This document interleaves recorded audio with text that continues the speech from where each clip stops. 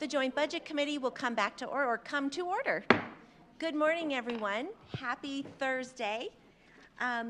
We are so excited to welcome all of you back to the committee hearing room and get started with a very full agenda. So this morning we are going to begin with our hearing with the Department of Corrections. And before us we have Director Stansel and Director Clark. Who would like to begin? Executive Director Stansel, welcome to JBC. Thank you, Madam Chair. Good morning to Madam Chair and the rest of the JBC committee. I just want to start off by saying that some of our members wasn't able to make it up because they live in the Springs, and the travel here is pretty treacherous, but we're still going to present the information and do the best we can. So in the hearing today, you're going to hear our theme is going to be staffing shortages. And we're going to talk about how it's not just a CDOC thing, it's not just a Colorado issue in the Department of Corrections, it's staffing shortages across the corrections field in its entirety. I'm a member of what they call the Correctional Leadership Association, CLA, and we talk about this weekly, about what are some of the best practices. And believe it or not, Colorado is actually being seen as one of the states that is doing the best because of the incentive programs, because of our transition acquisition group, which you're going to hear more about a little later. You're also going to hear the staffing impacts everything we do. So there's going to be a lot of information put out about that. We're making great progress because of the incentives and the talent acquisition group, but we still have some work to do. So the team is very excited and looking forward to presenting that information today. And for sake of time, I won't ramble on. I'll turn it over to Ashley. Thank you so much, Executive Director Stansel. Director Clark, welcome. Thank you. Sorry if you can hear me. I am having trouble getting to the mic. Something's a little bit in the way here for me. So thank you, Madam Chair Byrd and Madam Chair, Vice Chair Zenzinger and members of the Joint Budget Committee. My name is Ashley Clark and I'm the Director of Finance and Administration. And we just wanted to briefly go over the current state of the department. We're aware that we've got 43 questions in 2 hours, so we're going to try to get through as much as we can today. So the next slide, we didn't get here overnight. Since FY20, the state budget has grown by 23%, where our DOC budget has only grown by a third of that, so about 8%. Since 2010, the state budget has grown about 120%, while DOC's budget has grown about 40%. So again, a third. As Mr. Brackey pointed out, 2/3 of our budget are salaries and compensation. So factoring changes around the state total compensation, DOC's operating has remained mostly flat. DOC also has the second worst tech debt in the entire state. I don't say that lightly, but Department of Ag does beat us on that one, as provided by OIT's grading of agencies. So we have about 90% of our products with significant tech debt, whereas the average across the state is 40%. Next, we can look at our capital needs. So DOC has one of the largest deferred maintenance and capital needs. In our 5-year plan, we have 43 CC and CR projects totaling over $1.27 billion. I apologize. Yeah, $1.27 billion with a B. In addition, the 5-year plans include 44 controlled maintenance projects that are about $95.7 million, plus an additional 78 other projects that are about $593 million that are not included in our 5-year plans. So that's a total of 165 projects costing about $1.96 billion, and that does not include any project under the $500,000 threshold. So all of this is to say that we didn't get here overnight, and we're not going to get out of here overnight. Our systems have reached and exceeded their intended capacity across all aspects of the department, and additional resources are required to move us forward. The theme of this year's budget submission is need. None of these submittals are fun projects, but they're really necessary to help the functioning of the department. So all of our decision items kind of fall into these 3 main buckets: staffing and becoming an employer of choice, infrastructure, addressing our long-term infrastructure needs, and care, improving outcomes for inmates and the community. So with that, I'm going to get to our first question. So common questions. So first, stimulus funding. The department is very grateful for the stimulus funding we have received. That we've got 2 different stimulus funds that we're working on right now. The first is $3 million that came out of SB 22196 from the Behavioral and Mental Health Cash Funds to help with our infrastructure needs in multiple facilities for MAT, which is medicated assisted treatment programs. So that's basically the infrastructure improvements to our facilities so that we can deliver MAT. The Department's Facility Management Services, FMS, has drawn up the renovation plans for 9 facilities and 12 locations because we've got 3 locations within Sterling. Project directors are in process for 6 facilities and again 9 locations. And Clinical has purchased equipment that includes Methasoft software, secure medication distribution windows, security cameras, computers, printers, packaging equipment, dispensing equipment, and narcotic lock boxes. The department has been able to actually leverage these infrastructure funds to secure funds for programming of MAT, so we're very proud of that. It's very hard to get funds for infrastructure improvements, so it's a real good boon for our department. And we expect everything to be done before December 2024. DOC has also received $2.3 million in SLURF funds. I hate that acronym. SLURF funds through the Colorado Office of Information Technology for a broadband grant, which I'll be talking about more later. And again, we anticipate to expend all these funds by fall 2024. Partnership agreement. The department has worked very closely with our partners at the Governor's Office and the Department of Personnel Administration on assessing the fiscal impacts of implementing the partnership agreement. The partnership agreement was a huge lift, both from people within our department, but also across the state. We're very grateful that the Joint Budget Committee fully funded the partnership agreement last year. Many of the components of the partnership agreement, such as salary surveys, adjusted ranges, minimum wages, and steps, were included in the total comp package. Included this year in the budget request is the 3.2% temp pay for our critical staffing needs. That's part of 31.7 of the partnership agreement. So we're really happy to have that continue. It's been very helpful for our hard-to-fill vacancies. The department's also requesting funds to help implement a section of the department's side agreement, Section 11, on uniform purchases. This can be found in R3, critical staff retention. And then finally, the department is assessing the impact of other non-financial incentives on our prison operations. So additional holidays, annual leave benefits, work breaks, training may impact the department's relief factor, which allows for adequate staff coverage. The department will keep the committee informed once we figure out what the actual impacts of these are going to be and are on our operations. And then finally, I know there was a question about 10% reduction. We appreciate the question and the desire to partner with the department on identifying reductions as opposed to just coming in and reducing our budget by 10%. If the economic conditions change, the department looks forward to working with you all, as well as the governor's office, on identifying proposals, estimating impacts, and discussing trade-offs. I don't want to railroad everybody, so is there any questions on the common questions, or should we? I am not seeing any, so back to you. All right. So now we turn to DOC staffing and caseload. So there were a lot of discussions around our incentives during the JBC briefing, so we just wanted to give you an update on those incentives. So the incentives in the briefing document were actually our FY23 package. So we offered that from September 2022, and that lasted through June 30th, 2023. So I'm sure you're all wondering if they worked, right? So luckily, I'm here to tell you they did work. Overall, the incentive package helped the department reduce vacancies. So you can see the first red line is when we implemented the incentive package. And at the launch of the incentive package, the department had a 26.3% vacancy rate. By the end of that incentive package, the FY23 incentive package, the department had a 21.3% vacancy rate. So a 5% drop, that's significant. During this time, we also saw applications increase by 37%.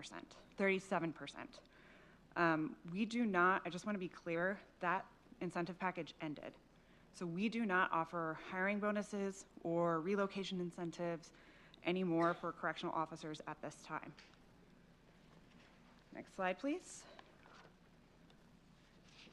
So after that, well, I would say in March last year, we were noticing that the incentive package, although helping the department overall, wasn't helping the department uniformly. So there were a couple locations that we called hard to fill. Those were locations that we weren't seeing the needle move with our incentive package. So again, between the first red line here and the second red line, you'll see where our FY23 incentive packages started. We see not much movement at Sterling and Lyman. BV is a lot of noise. And over in the far right is kind of our control group of non-vacancies. We see a decrease across our agency, but not at those hard-to-fill locations. The second red line is the start of the housing incentives. The Joint Budget Committee last year approved $1,000 per month housing incentives at our 3 hard-to-fill locations. They have really moved the needle at those hard-to-fill locations. We're very grateful for that incentive package. As you can see, BV, once that incentive package went in, we've seen decreases there from 27.5% to 24%, so a 3% decrease. Lyman, 34% down to 17.7%, so really moved the needle at Lyman. And then Sterling, 33.3% to 27.1%. We obviously don't have a control group, but we have something like a control group, and that's why I have that last graph there. That's all the facilities that didn't get those incentives. And you can see that our vacancy rate kind of remained a little bit flat at all those. So you can really show the impact of those incentives, those housing incentives, at those 3 locations. And just as a reminder, those housing incentives are running out at the end of February 2024. Any questions about incentives? Seeing none. With that, I will turn to Michelle Cottingham. Is she here yet?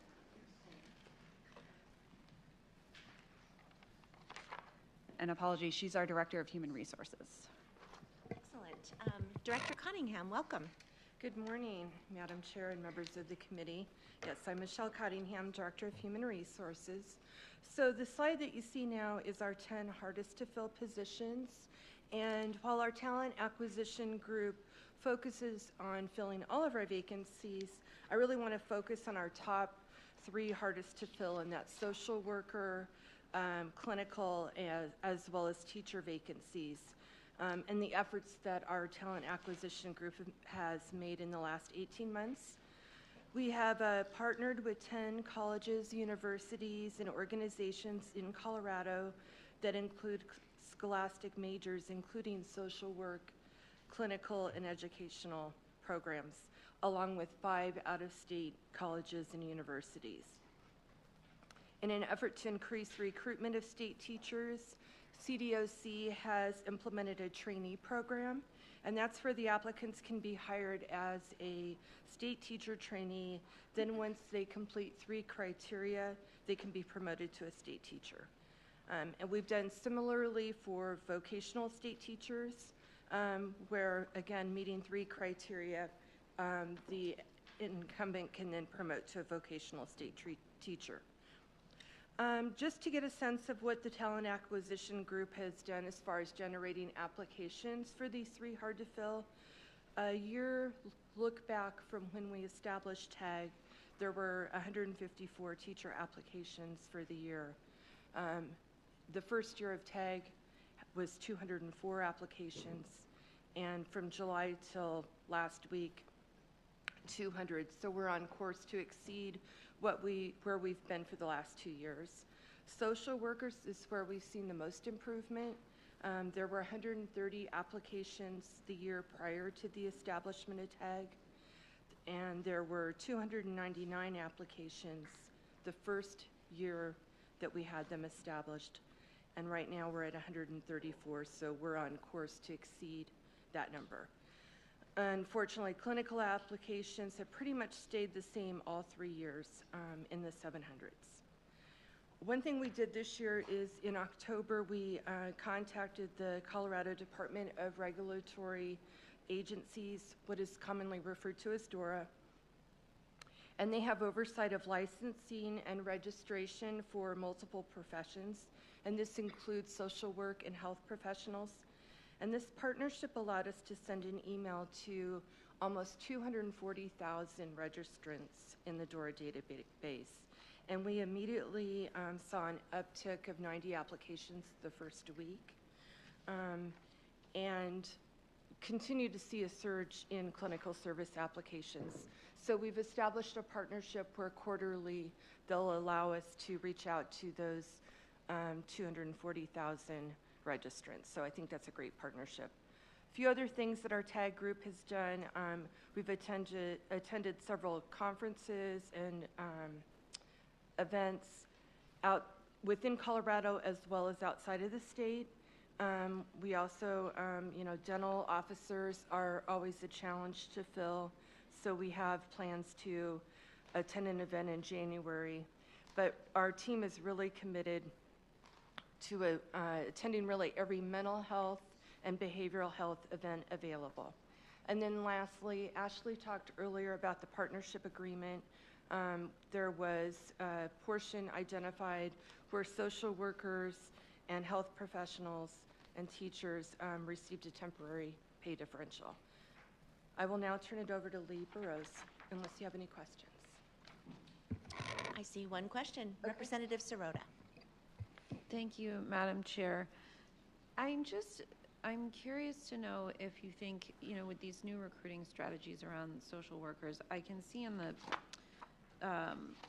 the table that you gave to us in the written responses that, the turnover rates for these essentially all the professions there, they're, not only the hardest to fill, they're the most vacant, but they also have the highest turnover rates. And we talked about in our briefing the challenges of recruiting and retaining folks in these positions because, well, they also don't get to do the job that they are hired on to do oftentimes because they're filling in hours for those yellow columns over there that you're also having trouble, recruiting and retaining, although maybe a little less than you are the other professions. And so I guess, do you have strategies or do you see opportunities to address that particular problem, or do we just keep going round and round in this cycle of having a hard time and paying out these bonuses, but then people leave because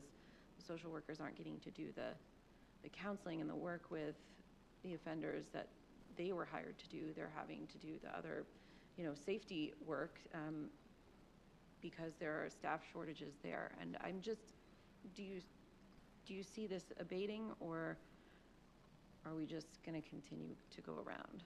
Director Cottingham. Hi, thank you.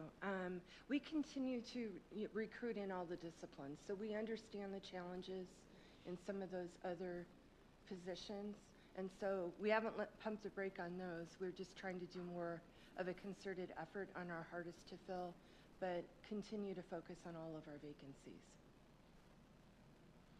Follow-up, Representative Sirota. So more of the same? I mean, you anticipate this trend to continue with these really high turnover rates in these particular professions? Director Cottingham. When I speak a little bit earlier, I'll provide the updated staffing rates, but I can tell you that I guess this slide doesn't show where we were before, but we're currently at 16.66%. So we are seeing a significant decline. So I am hopeful that if we continue doing what we're doing and improving our processes, that number will continue to lower. Representative Sirota. Thank you.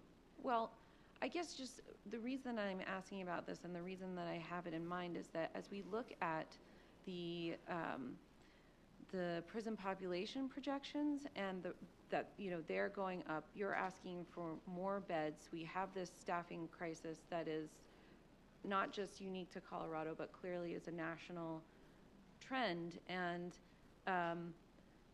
what gives me anxiety is that we will continue to have a less and less safe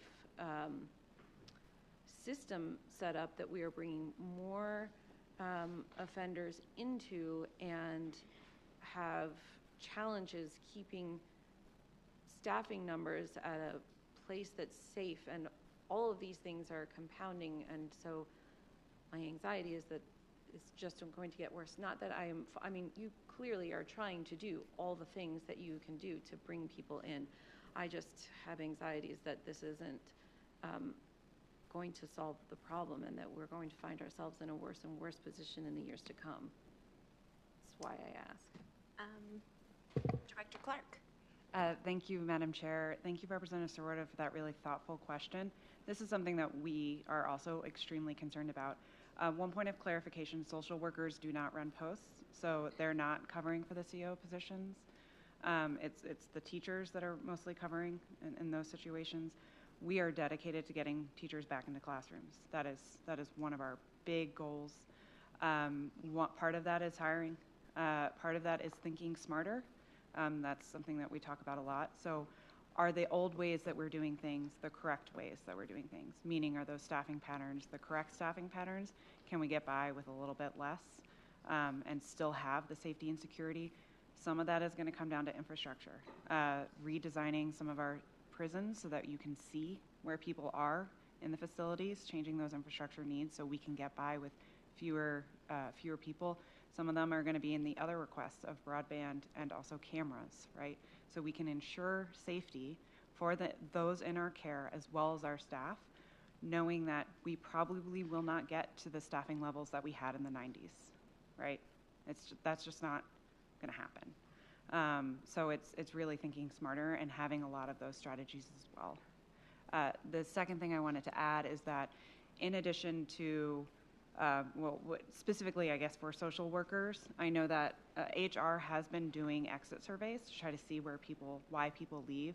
One of the reasons is burnout, and that's why we're trying to get these mental health services for our staff as well. The Cortico app is something that HR has released recently.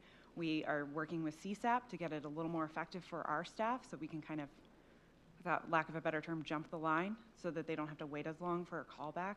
We also know there's no silver bullet when it comes to mental health because what's going to work for me might not work for Michelle, might not work for Mitch, right? So it's going to have to be employing a lot of these strategies together to get our staffing levels to a place where we're not seeing this turnover. Okay. Any follow-up questions? Representative Taggart. Thank you, Madam Chair. As a follow-up, with the new recruitants, so let's take teachers as an example, are you having a conversation with them during the recruiting and employment steps to let them know that A, they may have to do this, or probably isn't may, they will need to do this, and B, are they getting training on this, because they're obviously trained as teachers but may not be trained from a security standpoint. So I guess I just wonder, how much do they know up front that this may and probably will occur? Director Clark.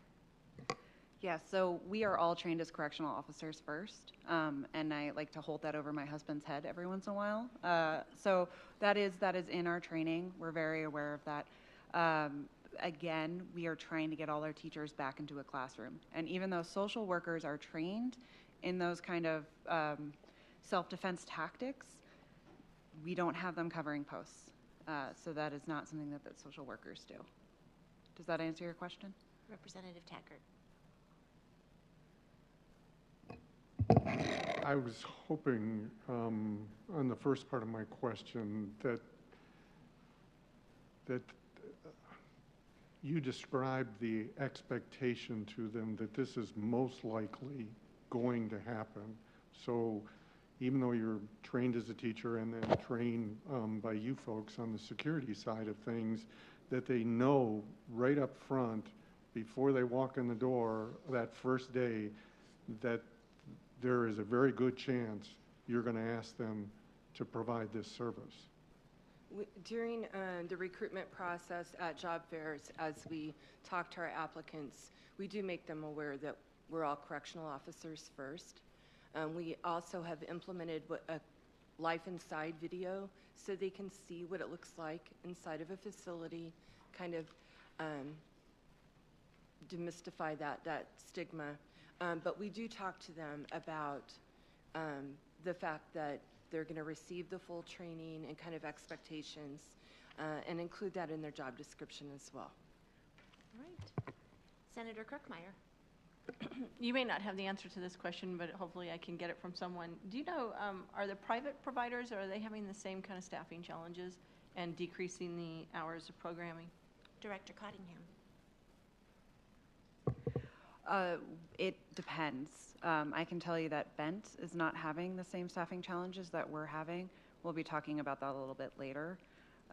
Crowley is, they have higher vacancies, but we can get you the answer specifically on if they're having teachers cover posts, because I don't know that specific question.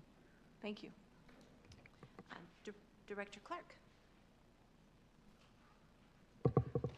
Oh, okay, so Michelle is finished, and so the next person is going to be Lee Burrows, the Assistant Director of Prisons, to talk about our rehab staffing. And I just want to give a shout out. Lee drove up from Pueblo this morning through the snowstorm. Colorado City through the snowstorm. Oh, my goodness. So she is a real trooper for being here. That's how excited she was to speak to you all about teachers. Thank you for making the trek. We appreciate you being here, and I can't imagine what the drive must have been like. Assistant Director Burrows, the floor is yours. Sorry, please forgive my naivety. That's okay. All right, so to start with, and you may have, Ms. Clark, Director Clark and I talked about this, may notice a little bit of a discrepancy between one reporting on vacancies and this one. This is a today shot of what we have. So I wanted to clarify that. As of today, state teacher one vacancies are at 24%, with also a 22% state service professional trainee teacher vacancy.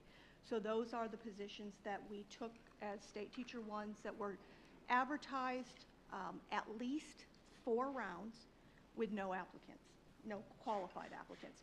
So what we did is we converted them to state trainee positions with the hope that we could entice somebody that was interested in teaching to come in and that we could work with and develop.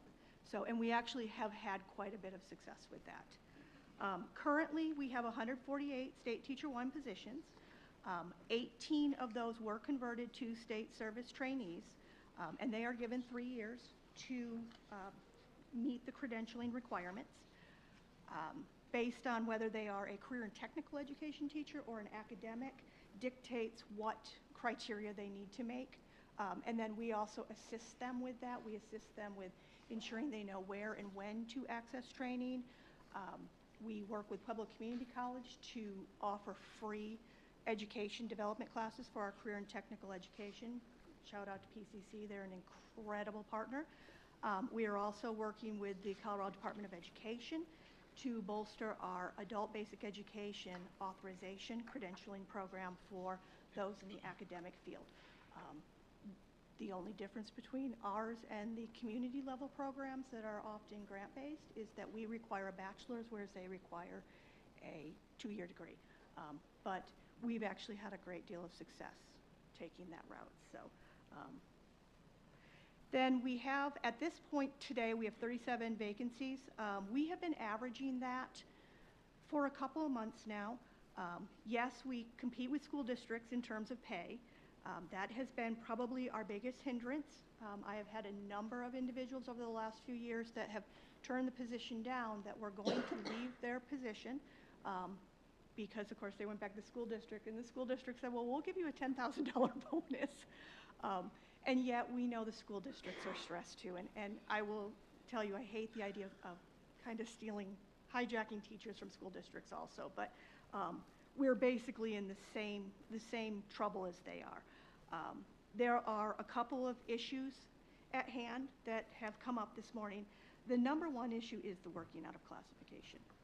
That is a frustration for our teachers. Those who have been in the system for a long time tend to be more amenable to it. But you can imagine someone who comes in fresh says, I'm doing what today? So, and even though they're trained, you know, that is a challenge we face. We do make it very clear during the interview process that this is possibly going to happen, and in those facilities where we know it will, we do tell them up front to make sure they consider that in their decision when we offer. And we have had a number say, I'm not willing to do that, I'm not comfortable with that. And that's what we need them to say. We don't want someone to be in a position that they're not able to fulfill the duties that they're working in. So no hard feelings there. It's just all in full disclosure to them. There's also been some concerns about time between applying and interviewing. Many have accepted other jobs. The school districts are very quick to respond. So it is, and this is particularly true in the special education field. That is the area we probably struggle with the most filling. Special ed teachers are a premium, and they can write their own ticket. So, and we don't really have that luxury of meeting them at their salary demand that school districts can do. So I will say this, we have a marvelous special ed team that is doing their best to keep us in line and in compliance, and we've had a really, really good last 12 months there. Offers turned down for one of the following. Usually it is the pay or the working posts. So we're getting better, we're getting there. We are rotating students through classes. My concern with that, while we're addressing the learning needs, it does impact consistency of learning. And it can be frustrating for students, particularly if they know that their parole might be hinging on this, or even more importantly, they want to participate in the Pell programming, the college programming.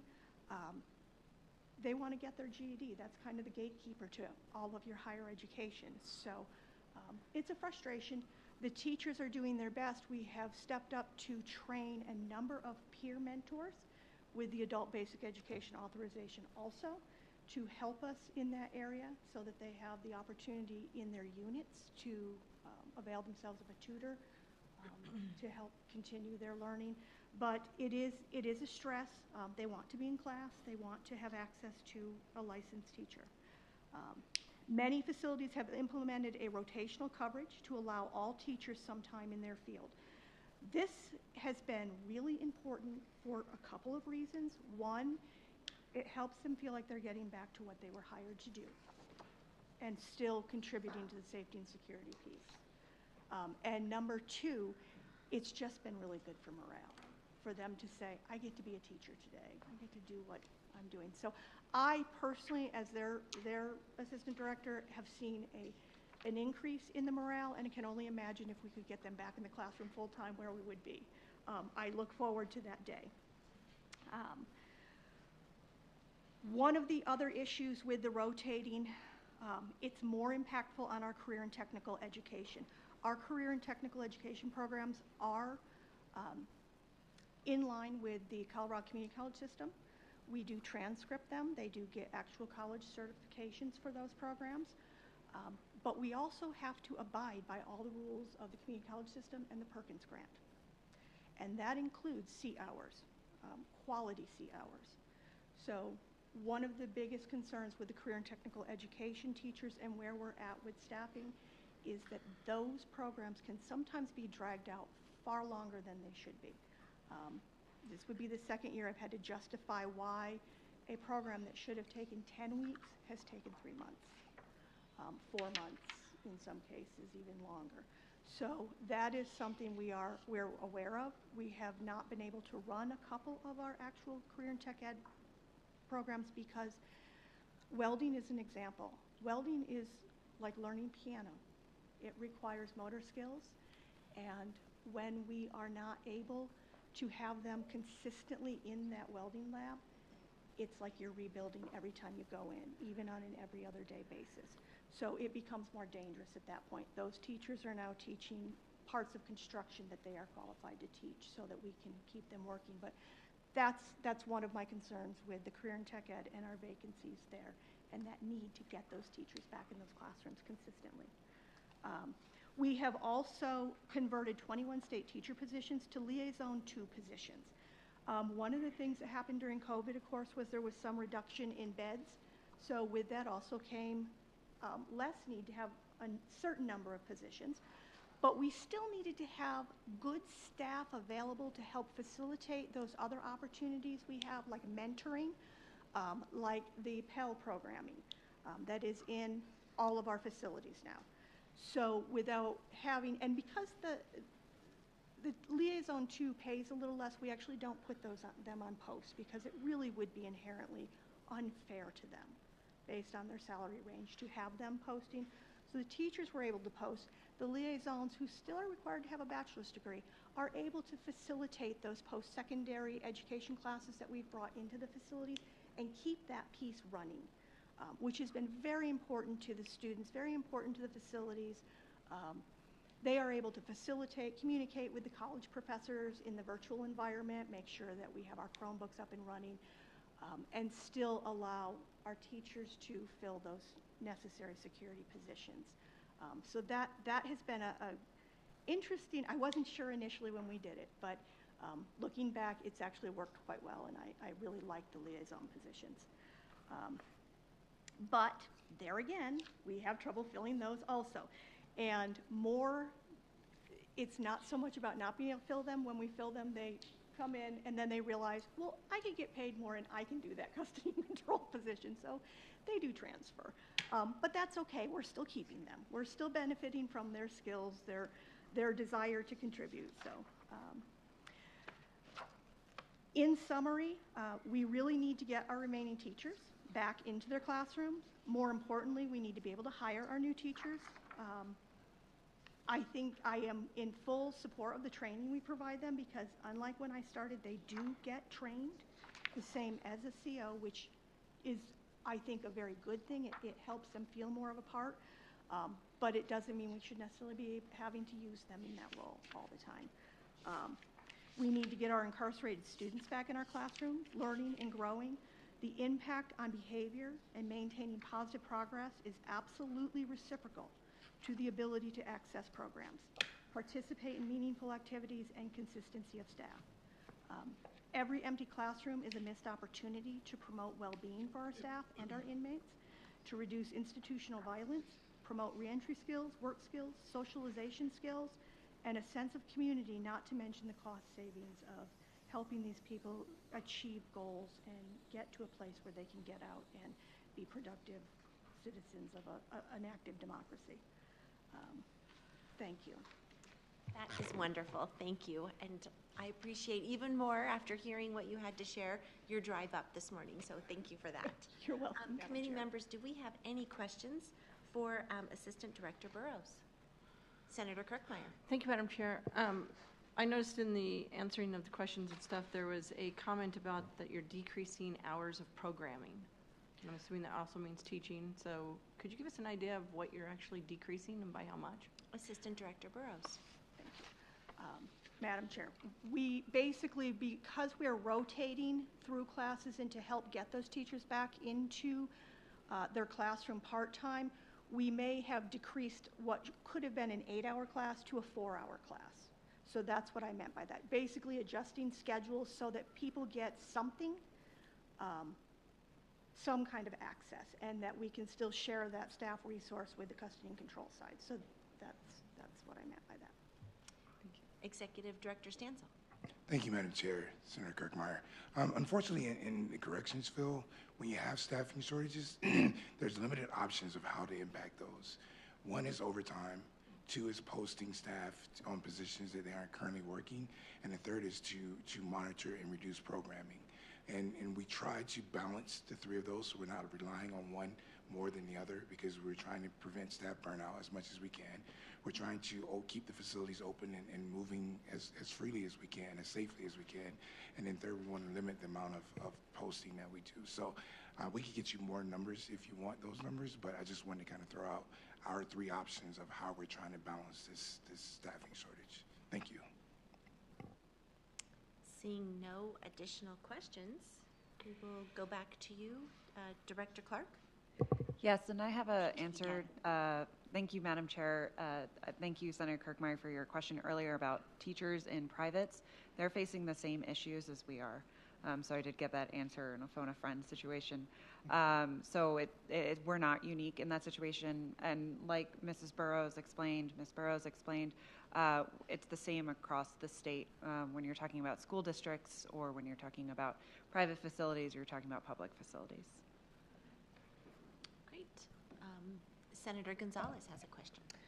Thank you, Madam Chair. I very much appreciate this conversation, and am curious as to whether in the reduction of programming, rehabilitative programming education that is now offered whether the same limitations around eligibility to access these programs has been limited by your potential PED, parole eligibility date or mandatory release date, or has that been further impacted and limited? Assistant Director Burrows. Yes, Madam Chair. As far as our career and technical education, the reason there is the statute that governs the eligibility for that program, those programs, which is generally speaking 5 years to PED, to expectation of release.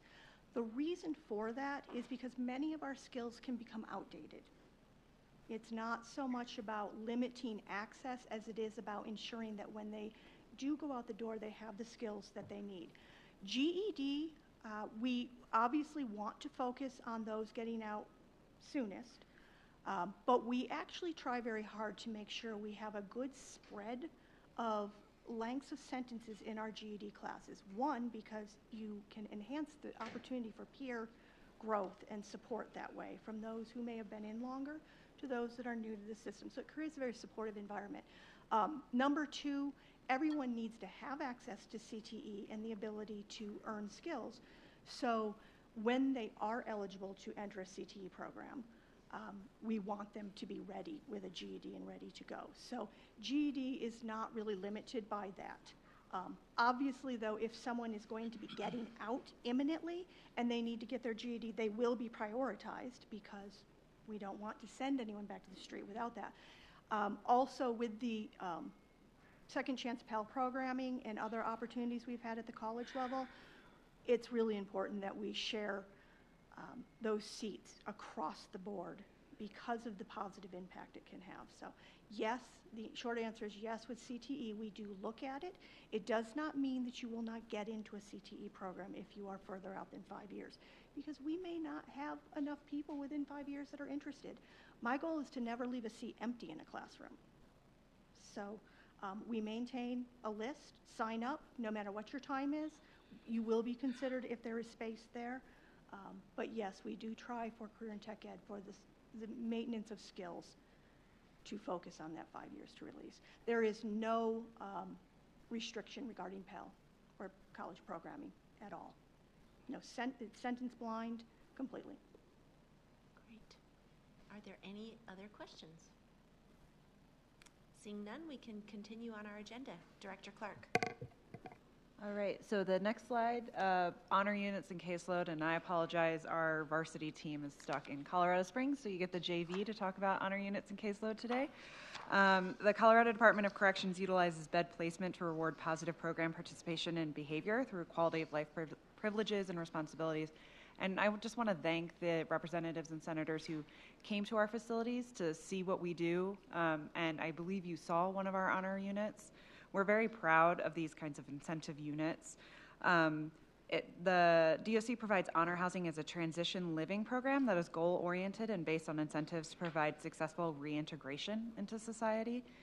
It's not unlike what DYS does as well, where you can step up and get into a nicer room or a nicer place because of behavior and getting ready for release. Participation in the Honor House program is generally a voluntary assignment.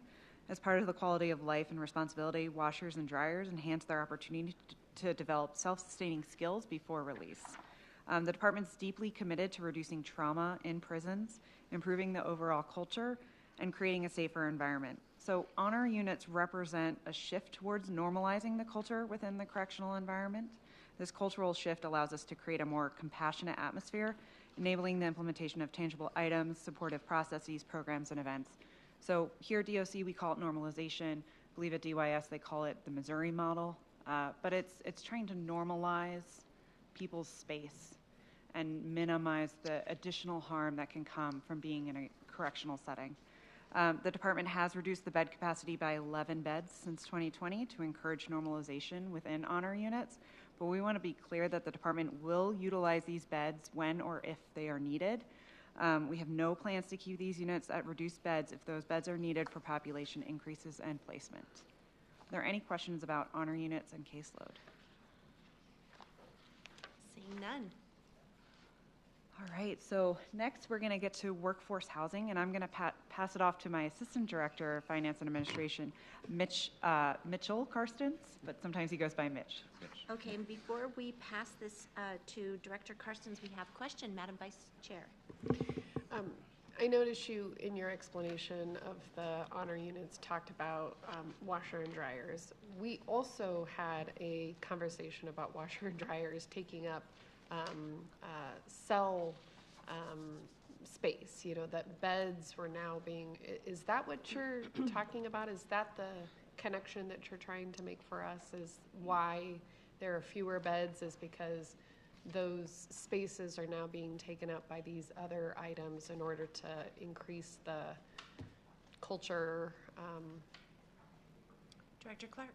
Madam Chair, Madam Vice Chair, thank you for that question. Yes, that is the connection I was trying to make, is that we have had to reduce those beds, and there were a few at one facility, I can't remember off the top of my head, I apologize, but it adds up to 11. I think it's 8 and 3 at 2 different facilities because to accommodate the washers and dryers. Madam Vice Chair. So I'm curious to know how this interplays with conversations that we were having last year around staffing and beds and the need for increasing the number of beds because we were worried about overcrowding and the potentiality of sled beds. And we were very concerned about that because we know how dangerous those situations can be where you're stacking people on top of each other, and it's dangerous to staff, and it's just not a very good climate. And I understand the goals of this program that you just spoke about. I mean, it sounds like it's a great opportunity to move in that direction, but how can you do both things, right? If you're eliminating beds and if you're taking certain spaces offline, while simultaneously letting us know that we have overcrowding problems over here, I'm not sure how you align these two things. Executive Director Stansel. Madam Chair, Madam Vice Chair, thank you for your question, Senator Zinger. One of the things that we're constantly having to do is balance just what you're saying. So whenever we have a population that is doing the right things and doing what we're asking them to do, we have to find ways to encourage and reward that behavior. So although we took only 11 beds off, and I say only, any bed is important, but you also have to balance managing the population and keeping the facility safe along with the bed population management. So that is why you don't see a whole bunch of honor units, because we can't do this in every facility. They're very limited, but we also know we need to encourage that type of behavior for the inmate population so they have something to look forward to. So that's kind of why we do it. Great. All right. Back to you, Director Clark. So I'm actually going to pass it over to Mitch Karstens to talk about workforce housing. Director Carstens, welcome. Welcome. Thank you. There was a number of questions about workforce housing as we submitted, and we wanted to make sure that we look at that and address those questions that came up. The first question was, is there success in this, or are we modeling it off of something that we have seen before? And the answer is yes, we are doing that. And there is success that is being shown. One in particular, we don't need to look very far on. It's Bend County private facility that the state utilizes. They are doing workforce housing. They are providing stipends, and they have a vacancy rate that represents that and shows that in their success of doing that. They've partnered with local businesses along with that to make sure that they could be successful to bring individuals in and house them around the Bend County facility. The second large one is, are we getting into the housing development game? And the answer is absolutely no. The department does not want to do that. We do not see that as a place that we should fill. That is why we are working with the state's P3 office, the Public-Private Partnership Office, on a number of different options for us for workforce housing, working with them to create a design, build, maintain contract with external partners that can run housing for us. And I know there was a number of questions too on what that looks like and why the P3 office, why the amount that we are looking at.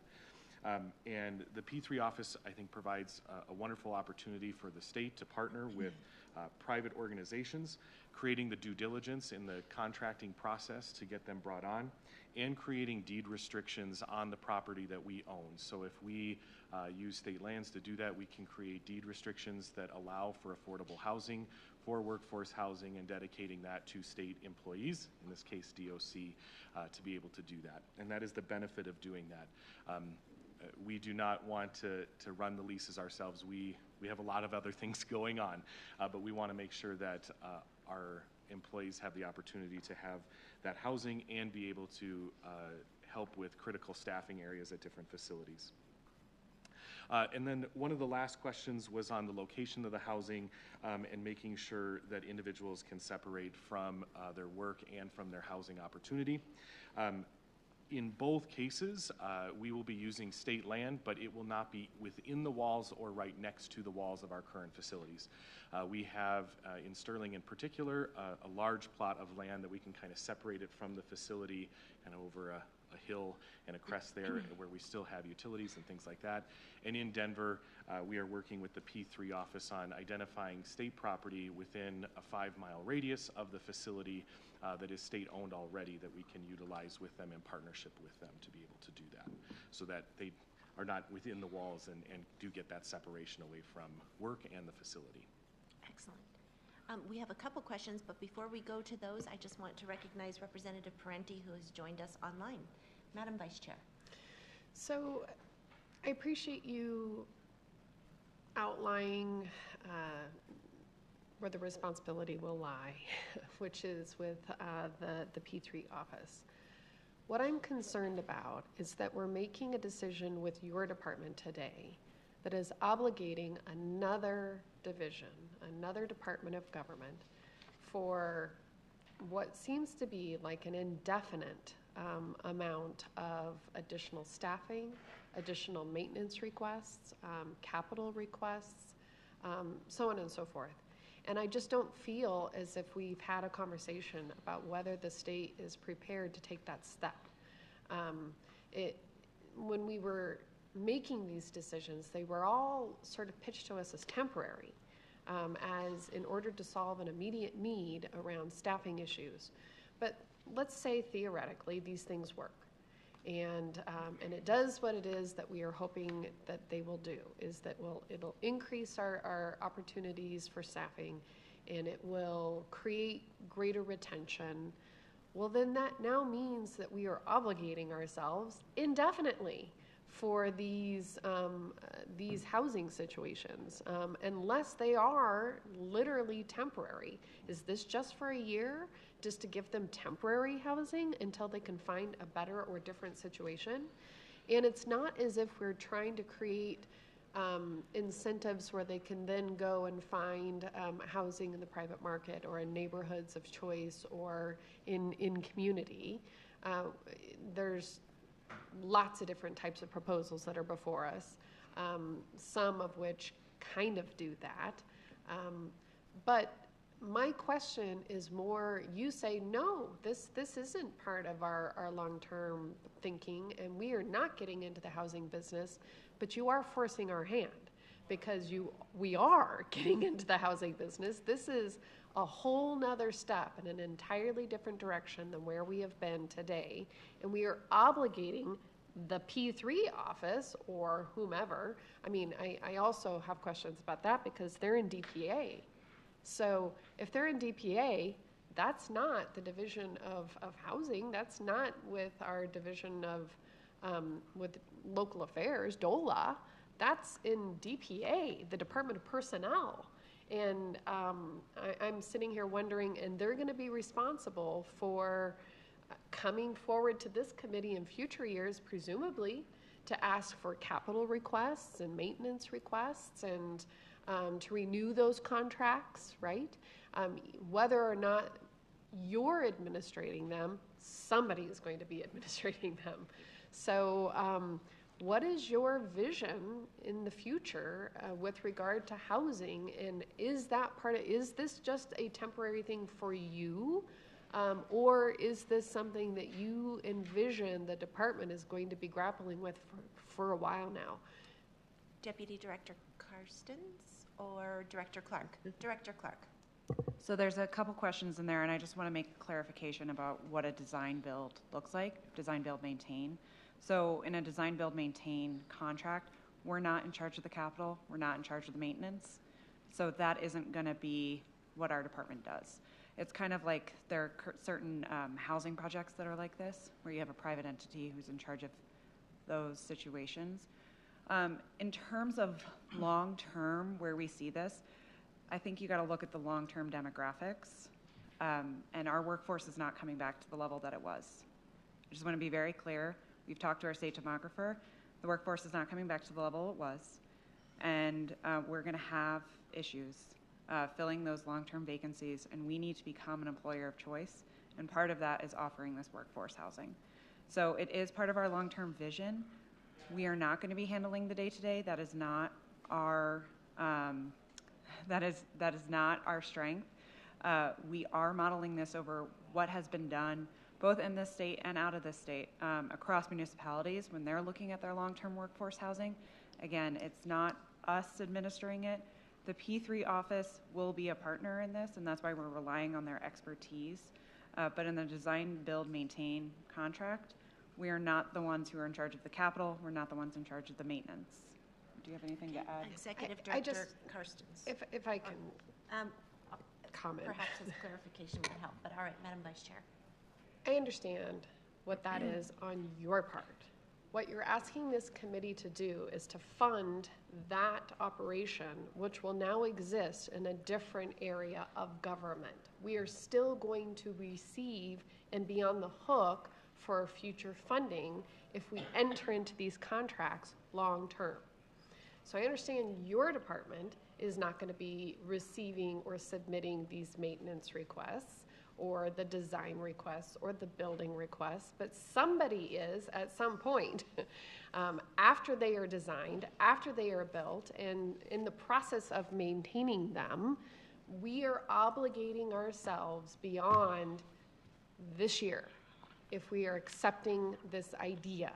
We are going down a road that has longer term implications, whether or not your department is the entity that is doing the maintaining, the designing, the building. You're putting in the initial request, but I just want to make sure that everybody understands this is a long-term obligation that we are entering into as a state government now.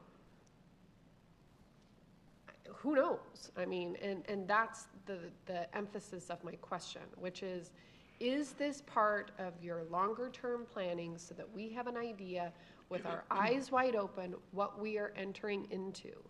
I don't want this to be a surprise. 3 years from now, future JBC saying, wait, what? What was wrong with Senator Zenzinger? We now have to maintain state housing for employees of our correctional facilities. Okay. All right. So who would like to provide a response? Deputy Director Karstens, please. Yes. Thank you, Madam Chair. I agree. I think this is part of our longer-term vision. I think housing will continue to be a large issue for us in these hard-to-fill locations and positions, and I think the department is looking at that. I think the P3, what the benefit of the P3 office is in working with them is that the design, build, maintain does set a length of contract, and that while we own the land and we deed restrict the land both on the partnership of what we're getting, what is being built, and supervising that, at the end of that contract, that contractor must return to us those buildings then in the exact state in which they were built. So let's say a water heater. That's a really good example. So water heaters start to go out. The contract is designed that that contractor will replace those water heaters. It's just like going and renting an apartment.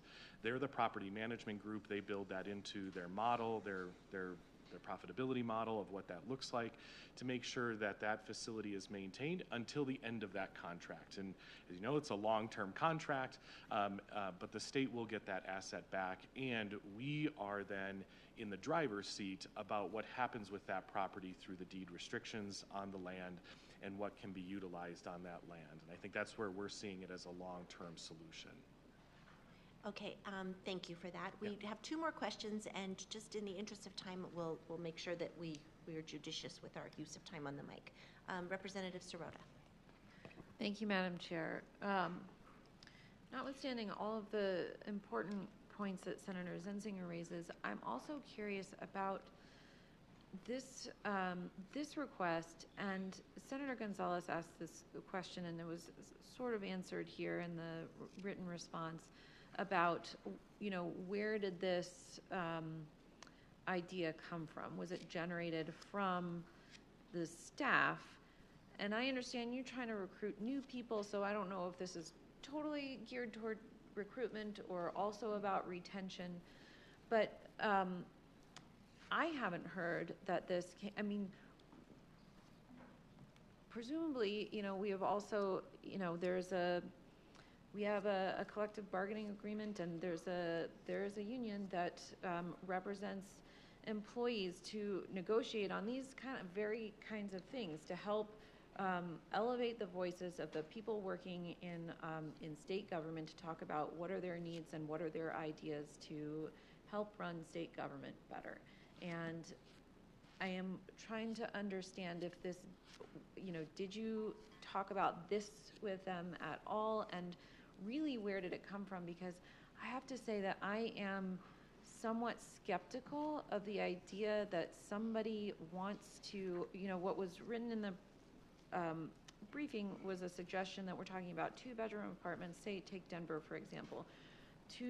A 2-bedroom apartment that 2 people are going to live in each bedroom, and so essentially that A, rules out families, and B, we're talking about people who are going to live in a place maybe not right next to the prison facility, but pretty darn close. So they're living and working in the same situation with the same people that they worked with. And I'm just curious, like, how many people really want this as their life? Deputy Director Karstens. Oh, yeah, okay. Thank you, Madam Chair. Thank you for the question. We continue to meet and engage with our staff in a number of different ways. So we, once a month, go out with our executive team called Exec on the Road and meet with our staff, have town halls. We have open conversations with them on a monthly basis to be able to understand those barriers that are happening within the hiring and the recruitment and the retention strategies that we have in everything that we do. Housing continues to be a large conversation that we continue to have with them, and I think it's multifaceted. I don't think it's just one thing, and that's why we continue to look at options, and housing stipends was our short-term fix, and we continue to hear we need a long-term fix too, to maintain stable housing for our individuals, and that's why we continue to work with the P3 office on their partnership to be able to do that. But staff continue to talk to us about the need for housing and what that looks like, particularly in the markets that we are proposing in this plan. I think we can again point to Bend County,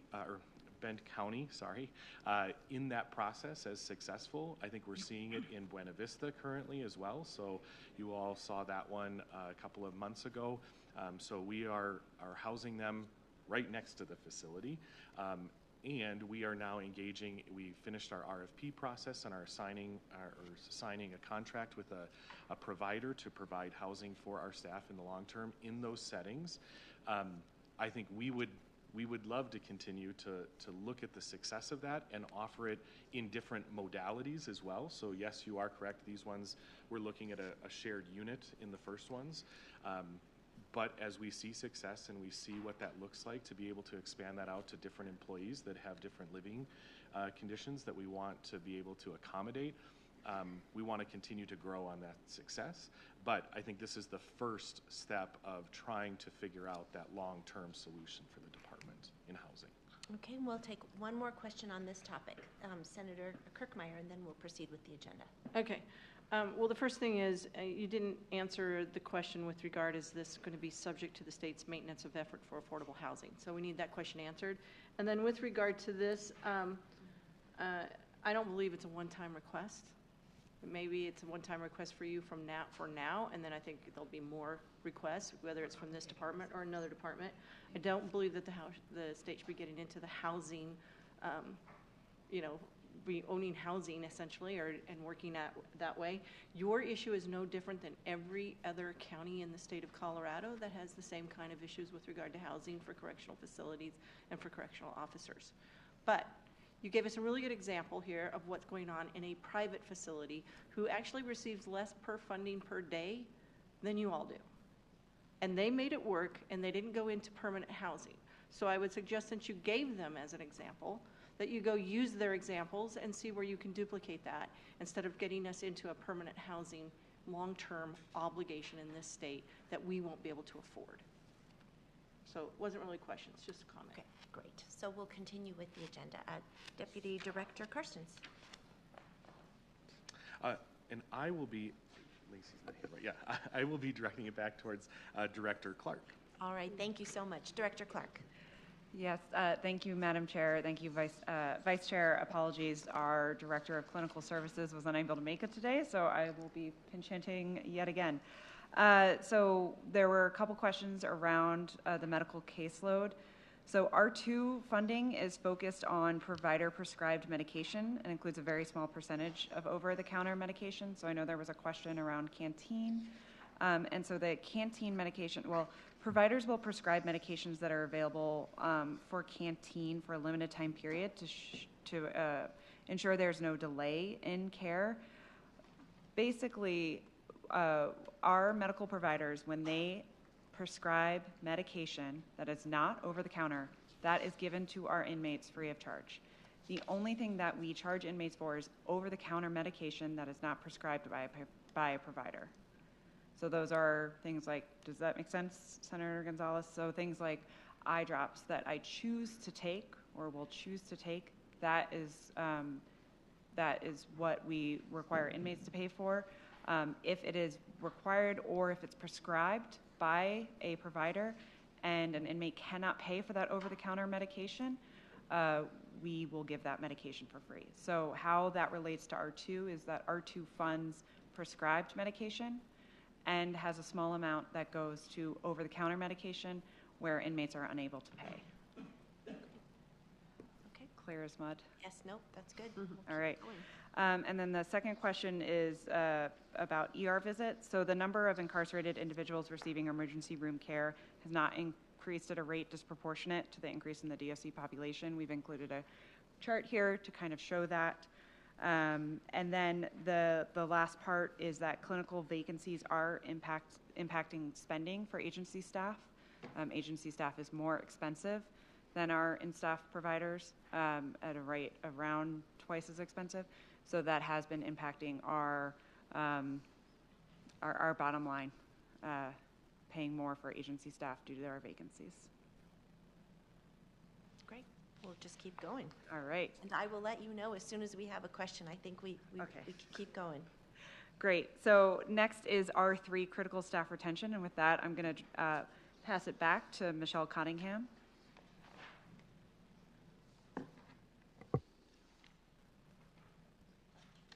Director Cottingham, welcome back. Before I talk about this slide, I do want to go back and correct one thing that I said earlier when I was talking about the applications for clinical positions before our tag team was established, what it looked like the first year and what it looks like now. We're actually on track to double this year, so I wanted to correct that, and I apologize for misspeaking. What you'll see from this slide is that we are the largest state agency and we are the smallest HR ratio to staff member with just 0.8 HR staff to 100 employees, where our sister agency, CDHS, is 1.87 per 100 employees. So that's pretty noteworthy. But I want to talk specifically about the talent acquisition group, which was established in July of 2022. And in that first year, we received 4,450 additional applications, and in the first year, reduced our vacancy rate by 3.36%. Last week, it was mentioned that there were 642 hires, 251 job offers, and 76 remaining with the department. And I just want to point out that that was solely regarding out-of-state recruitment, not the overall recruitment. Again, TAG was established in July of 2022, and just to give some noteworthy data points since establishing that team and having, remember, this team is solely dedicated not only to recruitment, but also retention, and I'll talk about that in a little bit. But since its inception in July of 2022, applications have increased by 42.47%, significant increase. Decrease in vacancies was 1,152 at the end of last fiscal year, 489 total decrease. New hires this year has been 2,730. So again, another significant gain. Our vacancy rate, we talked a little bit about that earlier, but in July of 2022 was 23.86, and we are currently at 16.66%. And the last noteworthy stat that I'd like to share is that our separations have reduced by 30.72%. With the implementation of the talent acquisition group, we started doing what we call fast track events. That's where essentially applicants can come to an event and leave with an offer in hand and start almost immediately. Since we've been doing this, we've held 96 events. We try to do 7 to 8 a month. And from July of 2022 to January of 23, we had 242 offers. Half of the staff remained with us. And then since January of this calendar year, we have had 424 job offers with 70%, 70.28% still with us. And then the last point I'd like to make is regarding the retention piece. So in July, we started a group that we call the Real Group, Retention Engagement Advocacy Leaders. And so they go out and visit facilities and survey staff, really kind of a pulse survey of sorts, giving them the option to speak with a staff member or to complete a survey anonymously afterwards. And then we take those findings back to executive staff and make recommendations. If you don't have any questions, I'll turn it over to Adrienne Sanchez. Okay, we have 2 questions. Senator Kirkmeyer. Thank you, Madam Chair. So first of all, I want to know why these things that you listed on page 10, the staff mentorship, the staff uniform stipends, why those weren't included in your incentive expenses of $17.6 million. And then I also want you to, I want to be clear that I understand your answer on page 21 at the top of page number 26, where you said that you have you expect no remaining vacancy savings. I want to make sure that that's clear. You expect no remaining vacancy savings in any of your personal services lines. And would that be Director Clark or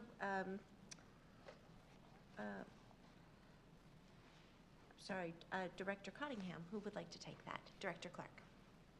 So I apologize. I think there were 3 questions in there. One was this group's ongoing FTE costs, right?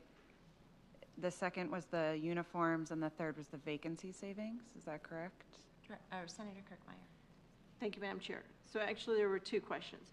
The staff mentorship program and the staff uniform stipends, which look like they both have stipends in them. I wanted to know why this wasn't included in your $17.6 million incentive package that you identified on the top of page 21, question number 26. And then my second question is, the department expects no remaining vacancy savings is what's in there. So I want to make sure that we're clear that you are saying that you expect no remaining vacancy savings in any of your personal services lines. Director Clark. Yes. So first, the staff uniform stipend is part of our side agreement with CoWINS, and in that side agreement, we say that we're going to seek funding, ongoing funding for that stipend, which is why we've asked for it in our R3. Number two, yes, we are expecting no vacancy savings this year. Okay, and Representative Taggart. Yes, thank you, Madam Chair. You used a term, and I'm trying to find it in the questions. We're doing a lot of flipping back and forth between all these documents, but in the briefing itself, you also used the term, does a job offer mean that someone has in fact accepted and has come to work, or is it a job offer and then there is another column that says those individuals that accepted that? Because here's the reason. On the example you gave, 642 applications yielded 251 job offers, of which only 76 remain. That's not, that means that 2/3 did not remain, but I'm not sure if job offer means that they accepted the job. Director Cottingham. Thank you. To answer your question about job offers, that is offer with a contingency, of course, that they have to complete background. So that would not necessarily mean that they physically started. Okay. Okay. Okay. And regarding the 642 hires, 76 remaining with the department, again, that portion of the document was regarding out-of-state recruiting, because once we established the talent acquisition group, then they expanded their footprint and went out of state. So it was to highlight how it was advantageous to not just recruit within the state of Colorado. Okay. One quick follow-up, Representative Taggart. Yeah, here's my concern is that, again, if you just take the 76 remained over 251, at least a person like me would say that's not very cost effective to go out of state. But if the 251 job offers isn't in fact the number of people that accepted the jobs, that's a different calculation. But when you lose 2/3 of them, that. Okay. All right. Director Cottingham. I would defer to you since I wasn't. Director Clark. Sorry. We can get back to you exactly if job offer means they accept it or not. We'll get back to you on that. Thank you. Okay. Thank you. And who is continuing? Director Cottingham. I will turn it over to Adrienne Sanchez. Okay.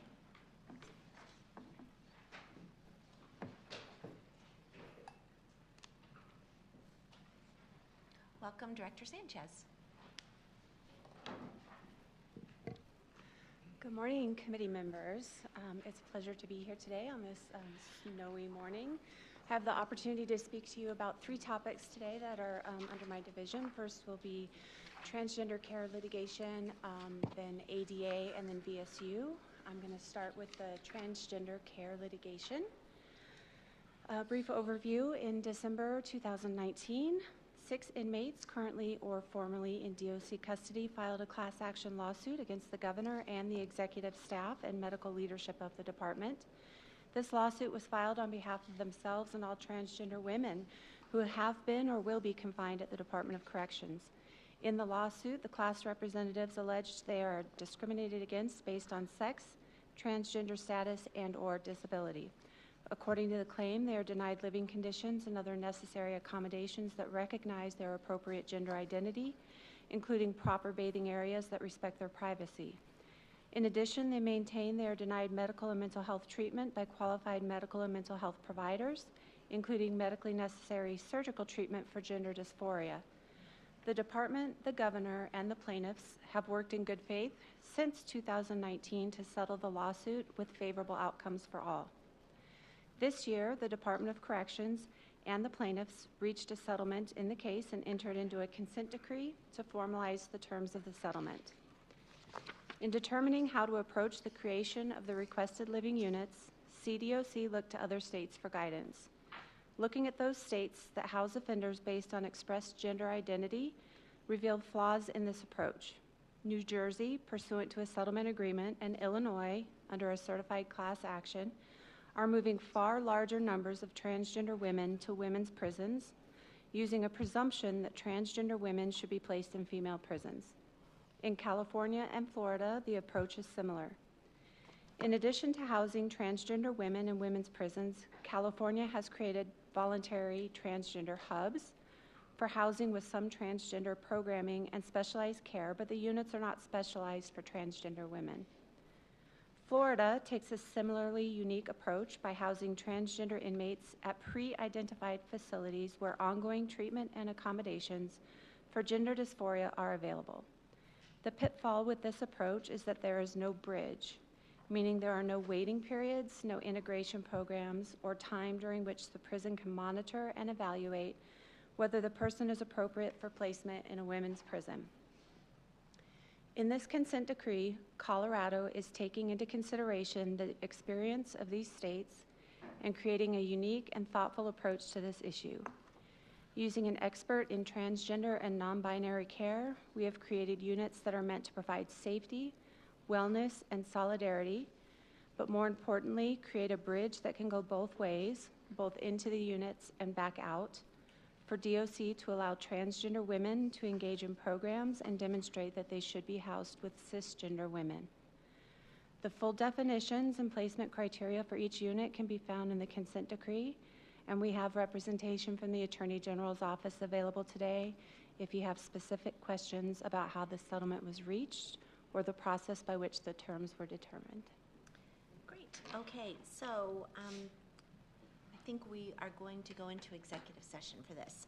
The next topic to discuss includes the status of litigation against the state that may involve the award of state monies and confidential components of budget requests related to ongoing litigation, in accordance with Section 24-6402-3A2 Colorado Revised Statutes. The Joint Budget Committee should discuss these items in an executive session. Is there a motion to conduct an executive session, Madam Vice Chair? Yes, so moved. Is there any objection? Seeing no objection, that motion is passed. The Joint Budget Committee will conduct an executive session beginning at 10:22 a.m., December 14th.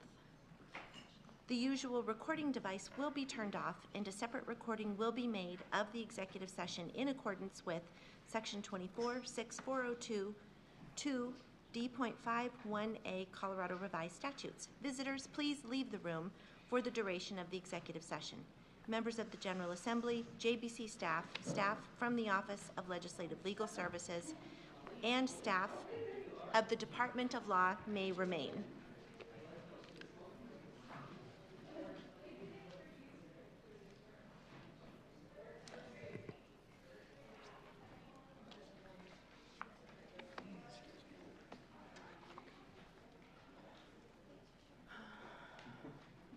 Okay, we need to make sure.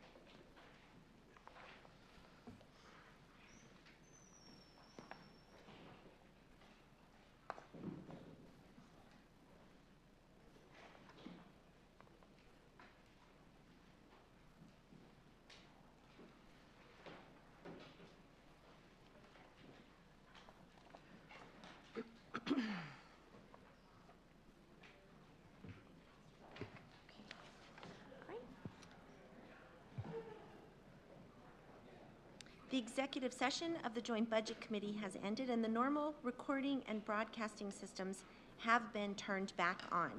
We will continue with our presentation. Director Clark. And before you get started, committee, I just want to call your attention as we proceed through the rest of this hearing. We are scheduled for approximately 19 more minutes here, so I'm just calling that to everyone's attention so we make sure the department has a chance to get through presentation of their answers to our questions. And we're going to try hard to stay to that timeline. Director Clark. Thank you, Madam Chair. I'm also trying to stay to that timeline, and I am so excited to talk to you guys about broadband. I'm very serious right now. I just wanted to take you on a little bit of a journey of the genesis of this request. It was 2021 when this first came up. I was talking to our clinical services staff, and they were telling me about this great pilot project that they had. They had money from USDA to do these telemed carts. So we got all these carts, and we got them all set up, and then it turned out we didn't have broadband in our facilities to help them use the carts. Or we had broadband in the facilities, but they were only in the warden's offices. So we could only hook them up in the warden's office. And so they kind of asked me like, hey, can you help me overcome this problem? Like, that's a great problem. And it, like an onion, the more you peeled it, more layers, and it kind of just started making you cry a little bit. So the second thing I wanted to kind of clarify is what this broadband request is.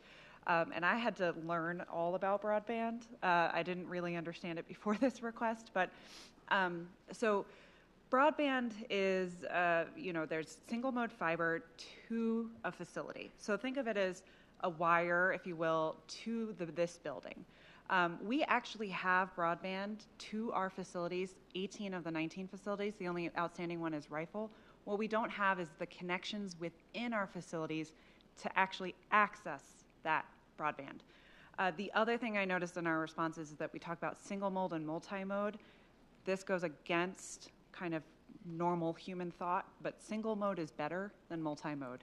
Okay, so we have broadband to our facilities, but we don't have it within our facilities. Already, that cuts out most of the funding that we're able to apply for, because a lot of them are for that last mile, but not within our facilities. So most DOC facilities have single mode fiber outside the perimeter, which delivers high fidelity, a strong signal to a perimeter fence. But again, what we don't have is it throughout the facilities. Because of this limitation, when we do have single mode fiber, it's prioritized for fire suppression and door controls.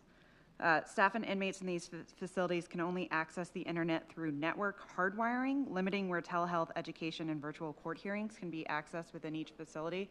I've heard of facilities that have to have court hearings in the warden's office because that's where they have the Wi-Fi, or that's where they have the internet connection. So as you can see from the timeline that I've put here, don't worry, I'm not going to read everything on this timeline, but the department has tried every single avenue available to try to get funding for broadband. And I can tell you, this has consumed a lot of my life, and I now feel like an expert on broadband.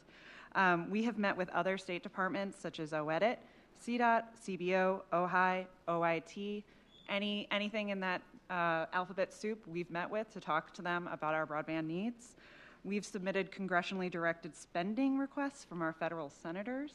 Unfortunately, those didn't make it out of the committee, and I don't know how the sausage gets made in Washington, so I can't tell you why. We've even sought funding from a private foundation. This is not our first request about broadband. We don't come here lightly. We have tried everything to get funding for broadband. And the benefits of broadband cannot be overstated. Again, this all arose with our conversations around telehealth and telebehavioral health needs and how this could help us address those staffing shortages. When I first became involved in this conversation, it was about how we can bring in more behavioral health specialists to address what I call the missing middle. So right now, because we have limited behavioral health staff, they usually go to the cases that are most needed, but we know that a lot of people can benefit from, let's say, therapy, right? But we're not always getting that missing middle. Those people who have lower needs, they're not the highest need individuals, but they still would benefit from those conversations with a psychologist.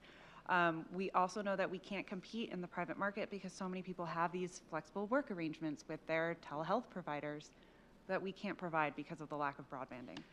And again, as we've gone through this project, we've seen even more reasons and needs in the department for Wi-Fi in our facilities or some sort of connection within our facilities. It's increased programming, all kinds of different kinds of programming, increased education opportunities. I know last year we came and talked to you about virtual programming. We can't expand virtual programming to our facilities if we don't have Wi-Fi broadband in those facilities. Decreased hospital visits. We looked at Texas as a model. When they increased their telebehavioral health services and telehealth services, they were able to decrease hospital visits. Again, because we have staff vacancies, those hospital visits are staff intensive, whereas being able to bring people to preventative care within the facility and having those meetings will decrease that staff need to bring them outside and hopefully mitigate additional costs too of bringing them outside the walls. Again, increased ability with court hearings. What we found during the pandemic is that WebEx became sort of a de facto for a lot of places. So instead of sheriffs coming and picking up their people to bring them to court hearings, just having those virtual court hearings, but it's hard to have those when you don't have Wi-Fi and connectivity within our walls. Again, and even increased inmates' ability to connect with loved ones. We've all read the studies that if inmates have increased connections to loved ones, they're less likely to recidivate, they're happier. Being able to provide that and that high fidelity signal so that they can have those video visitations without interruption. I can't stress how important broadband is enough for me personally, but also for this department. So I'm going to pause here if anyone has any questions about our broadband requests. I'll let you know as soon as we have questions. Okay, We keep going. That's great. Okay, and so just marking the time for us, 10 minutes, Senator Kirkmeyer and then Representative Taggart. I don't have questions about broadband. I have a question though on it was number 33 on page 24. How's the transition going with the new phone service provider? It didn't get answered. I'd like an answer. So you can provide that in writing. Good. Representative Taggart. This was about if this was that's- related to the... Oh, is this related No, to the broadband? it's not to the broadband. No. We'll take that in Oh, writing okay, okay. afterwards. Thank you. Representative Taggart. Thank you. I just wanted a clarification. Is there anything within these facilities that creates roadblocks from the standpoint of Wi-Fi versus hardwire? Because I thought I heard you say something about hardwire, and most of us don't even talk about hardwire Director Clark. any longer, so that caught me off guard. Yes, there's sorry, thank you, Madam Chair. Thank you, Representative Taggart, for that question. Yes, these are facilities. So there are going to be some walls where Wi-Fi can't get through, and we're going to have to continue to have hardwire in them. But again, we'd rather have that hardwire than no wire. Back to you, Director Clark. So we are going to skip over the ADA compliance as we talked about that. Okay, we have one more short comment question about broadband. Madam Vice Chair. I'm sure you've thought about this, so it's not like a super technical, serious question, but I do wonder about the safety implications. Like, if you open up broadband and Okay. Right. what is the potential for safety issues that might come up? Well, Yeah. Director Clark. You want me to answer that, or yeah, we have obviously considered the safety implications, and I will say everything we do is a balancing act, right? There's always trade-offs for everything, and the benefits of this outweigh those safety considerations. When we're installing those, we will have safeguards in place for that reason. Great. All right. Back to you, Director Clark. All right, we're going to skip over ADA as we've talked about that. And then the maintenance requests. So Representative Sirota, you asked what makes the needs from DOC different than any other department. The department does operate and maintain the oldest collection of buildings in the state. It's also the largest square footage of state buildings, and we maintain those for 24/7 use. We also oversee the welfare and safety of over 15,000 inmates, and we have over 6,400 staff. The Department of Corrections, 19 facilities, 607 buildings, and are utilized 365 days a year, resulting in accelerated physical deterioration and increased maintenance needs. I know we're running out of time. We have some, important information on this slide. What I really just want to bring everyone's attention to is that chart that shows our maintenance funding, and that it's remained relatively flat as inflation has dramatically increased. That just means that we have even less money to get ahead of problems before they become bigger problems and they end up in front of the CDC. Again, just this year as a kind of data point, just this year we already have 1.15 million in emergency repairs.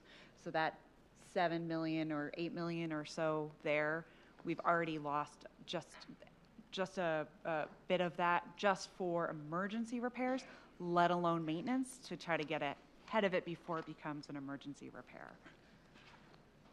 So R11, there was a question on inmate pay. I just want to reiterate that inmate pay has not returned to 2003 levels. So we are still behind the ball, 20 years behind the ball.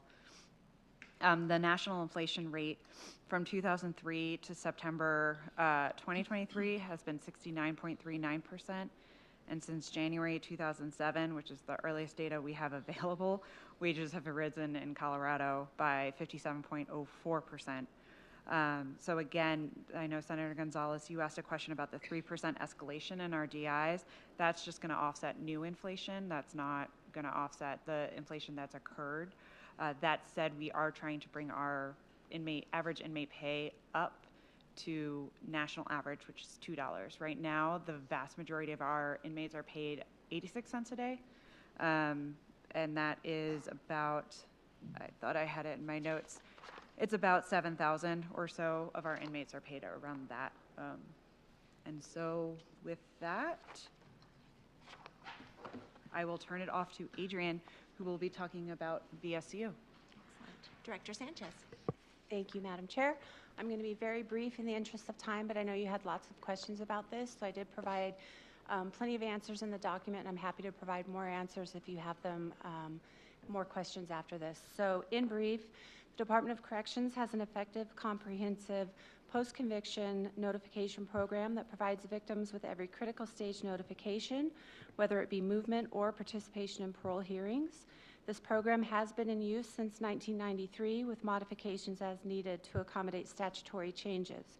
We have dedicated staff who assist victims personally through the post-conviction process rather than through answering services.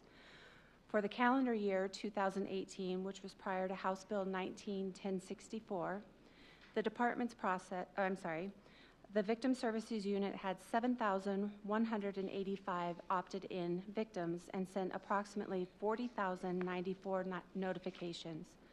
Currently, VSU has 32,799 enrolled victims and has sent year-to-date 193,132 notifications.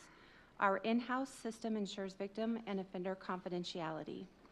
Part of this DI is for additional staffing to assist the Victim Services Unit in ensuring victims are automatically registered as required by House Bill 19-1064, and also to pay for the Victim Services Unit's use of the CLEAR application. The unit recently began utilizing a pilot program of CLEAR. The acronym is spelled out in your documents answers. This database helps to obtain updated victim contact information to keep the Victim Services Unit's information updated, including mailing addresses, emails, phone numbers. The VSU unit is currently using some licenses that are on loan from parole, but we do need to purchase our own licenses going forward, and that's part of the DI cost. Great. Thank you very much. Thank you, Madam Chair. And with that, the last few moments I have saved for Executive Director Stansel to talk about our FAU and transparency and provide a summary. Thank you. Excellent. Thank you so much, Director Sanchez. Executive Director Stansel. Thank you, Madam Chair. I'll be real brief on the FAU. This is one of those things that we committed last year to being very transparent and very open.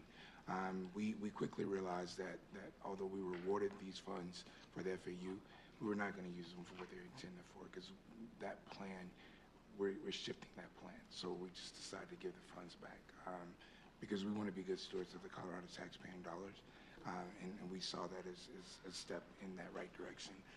So in closing, I just want to thank the committee for the opportunity to come and present today. And I also want to take an opportunity to publicly thank the over 6,500 staff who make up the Colorado Department of Corrections family for everything they do day in and day out. One of the things, and this kind of addresses a couple of questions that came up earlier, one of the things that we're doing in the department is we're reviewing every process that we do in the department, and we're looking at it in 3 different lenses. What is statutorily required for us to do, what is a sound correctional practice or safety reason that we're doing it, and what are we doing just because we've always done it. And if it's one of those things that we're doing just because we've always done it, we're looking to see if it's the most efficient way of doing things still, and if it's not, then we're getting rid of those processes. So when one of the questions was, how is this going to not be a lot of the same? That process is geared to kind of make things not the same. So thank you for the opportunity. We hope we're a lot more transparent this year than we were last year, and I'm open to any questions you may have. Thank you, committee. We have just 3 minutes remaining. Does anybody want to ask a question? Okay, we'll do Madam Vice Chair, and then we'll go to Senator Gonzalez. And my question is for follow-up in writing or down the road. So I just want to go back to the question that I asked about safety and broadband, because I don't think my context translated very well. I guess what I'm worried about is abuse of now opening up greater access to the internet. We have inmates whose crimes probably centered around, in some form, abusive practices that took place on the internet, and or potential connections back to those I don't know what to call them. I mean, this is so far out of my context. I'm not a lawyer, and I don't do any criminal justice work. So I was just thinking through, I understand on the staffing side, on the state government side, the benefits of opening up broadband to your work. I just worry about the implications on the side of the inmates and how much access and whether we have proper safeguards to prevent abuse of having greater access and to the internet. So we'll take these answers in writing. Exactly. Yes. Doesn't need to be over, but I just wanted to re-ask my question with a slightly different angle, because I don't think I was very clear in what I was asking. Thank you, Madam Vice Chair. Senator Gonzalez. Thank you. I'm very appreciative of the conversation that we've been able to have over the course of both the briefing and the hearing. I think one piece that piqued my interest that I want to learn more about, and I think that we'll have this conversation certainly here over the course of the budget process, as well as over the course of the legislative session, is this idea that conversations with the state demographer have demonstrated that workforce isn't coming back, right?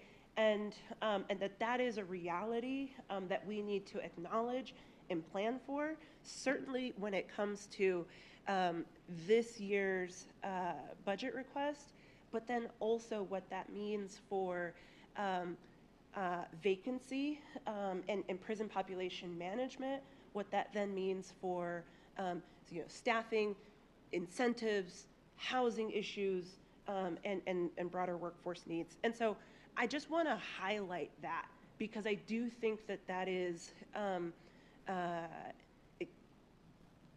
it's come up in sort of different responses to different questions, but that piece that you all have raised is like incredibly important for us to acknowledge as a reality and plan accordingly in a number of different policy contexts. So thank you for lifting that up. I'm going to have a whole host of questions around that as we continue forward, but thank you, Madam Chair, for the opportunity. All right, thank you, committee, and thank you to the department. I recognize that many of you had quite the commute, to come up here and to present and to answer difficult questions today. And I want you to know it's appreciated. The other note I wanted to lift up was just gratitude for your thoughtful responses to the questions we posed in writing. I spent a good deal of time last night reading through what you submitted, and I know how hard that is and what kind of time it takes to delve into the details that you presented to us. And I want you to know it was well received and extremely helpful for me, at least. So thank you so much again. Thank you for making the trip up and for your thoughts and giving us a very, very great presentation today. So thank you. All right, this concludes this portion of our agenda. The next item on the Joint Budget Committee's agenda is a hearing for the Parole Board, but I am going to give the committee a 5-minute recess so that we can just go get a glass of water. So the Joint Budget Committee will stand in a 5-minute recess. We will reconvene, I'm looking at the clock in front of me, at 11:07.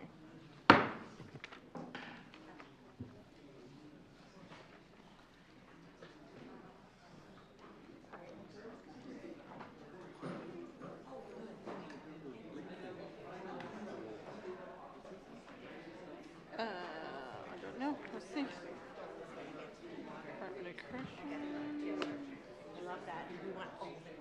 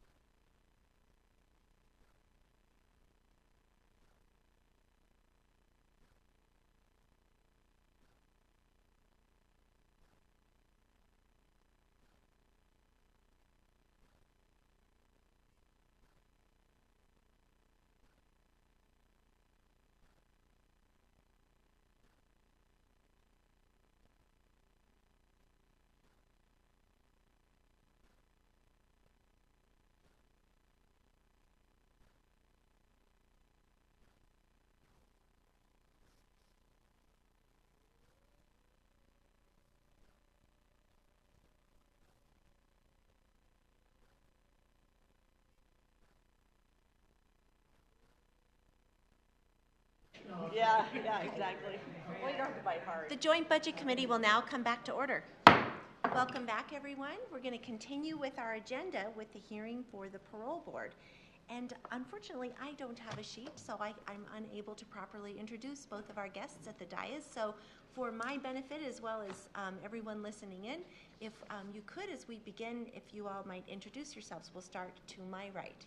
Thank you, Madam Chair. My name is Mike Tassine. I'm the Director for the Parole Board. Welcome, Director Tassine. Thank you. Thank you, Madam Chair. I am J.R. Hall, and I am the Chair of the Parole Board. All right, welcome, Chair Hall. And we have one more. Hi, I'm Annie Andrews. I'm the analyst for the Parole Board. Ms. Andrews, welcome. All right, who would like to get us started? Okay, Chair Hall, the floor is yours. Thank you. Thank you for allowing us to be here today. We like to follow our good friends at the Department of Corrections. We have a great working relationship with those folks, but we represent a Type 1 board that Mike will talk about here in a minute. But thank you for having us here, esteemed representatives and senators of the legislature. The Parole Board is honored to be before you here today. I've been board chair a little over a year is all. Since 2022, I was appointed by our governor. I have with me today some important people from the operation that is the Parole Board. First, I'd like to acknowledge with me today is Director Mike Tassine that you just met. He's going to have a large part in this presentation, and we will hear from him soon regarding the state of the board. Also here today is our research and evaluation analyst, Annie Andrews, and we're happy to have her here. She works very closely with legislative initiatives and keeps track of all the numbers and things that we need to do our jobs more effectively. We're missing today, I think probably due to weather, our Parole Board manager, Tammy Murphy. But with me in the audience over here is Vice Chair Rhonda Moore. She's the Vice Chair, and she's been here since 22. Stephen Holmes is also on the Parole Board, and then Greg Seiss is on the Parole Board. So all of us were appointed together, and so we're kind of close. I'm glad they're here. So without further ado, I'll turn it over to Director Tassine to kind of start off our presentation. Thank you, Madam Chair and esteemed members of the Joint Budget Committee. My name is Mike Tassine, and I'm the Director for the Parole Board. My role is to focus on creating systems and structures that establishes a more sustainable board that enhances our decision-making. Now, I come to the board with almost 20 years of experience at the intersection of the criminal justice and behavioral health systems, where I primarily focused on program implementation, organizational transformation, leadership management, operational efficiency, and one of my favorites, creating a data-driven organization. I've had the honor of serving in this role since June of 22, and again, I'm excited to be here today, share our work with you, and answer any questions that you might have. Now, one of the things we think is always important is where does the Parole Board sit within the executive branch? So we are a Type 1 board, which basically means that we aren't large enough to justify our own department. So DOC serves as our principal department, but we are independent in exercising all the prescribed statutory powers, duties, and functions. DOC provides all those ancillary services, human resources, finance, budget, accounting, communications. Although we work closely with DOC and all of our stakeholders, we remain independent in our decision-making, processes, protocols, policies, and operations. Now, the Parole Board philosophy when considering release, the central focus is always going to be on the risk to reoffend. And that risk isn't just based on our own intuition, it's based on an actuarial risk assessment that is created and updated by the Division of Criminal Justice. And we do all this through a structured decision-making process. So our philosophy is driven by statute. And fortunate for the Parole Board in all of Colorado, those statutes are well informed by the relevant research. Now, the makeup of the Parole Board is that we have 9 board members who are appointed by the governor for 3-year terms. Now, these are the individuals who are going to review the assessments, all the information, and they're going to oversee the hearing with the incarcerated person. They are ultimately the decision makers in all of these hearings. Now, we have 10 staff who provide all the operational and administrative support to keep the board functioning on a day-to-day basis.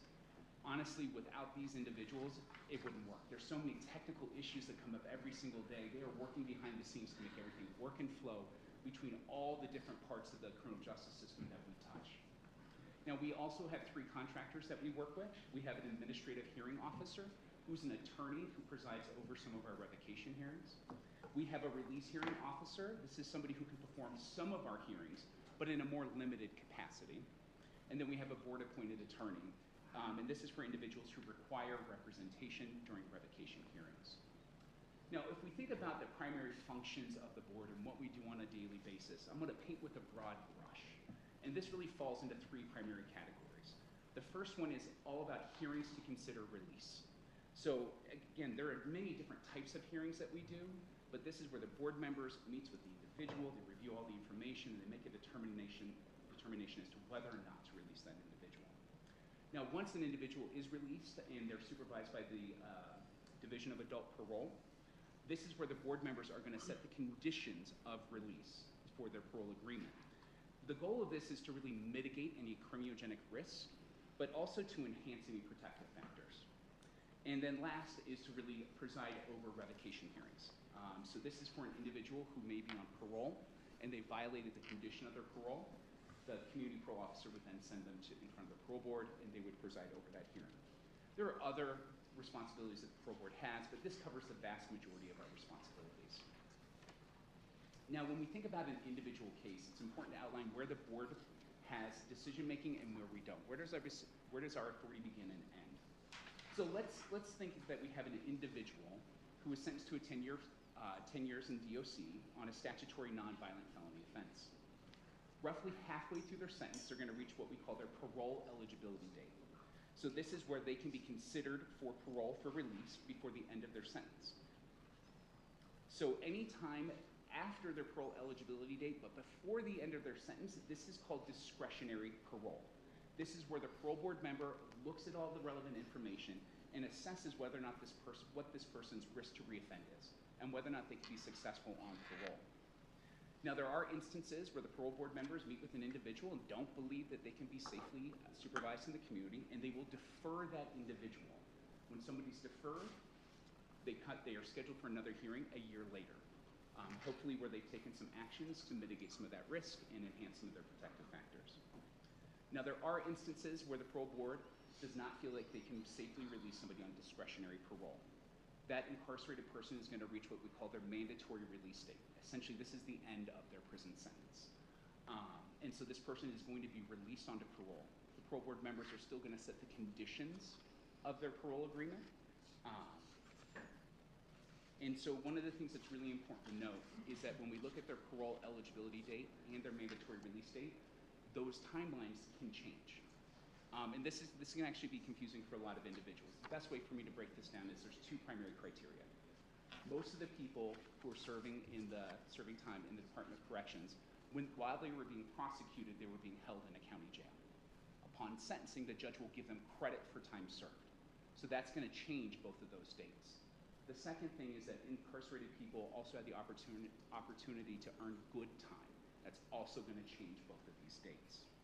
But once they are released from the Department of Corrections, either discretionarily or mandatory release, they're going to be supervised by the Division of Adult Parole, where they're going to try and provide them all the support and services to enhance their success. Now, unfortunately, not everybody follows all the conditions of their parole, and if they were to violate, the community parole officer could submit a complaint for revocation to the parole board. And at this point, this is where the parole board member would preside over that hearing. This is a quasi-judicial process where all basic due process rights apply. Now, there are 2 primary types of revocations. The first is a new felony conviction, and the second really falls into technical violations. Now, it's important to note that technical violations also includes misdemeanor convictions. So as we look at the next chart, we see that out of all the revocation complaints that have come to us, 28% of those revocation complaints were continued on parole. Now, if they're continued on parole, there are times where a parole board member may determine to modify the terms of their parole agreement. They may add a condition or require them to do something else. Now, of the 72% who were revoked, the majority of those are based on new convictions, either felony or misdemeanor. Now, the next category really is other technical, and this captures individuals who failed to comply with their sex offender treatment, or they had a weapons violation, or they violated a protection order. And one of the things that we think is really important to outline is the decision-making of the parole board. So when we look at discretionary parole releases, again, this is anyone who has served 50% of their sentence, but before the end of their prison sentence, that's that discretionary parole. We see that the parole board is getting better outcomes than those who are released on mandatory release. And so we know when we release the right people at the right time with the right supports and services, they're more likely to be successful. Not only are we helping individuals reintegrate with their families and communities, we are transforming tax burdens into taxpayers, and we're keeping our community safer too. We look forward to answering any questions that you might have, and thank you for allowing us to be here with you. Committee, do we have any questions? That was really clear. I have a question. So when someone, I guess I should have been listening more carefully, but when someone is released on their mandatory release date, and that's when, say you were sentenced to 10 years, as your example is, you finish the full 10 years and you're released. So even after you finished your full term, there's still a role for parole at that point? Yeah, just Director Tyson. Thank you, Madam Chair. Did I say it? You are close enough. Tyson. I can't read my own handwriting. It's okay. I can't read mine either. Thank you, Madam Chair. So for the majority of cases, yes, when they reach their mandatory release date, they still go to the Division of Adult Parole and provided that supervision. There are some instances where somebody might reach their statutory discharge date. This is where maybe somebody has been released onto parole, they went to parole, they were revoked, went back to prison, and they're coming up on the end of their total sentence, which would include their parole. That's called statutory discharge date, where they would not receive parole supervision. However, DOC is still able to provide them a year of support services, even though they might not be on parole. How often are people released with support services? Or you know, they finish their term and they receive support services? No, I don't have. Oh, you can go ahead and speak. Thank you, Madam Chair. I would really need to collaborate with the Department of Corrections to see what that information looks like. Okay, no, that's great. Committee, Representative Taggart. Thank you, Madam Chair. Just a question, because you did a 1-year return rate graphic here, and thank you. Is that if somebody is going to commit an additional crime, does the data, which you said you love data, does the data indicate that that's going to happen in a very short period of time? In other words, does this graph, if I looked at it in a 3-year period or a 5-year period of 10, does it look similar? I'm just curious if they're going to revert back to past behavior, when does that normally occur? Director Tyson. Thank you, Madam Chair. Thank you, Representative Taggart. We do see that the longer somebody is under supervision, we do see that people still get revoked over time. And I would like to give you a more exact answer, but what I know offhand is that the majority of revocations we see occur within the first 9 to 12 months is where you see the majority of them. But I would much prefer to give you a more exact answer and give you a written response. All right, Senator Gonzalez.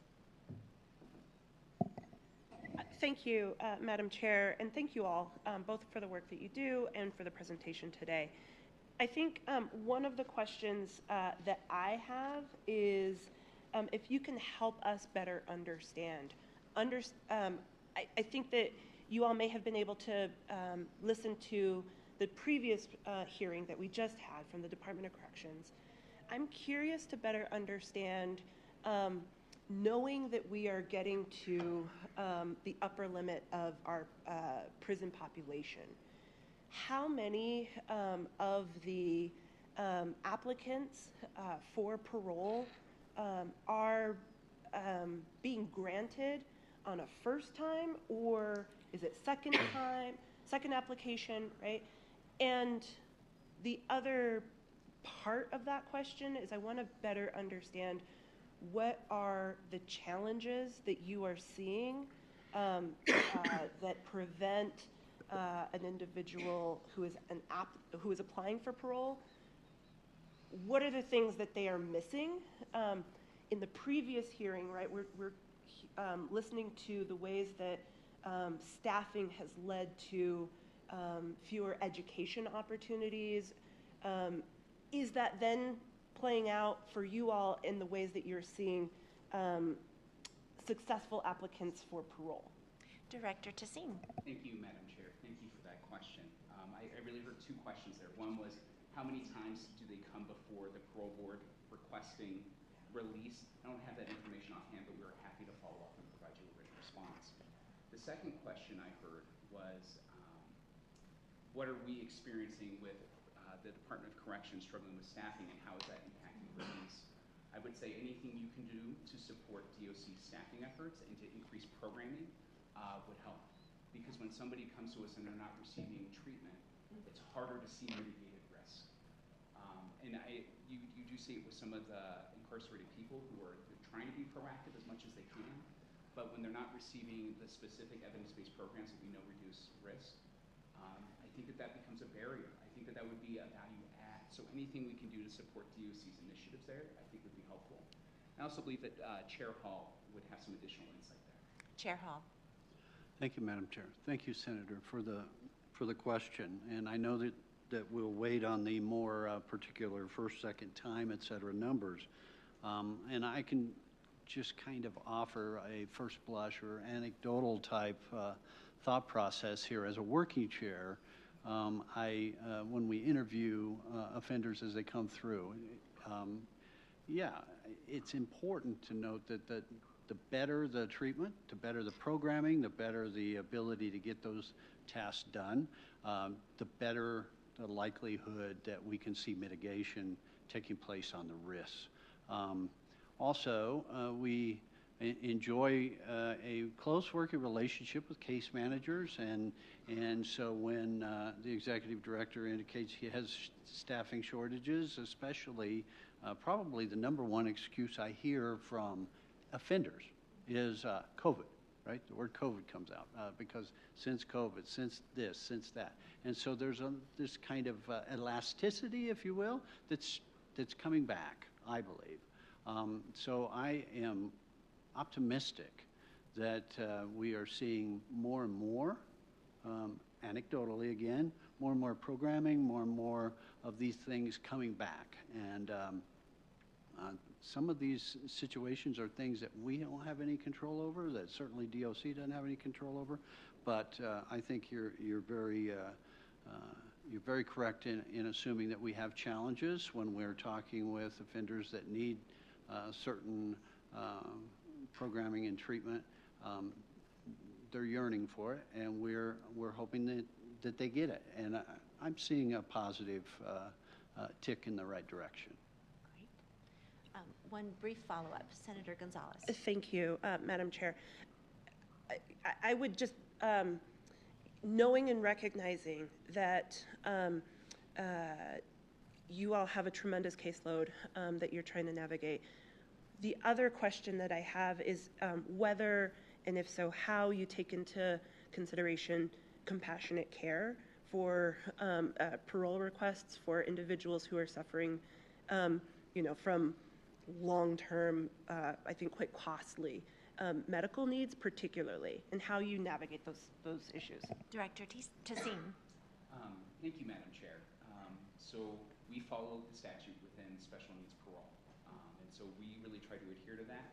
The parole board looks at all the information that's provided from the Department of Corrections, is reviewing the relevant statutes to really guide that decision making and really come with the most appropriate determination. The statute is really clear about individuals have to be, to deny it would be a risk to the community if they were released. And so I know the parole board members take all that into consideration. And then again, I believe that Chair Hall would provide some additional insight. Chair Hall. Thank you, Madam Chair. Thank you, Senator, for the question. it's an important initiative. Compassionate care is something that each and every parole board member thinks about as they go through the interview processes and all of the different things that are there. We work well with the medical group from DOC, and they send us the appropriate paperwork, et cetera. And it's a very heavy, needed ability to look at the human side of those issues, and we spend a considerable amount of time on it. I'm happy to say that every one of the parole board members, as we look at statute and we look at all the things that are available, have a very compassionate side of them, trying to get them to the place where they can best be taken care of. Thank you so much to the Parole Board for joining us today. That concludes this portion of today's agenda. This was really informative, and I think I had the opportunity to listen to your presentation last year, and I learned even more this year. So thank you again for being here and making the drive in. I know it wasn't great traveling for many people, so thank you. Thank you, Madam Chair. All right, the next portion of the Joint Budget Committee's agenda, we will now turn to a briefing for capital construction information technology projects. We will invite JBC analyst Mr. Thompson to join us at the table.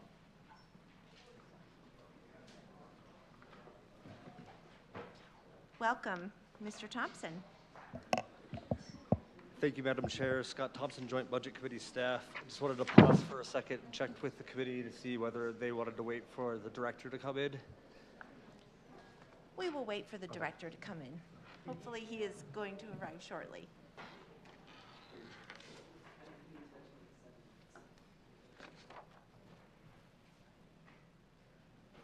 Just cutting into your time.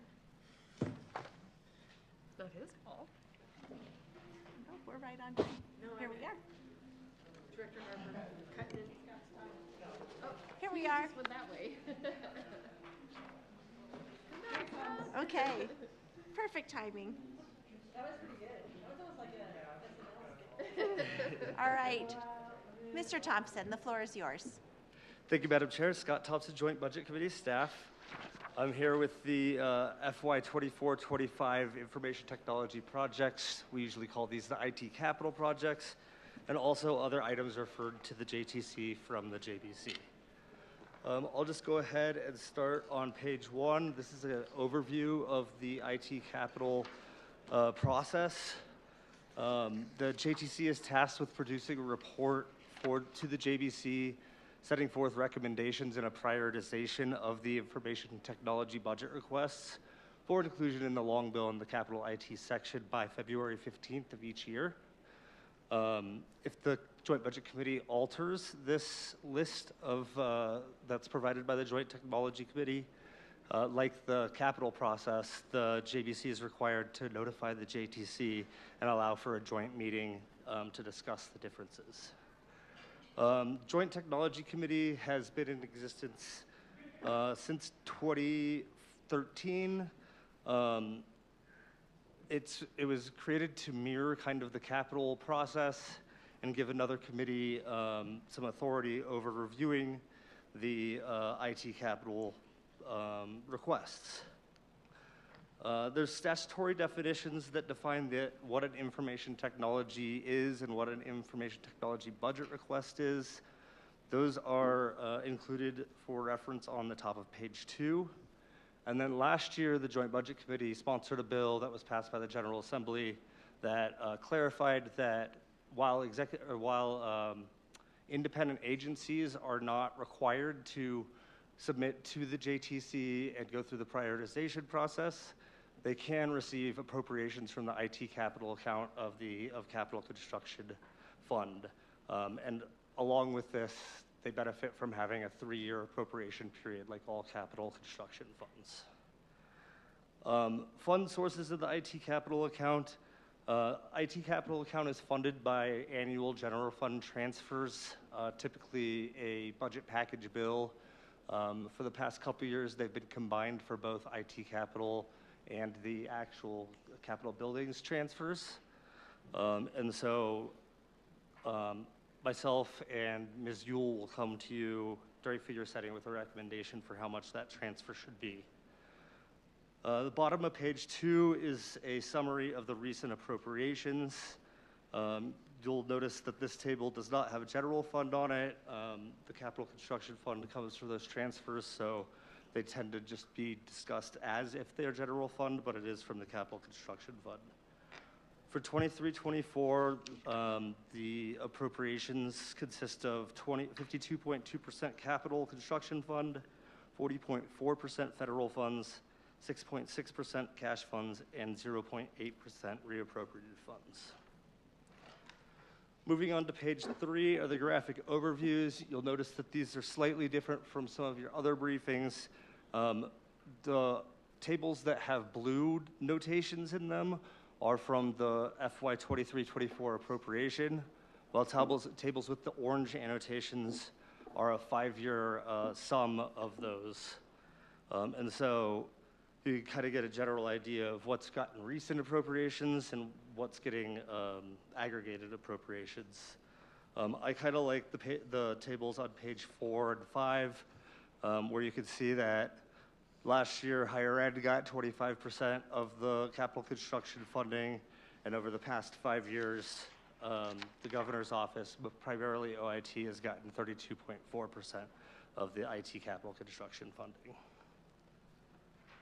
If there aren't any other questions on the graphic overviews, I'll move on to the general factors driving the budget, which is on page 6. Revenue available for IT capital really drives the budget for IT capital, and as I mentioned, it's funded through an annual transfer, usually carried by the Joint Budget Committee.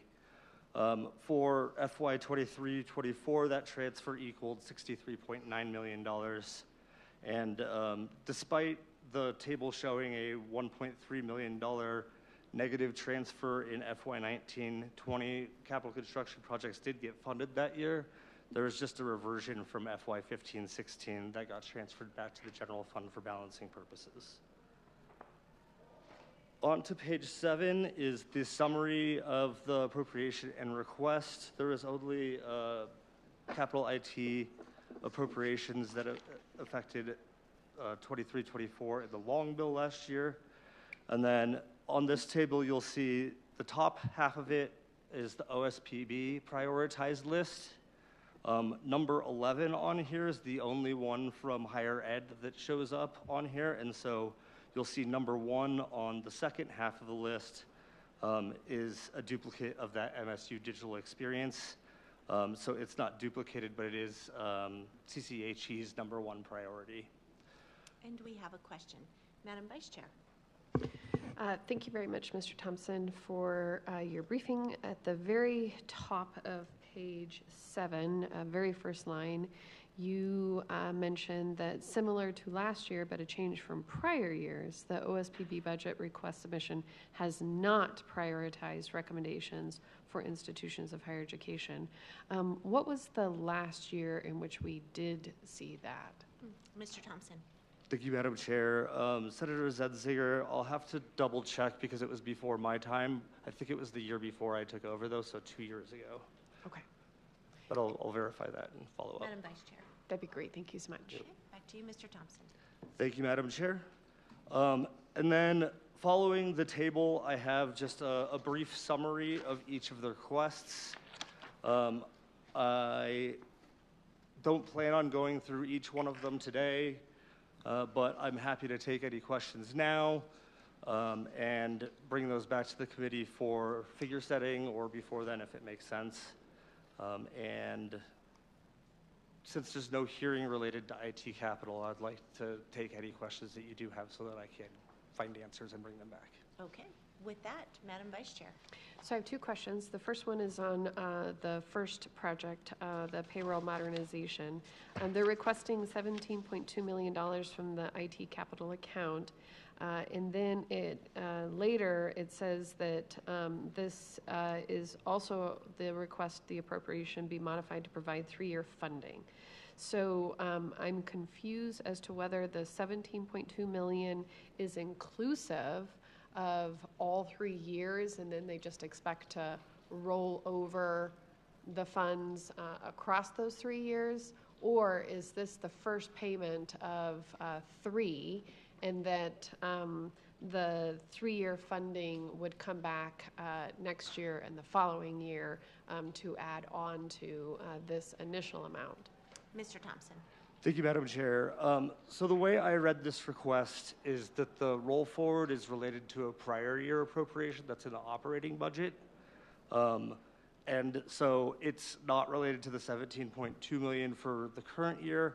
However, there is an estimated $15.5 million appropriation that they'll be coming back for a continuation next year. So that's in addition to the 17.2. Madam Vice Chair. But as it relates to the 3-year funding, your last line there, that was the confusing part for me, is I wasn't sure. It sounds to me like this is almost like a continuation project building off of last year's request that is somewhat standalone, but is trying to set us up for a 3-year request. And I can't tell if that is incumbent in total with the amount that's requested, or if this is just giving us an idea of where we anticipate this being in the next 3 years as a standalone decision. Yes, I see too in your briefing that this intended to span 4 years for implementation. Mr. Thompson. Yeah. Thank you, Madam Chair. So all of the appropriations for IT capital get that 3 years of appropriation spending authority. I think it's just this $9,000 that they're seeking the extra roll forward for, but I'll verify that and come back to the committee and let you know if that's what is actually happening or if I've read that wrong. So it still looks like a 4-year project, Madam Vice Chair? That'd be great. And maybe you and I can dialogue a little bit offline, because I just truly don't understand what this request is asking. I'm very still confused, but I will skip to my next one. So it was pretty clear in Project 2 and 4 that these are year 2 of projects that we've already initiated. And we have sort of a philosophy on the committee that once you commit to a project, which is why I'm trying to figure out what this first one is, there's an expectation really that you're going to finish it, that otherwise, it's kind of a waste of resources if you start a project and then you don't come the next year with the continuation funding to do the second phase or whatever. So year 2 seems pretty clearly spelled out in request 2 and request 4. Is request 3 also a second phase? It says continuation, but I'm not sure if it's a continuation of an existing project and this is year 2 of implementation, or whether it can be extrapolated as its own project that we could say yes to or no to, but I'm just trying to make sure that we don't have an impact on previous work. Mr. Thompson. Thank you, Madam Chair. Senator Zenziger, I did try to, whenever the project called out that it was a second phase or a continuation project, I tried to make that clear in any of the items here. So my guess is that since it's not in numbered 3, then it's a new project and not a continuation project. When I come back during figure setting, I will have an annotation on the table or something that clearly makes it clear to the committee whether or not a project is continuation or new. Madam Vice Chair. Thank you. I appreciate that, because I think it's an important aspect of our decision-making process. So I appreciate that. Representative Taggart and then Senator Kirkmeyer. Thank you, Madam Chair. I think what would help me, and I hope this doesn't change the prioritization, is if these requests were broken down between continuation projects and new projects, because I come from the school of thought that a continuation project by its nature should be a first priority, because otherwise, unless somebody said you're throwing good money after bad, that's a very different situation, and I'm assuming we don't have that, but I'm sure it's happened. But it just, when, and again, if I'm stepping on something that needs a statute, somebody stop me, but it just, to me, from a logical standpoint, continuations always should be at the top, and then new requests. And then just that's one. And then the second is, if I read your document correctly, these priorities will now go to the JTC, and they will then, the final list of priorities will come from them? Okay, I just wanted to make, but that's not till February? Mr. Thompson. Wow, okay. Mr. Yeah. Thompson. Thank you, Madam Chair. Yes, Representative Taggart, during figure setting, I will bring those recommendations to you. It's also been practice of JBC staff to bring more than one list to you during figure setting, including one that prioritizes all of the continuation projects up top, so that the committee can see those decision points. Madam Vice Chair. Oh, new question or same topic? I think she's following up, Madam Vice Chair. And Representative Taggart, you bring up a good point. We do have a hierarchy of prioritization as a budget committee, and it differs slightly from the hierarchy of the governor, the higher ed institutions, and even the JTC. And that's part of the reason why I was trying to extrapolate within the descriptions a little bit more whether or not it was indeed a continuation project or a second phase project, because we as a committee have a hierarchy of, number one, we have to pay our bills. So any outstanding debt or anything where we have made a commitment is our first and highest priority. And then the second is we always try to prioritize continuation projects. And then third, we look at phasing. And then fourth, we try to come up with a balance between the needs of the state, what is an emerging priority, what's an immediate priority, what could be encumbered in a longer-term project. And then we finally try to not overcommit ourselves to future projects too heavily, which then makes it difficult to bring on new projects, particularly if they are of a large size. And so over time, we've sort of forced our agencies into this phasing type of approach, just simply because one project would wipe out all of the remaining funding that we would have that year for. So along those criteria, I could not make those distinctions with the description that we had for the first project and the third project. Senator Kirkmeyer. Thank you, Madam Chair. I'm not going to go into each of the projects because we'll get more of that later. But I just want to know from this list compared to last year, how many of the projects on this list were on last year's list? I'd like to know what fell off from last year or what maybe got moved up from last year. Mr. Thompson. Thank you, Madam Chair. Senator Kirkmeyer, I'll follow up with you on that afterwards and share it with the whole committee. All right, thank you so much. All right. I don't see any other questions. Mr. Thompson, back to Thank you, Madam Chair. And Senator Zinzinger brought up a good point for me to point out on the overview table. The last column on the right is the additional out-year state funds impact. You'll see specifically for the personnel payroll modernization, that's about $15.5 million. Those are funds that the department or OSPB or CCHE has identified as impacting FY 25-26 or 26-27 and will require additional appropriations. So that helps with the not trying to overcommit yourself in future years aspect of decision making. If there aren't any other questions on the projects this year, I'll move into my one issue. That is starting on page 14.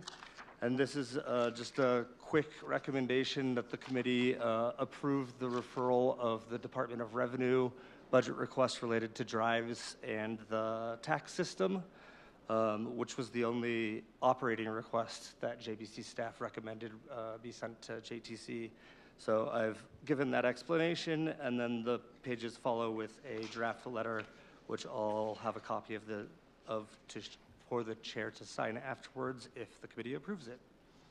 All right, and Mr. Thompson, does that require a motion? Yes. Okay. Would someone, Madam Vice Chair, would you like to make the motion? Not just anyone. That's right. Madam Vice Chair. So what do you need You could just specifically? move staff recommendation. I move the staff recommendation. And we don't need a second. Is there any objection to that motion? Seeing none, the motion is approved. All right, back to you, Mr. Thompson. Thank you, Madam Chair. That's all I have for you today. And like I said, if you have any questions about specific projects that we didn't get to today, you can follow up with me electronically, and I'll be able to bring that to you during figure setting. That sounds fantastic. All right, thank you, Mr. Thompson. Are there any, nope, I'm seeing no questions. So that concludes our hearing for the briefing for capital construction related to information technology projects. Before we head to lunch recess, Ms. Director Harper, I'm seeing nothing there. All right, for anybody who is listening in, the Joint Budget Committee will continue its hearings today at 1:30. We'll begin with a hearing for the Department of Public Safety, Criminal Justice Division, and Public Safety will take us through 4:30 this afternoon, and at 4:30 we'll have our hearing for the Treasury. So until 1:30, the Joint Budget Committee will stand in a lunch recess.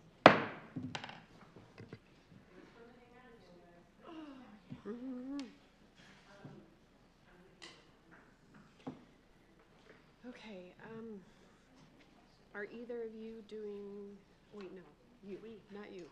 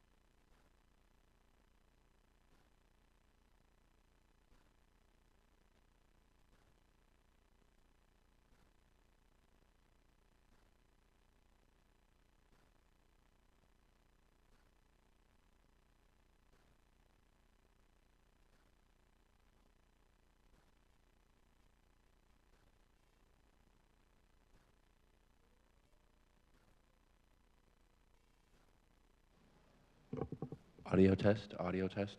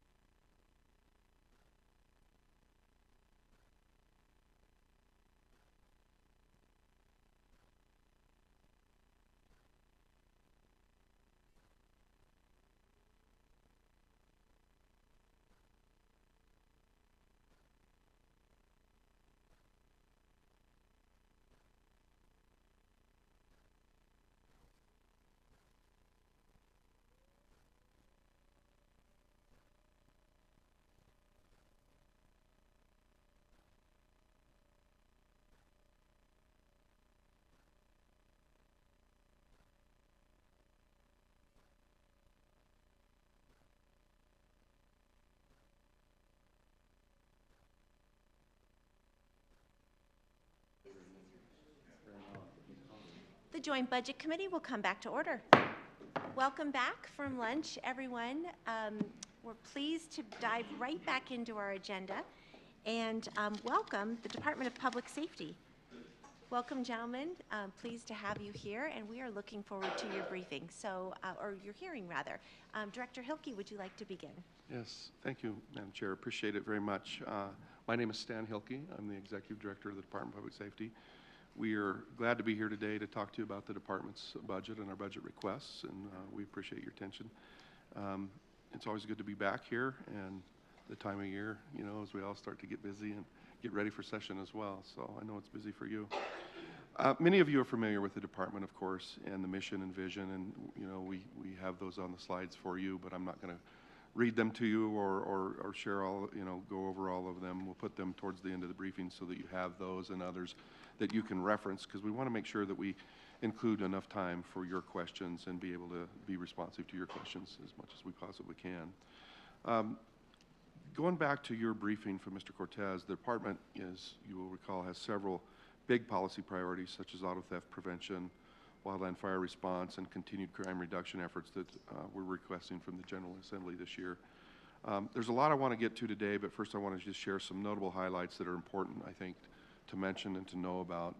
You're all aware of the work of the Division of Fire Prevention and Control, but you may not know that under Chief Morgan's leadership, the division has really morphed into much more of an effective group serving our local fire agencies in ways that I've never seen before. As a former sheriff in a county with significant wildland fire activity over in Mesa, I had a lot of exposure to how the state worked on this, and it's really remarkable how much we have changed the culture of it. You know, I'm happy to say that I can attest that this transformation is much, much better than it was in the not too distant past. The division has become a national leader in fire detection and response. Other states are reaching out to our Center of Excellence to try to understand and replicate our mutual aid practices, our detection technology, and our suppression practices as a model for their own. And recently, Chief Morgan was one of 50 individuals that was selected from around the country to be on the Federal Fire Commission. I have seen on several occasions the U.S. Fire Administrator, Dr. Lori Moore Merrill, call out Chief Morgan in public settings for his innovation and excellent work in Colorado. And I think our Division of Fire Prevention and Control is really something that you know, we should be really proud of. It's good government in action, and we get to, you know, one of those rare times where we really get to measure what we prevent. That's not the only division, though. All of our divisions have great examples of leadership. For instance, our State Patrol continues to exemplify professionalism in a very increasingly complex policing environment, as you may be aware.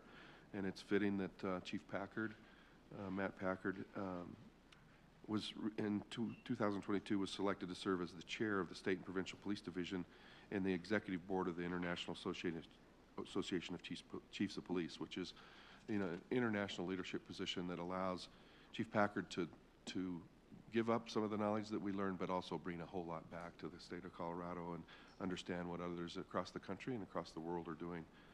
I can go on with those accomplishments in those divisions as well, but there's a lot of shared examples across all of our divisions, and I am very privileged to be able to see that talent and work with that talent in the division across the department every day. Before our team goes through our specific requests and answers to questions, I just want to prepare you. We have a lot of staff here today, and so there's a lot of phone the friend opportunity. We'll have the division directors present, but they also have some subject matter experts that they may call upon just within their specific discipline. Hi, Senator Kirkmeyer. One of our requests, before I get into that, also I want to just explain two requests that don't appear to be really externally facing, but are really critical to the front-facing work that we do in public safety. One of those requests is to right-size our administrative division so that we have the staff and resources in places like HR, accounting, budget, compliance and risk management, and procurement to do the work that supports our front-facing staff. Senator Kirkmeyer, I think in the budget briefing, I overheard while I was listening in that you asked what it would cost to round-size the division, and I appreciate that term. In fact is that we believe we're currently round-sized at the moment, and that's what we're trying to overcome. We have people spread very thin throughout the administrative support functions. One great example of that is in HR. We have one person doing benefits for the whole department, which is more than 2,000 employees.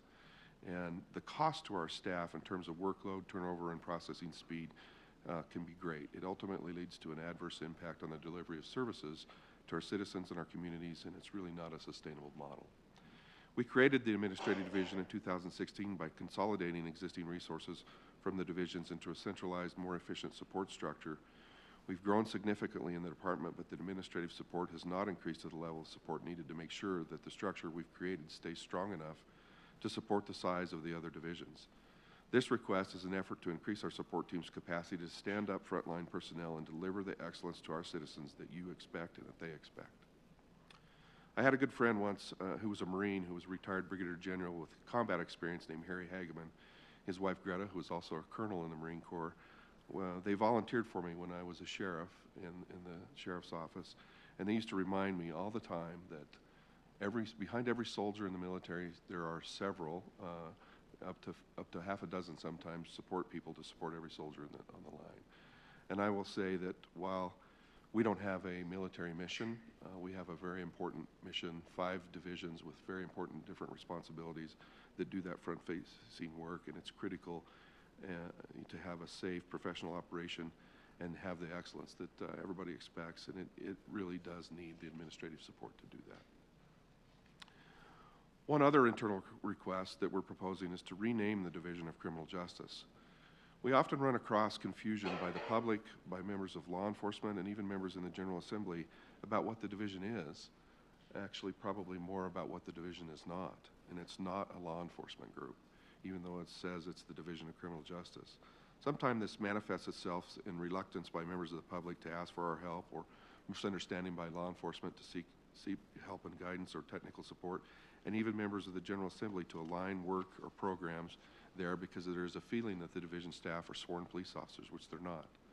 The division's role is to be a supportive entity to communities, particularly in light of some of the recent additions, including the Office of Liaison for Missing and Murdered Indigenous Relatives. There are no post-certified staff in DCJ. There's no law enforcement office or law enforcement duty. DCJ was created by executive order in 1968 and then was established in statute in 1971 in the Department of Local Affairs. The division was created primarily as a planning entity to advise state and local governments on criminal justice issues.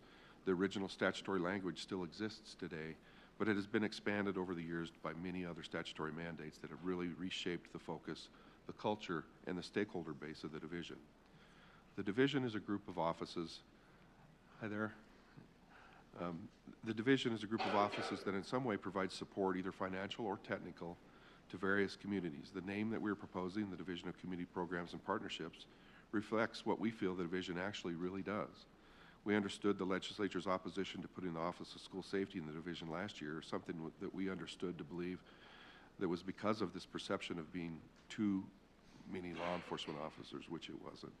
But from an organizational management overview, we see several opportunities to improve the functionality of the Office of School Safety with the administrative alignment of this office and services provided in the division. These two discussions, the need to update DC's name and the desire to administratively align the Office of School Safety with other similar offices with similar functions, came together internally, and that's why we're once again asking you to consider placing the OSS in the division, where it is most logical to be co-located with offices of similar size, scope, and service delivery in the name of efficiency, effectiveness, and ongoing support. So with that, I'll move on. I'd like to talk just for a second about motor vehicle theft. It continues to be a high priority for the governor and our department. I get a lot of questions about this. Why auto theft, people ask. Isn't it just a property crime? And the answer is almost always no. It's way beyond that. It's a crime that has a nexus to many other violent crimes like carjacking, deadly high-speed driving, robberies, narcotics offenses, other officer-involved shootings, and the like. It also has a strong nexus to many other significant property crimes like burglaries, thefts, and car break-ins. Victims tell us that having your car stolen derails your life. Victims of auto theft are severely impacted by this crime, and the victims of the adjacent crimes committed by people using stolen cars are also severely impacted. The victimization occurring in Colorado in the auto theft cycle is not one-dimensional. The follow-on criminal spree of an auto thief creates more victimization with more crime down the road from the initial theft. That's why one of our wildly important goals is to make Colorado a top 10 safest state by decreasing the rate of auto theft by 20% by June 30th of 2024, which is a huge goal for us. But I'm pleased to say that as of October, auto thefts are down 23% year over year, which again is a huge accomplishment at collaboration of all levels of law enforcement and increased public awareness about the problem. We've even seen some even more remarkable numbers in the decrease of numbers of auto thefts at DIA, as many people have talked about and read about. Those numbers are remarkably going down as well. And so that work is really paying off, and we believe it stands the chance to really reduce further victimization throughout the state. You'll see a couple of large budget requests this year to continue working on reducing the number of victims that are created in this state due to auto theft, and you'll hear more about that later as well. Finally, we're also seeking to continue with the investments in local crime prevention efforts that have been started over the last few sessions. We want to talk more about those shortly. One of the biggest questions we always get is, well, how do you measure that? And, you know, we want to make sure that we do try to measure that, but we're also in a very infant stage of this work. And we know that it's one of the most difficult things to do is measure your success in any prevention realm. But we do want to make sure that we ultimately do measure those. I am able to take any questions now just about that overview, or we can move into the DCJ hearing questions, whatever your pleasure is. I just want to remind you again that at the end of our slide presentation, there are several slides that are informational about our department organization. You'll see the org chart in there, our budget overview, and our ledge agenda. So all of those are there for you. I don't intend to cover them unless you ask me a question about it. So I'm here to either answer any questions directly, or we can start off with the DCJ hearing part of that. I am seeing no questions. All right. So I will keep the floor with you, Director. All right. Gepke. Thank you, Madam Chair. I'm going to invite our Division of Criminal Justice Director Matt Lund to come up and start from there. As many of you know, Joe Tomey was our former division director, and this last year we hired Matt Lund. It's been a great addition to our team, and we appreciate his contributions, and welcome, Matt. Yes, welcome, Director Lund. The floor is yours. Great. Thank you, Madam Chair. Thank you, Director Hilke. I would also like to invite up Katie Ruski, who is our manager for the Office of Community Corrections, as those are the first questions that we will be covering this morning. Wonderful. Welcome, Ms. Ruski. Thank you, Madam Vice Chair. So who will lead the discussion? We will start with Ms. Ruski. All right. Ms. Ruski. Thank you, Madam Vice Chair. At briefing, there was a question about what we can do to improve transition referrals and acceptance rates. Since the passing of House Bill 181251, the DCJ has been extremely engaged with community corrections boards and providers on increasing transition referrals and acceptance rates in community corrections. That started with putting together an implementation committee of stakeholders who identified how to best implement the pieces of the bill and to move those forward. Where we're at today is that all community corrections boards and providers are reporting their referral counts, their number of denials, and their acceptance rates. We gather those quarterly and publish those in an annual report. In addition to putting those into an annual report, we go out and do outreach with community corrections boards and providers about their acceptance rates and speak to them about them and do outreach, explain what the consequences and impact of those decisions are. And then in regards to that as well, on the other side, we work with the Department of Corrections to offer opportunities for education and awareness. So what we do there is we actually bring community corrections board members and providers into DOC facilities so that they can speak with inmates directly, learn about their programming, so that when they see that information on a referral, they know what that means and they know what they're getting and what's happening. It also has the other benefit of really encouraging inmates not to waive their referral to community corrections, which is another piece of this that's really important. In addition to that, we attend DOC case manager supervisor quarterly meetings and bring stakeholders along to those as well.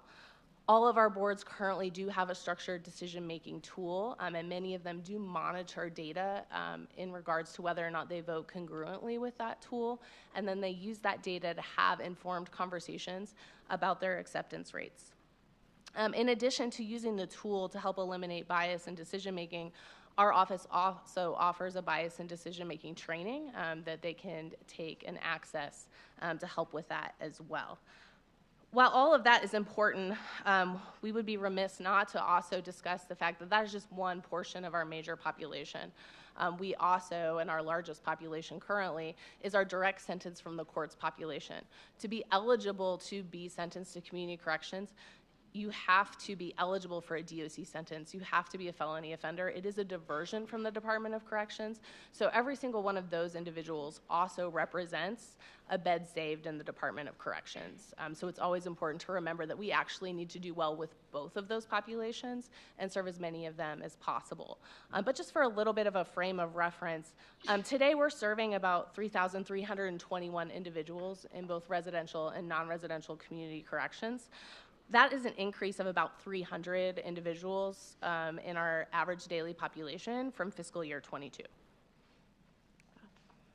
Committee, any questions? Representative Taggart. Thank you.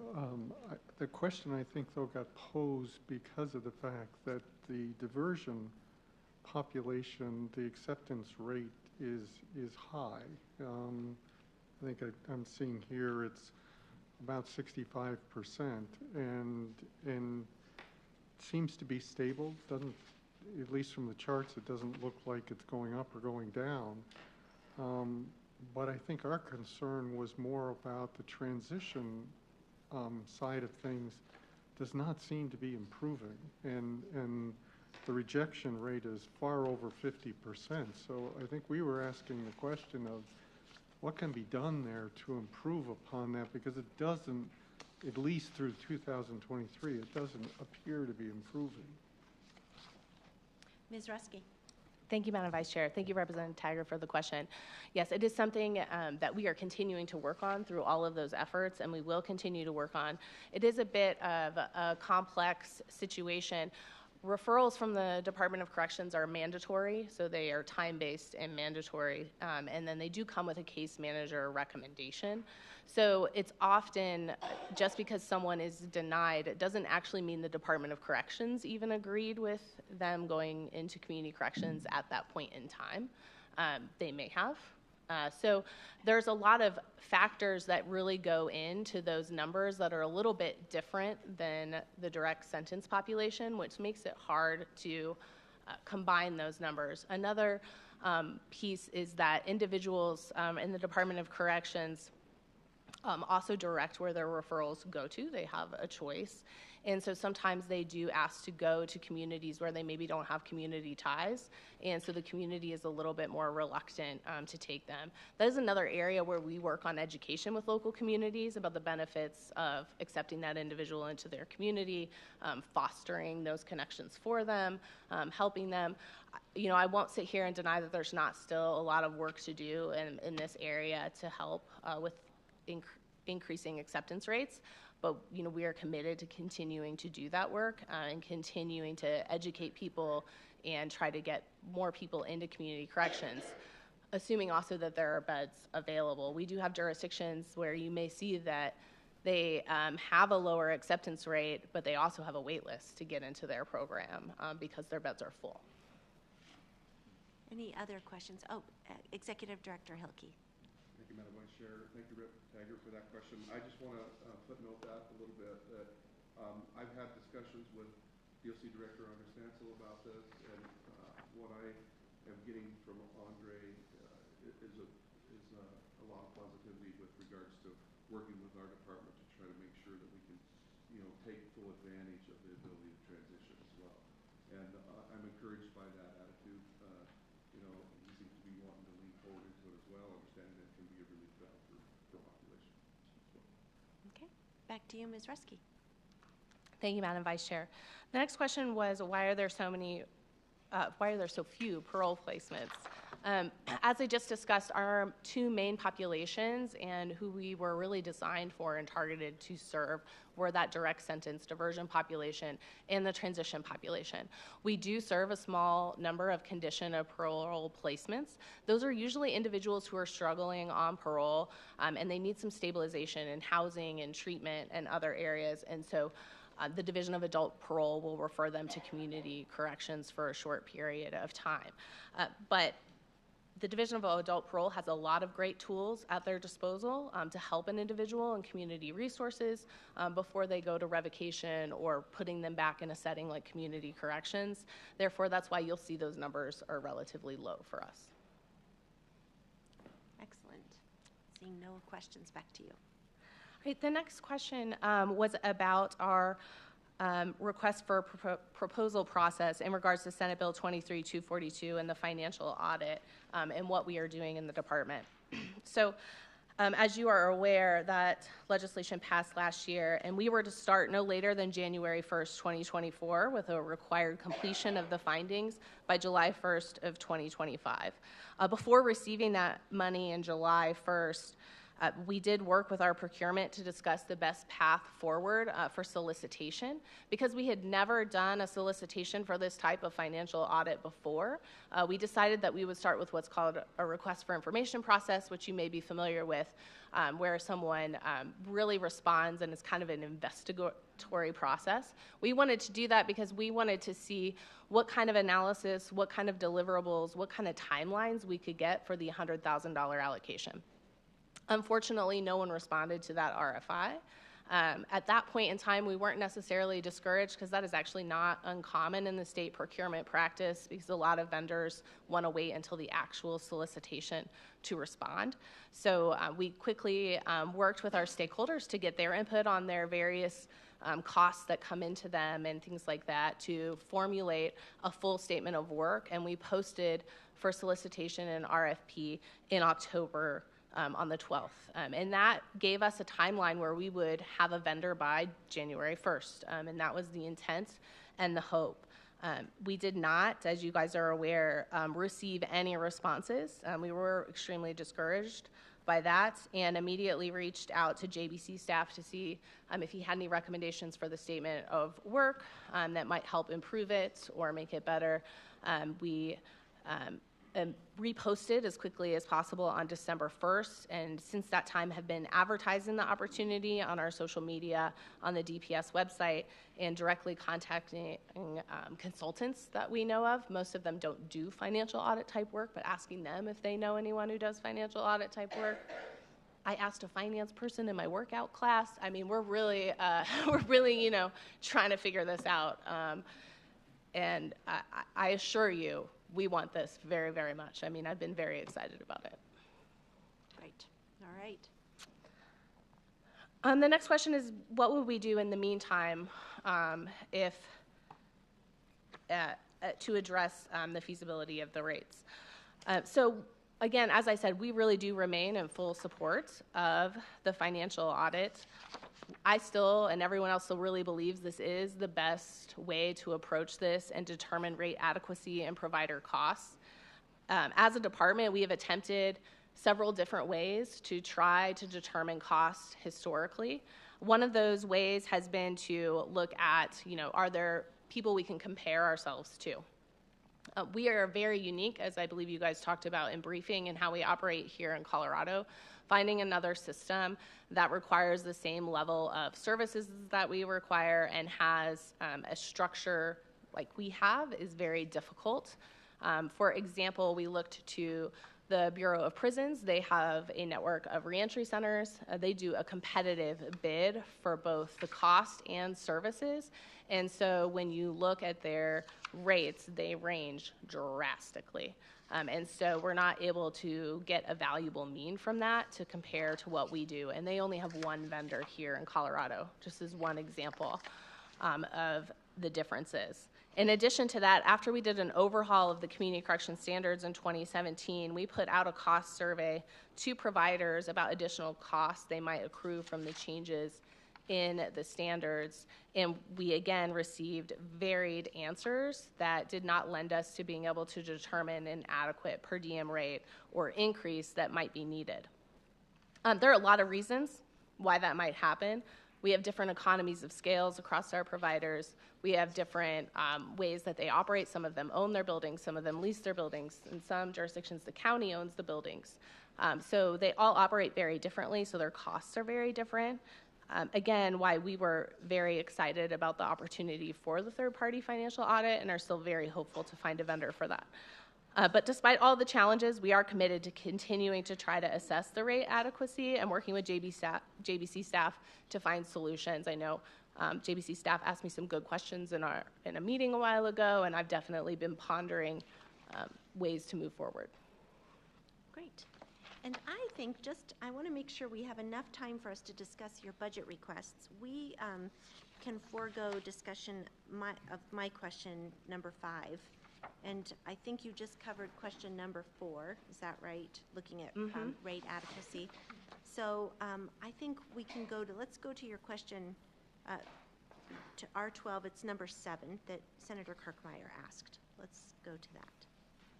Thank you, Madam Vice Chair. So there were questions about performance-based contracting. We have been engaged in performance-based contracting since the Governor's Community Corrections Advisory Council released the first plan at the request of the JBC to the Governor's office, and have been moving forward since that time from there. Performance-based contracting is theory-informed across a variety of settings. It obviously didn't start in human services, but is newer to human services, but is still been in human services and government work for quite some time. When you look at the research and theory, what is really most important for performance-based contracting to be successful is how you set it up. And so the important pieces of that are that you define success, that you have performance measures that are rooted in evidence and research, that you baseline those measures, that you develop your system in collaboration with stakeholders, and that you ensure everything is data-driven and informed. So a variety of factors over the years have led to where we are at today, decisions that have been made at the General Assembly and at other levels. And all of those are in your written answer. I'll let you read them.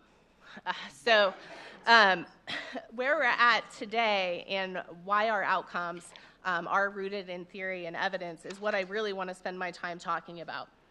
So we worked on defining performance in 2 main areas, things that are in the direct control of our providers and things that are more in the indirect control, because we wanted to make sure there were things they had real control over how they did. And then we, of course, wanted to make sure all of those things were rooted in evidence. So we have 4 areas that we look at and define performance for performance-based contracting.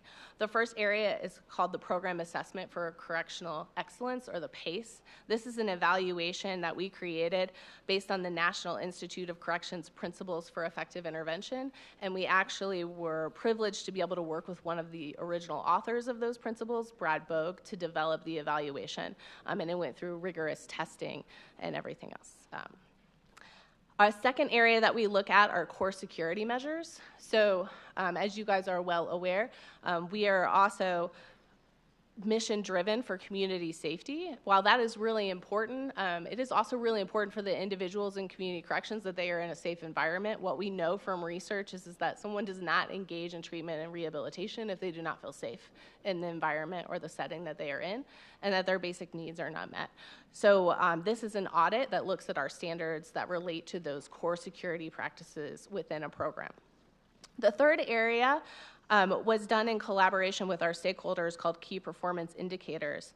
This area allows our boards and providers to work together to set key performance stakeholders in the areas of staff retention and staff training related to their specific needs and growth areas. As we know, rural areas have different issues with hiring than maybe the metro area has. These areas are evidence-informed and research to impact the quality of services. When staff turns over greatly, services are not as good. And then the last area are our risk-informed outcomes. Based on the work of the Urban Institute that you can read about in the response, and their help in helping us develop performance-based contracting, we went with the metrics of client success rates and recidivism rates. And we take risk into consideration. In looking at those things, these are the measures that are more in the indirect control of the provider, right? They're not making the individual decision. The client or the individual is making a decision about their behavior. So yeah, I think that's it. I think that's good. No, yeah. It's perfect. We also have question 8, and I don't know if there's you might have touched on that you gave such a nice comprehensive answer. If there's anything more to add to number 8, but we want to make sure, again, we've got just a half hour left to cover all of your budget items. You're okay? Or we might skip then. We don't need anything more on 8. That's perfect. All right. Thank you so much, Ms. Ruski. We will continue on with a review of your budget questions. We'll go back to you. Actually, we will go to Director Lunn. Thank you, Madam Chair. This question is related to our budget priority crime prevention and crisis intervention grant. As you all are aware, this originated from Senate Bill 22-145, and we're really excited about the opportunity to make this a continuous funding opportunity for our communities across Colorado. We've received a lot of feedback that is very positive for this grant funding opportunity. And one thing that I'd like to highlight is that over 60% of the awards for this grant funding opportunity have actually gone to nonprofit and community organizations, and a little under 40% have gone to law enforcement and local government. And we really focus on identifying projects that build those partnerships and relationships. The question is on specifically, are applicants required to have funding outside of state funding? Do they have to show competency in managing funds prior to the awards, things of that nature? While it's not a requirement that agencies have outside funding, every one of our projects that we funded did have some level of outside funding associated with it. And what we found is a lot of agencies, and this was my experience too, I've only been here 3 months with the state, I was previously in local government. What we found is that opportunities like this improved our opportunity, or improved the chance for relationship building and show proof of concept, and then you could move those funds or move those projects over to general funds at the local level, and that's what we're starting to see with some of these projects. There is a financial review that occurs prior to the funding being awarded to an agency, and if there are any red flags or things we're concerned about, or it's an agency or a nonprofit that might not have the history with us or with grants, we'll put special conditions on that award that allow us to work more collaboratively with those individuals throughout the process to make sure that, one, that they're successful, and two, that we're appropriately using state dollars. We check in with all grantees regardless of any special conditions after the first quarter and review where they're at in the process, and identify any issues ahead of time and provide technical assistance. And then we do have multiple levels of monitoring should we need those. There's 2 different levels of desk monitoring where we have conversations virtually with our grantees to understand their challenges, ask for certain forms of documentation, to make sure that they're on track and answer any technical questions they might have. And then we also do have on-site monitoring if we do identify any issues or it's a new grantee and we want to spend more time with them. On the federal side too, there's a requirement for the DOJ Office of Justice Program grants that we complete at least 5 to 10% of all grantees. We do site visits for them. So it is a routine practice within the division. Great. I think the only other question I forgot to include in that submission was whether in public safety's requirements, if there are limitations on how much each of the grantees can spend on administration and overhead. I can get back to you with an exact answer. I believe there's limits on indirect costs, but beyond that, I would have to follow up with you. That's fine. To follow up would be great. Okay, awesome. Thanks. And then we can skip discussion of 11 and 12, that, and let's move to 13, question 13. Thank you, ma'am. Is it okay if I make one more additional comment since we're skipping over those questions? Yes. Thank you, ma'am.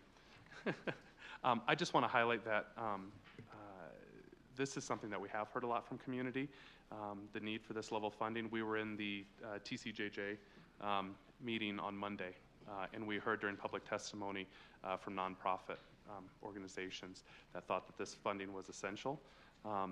And it is essential, and making this continuous funding really allows local governments and law enforcement agencies to partner with our nonprofits that are already doing such amazing work in their communities to build those relationships. As you're all, I'm sure, aware, it's very, very hard, especially for smaller nonprofits, to build up to a program like this when they know there's possibly a cliff coming in a very short period of time. And so this continuation funding is just really important to build those relationships. This funding is consistent with the Department of Justice's roadmap to crime prevention, violent crime prevention, that they just released earlier this week. It touches on 3 of their 10 points, which are place-based investments, engaging community, and funding new stakeholders, which is something that we focus on, finding ways to provide technical assistance and support so that we can have rural and rural and underserved communities that haven't previously received state funding have those opportunities. Excellent. Thank you. Thank you, ma'am, for that opportunity. Going to question 13, looking at grant funding for co-responder models, and if there's other funding sources besides DCJ's funding. And there are 2 different state funding grants in this space. BHA has one and DOLA has one that allow for those funds to be used, among other things, for co-responder programs. And then the Office of Research and Statistics within the Division of Criminal Justice currently has a BJA, Bureau of Justice Assistant grant called Connect and Protect that allows for support for building up these models, these co-responder models. And I believe the diversity in funding streams highlights the importance of this as an issue in public safety, the importance of different perspectives when funding these types of programs, and the various perspectives of the different stakeholders in this general process. And that it's important to understand that they're specific to the location, right? There's, just like policing, community policing, co-responder programs, having launched some myself, and alternative response programs, it's essential to have that community input and that community buy-in, and that's what these funding sources speak to. Excellent. 14 is great. 14. And for 14, I would like to call up our manager for the Office of Victim Programs, if I may. Okay. Kelly Kissel.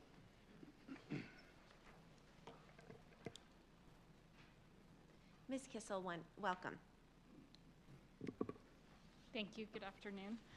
Question 14 asked about the driving changes in funding both on the federal and state level and potential options to address those concerns with long-term solutions regarding fees and fines are being assessed in the state and funding levels, have they declined? And so I'll first start with the federal piece. As you're aware, the federal level, the Crime Victims Fund that included the Victims of Crime Act or VOCA funding has been depleted as a result of a decrease in federal fines going into that particular fund, and that's just really around how they charge a case in federal court, whether it's against a large company or a person within that company.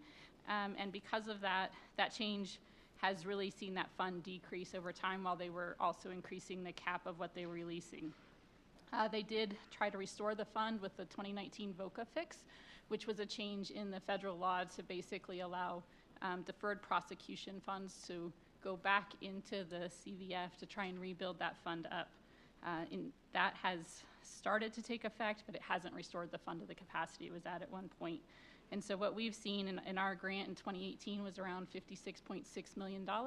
What we know for our grant coming in for 2024 is it's going to be about $13.8 million. So we've seen a steady decrease in our awards coming into the state under that formula, cumulatively to about a 75% decrease in what we were used to giving out.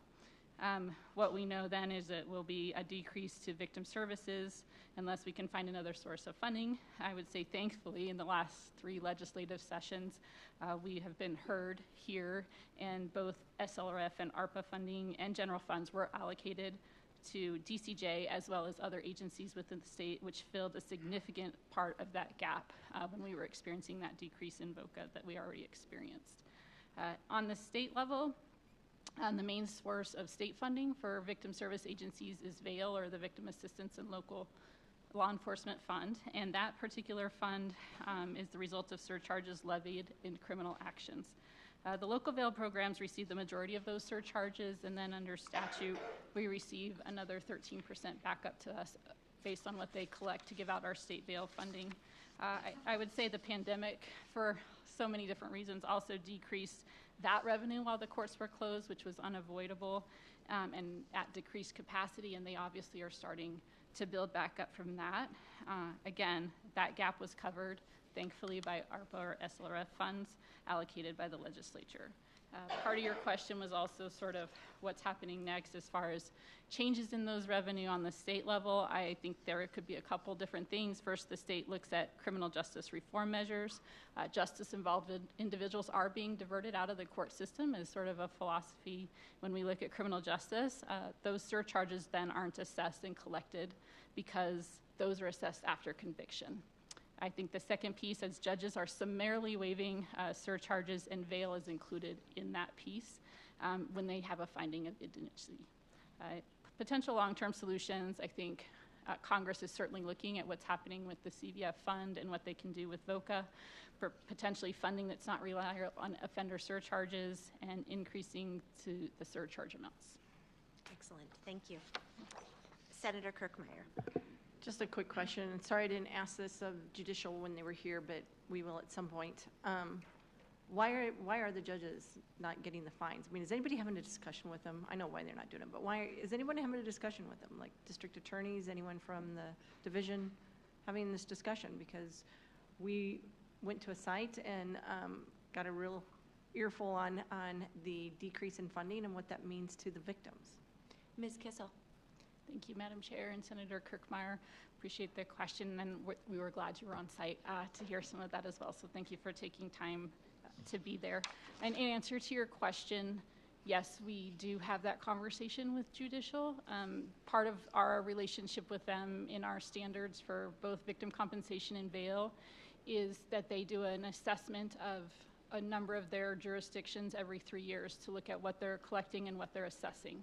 So they have that data around what they're looking at in those various jurisdictions, and they share basically a third of those judicial district reports with us every year.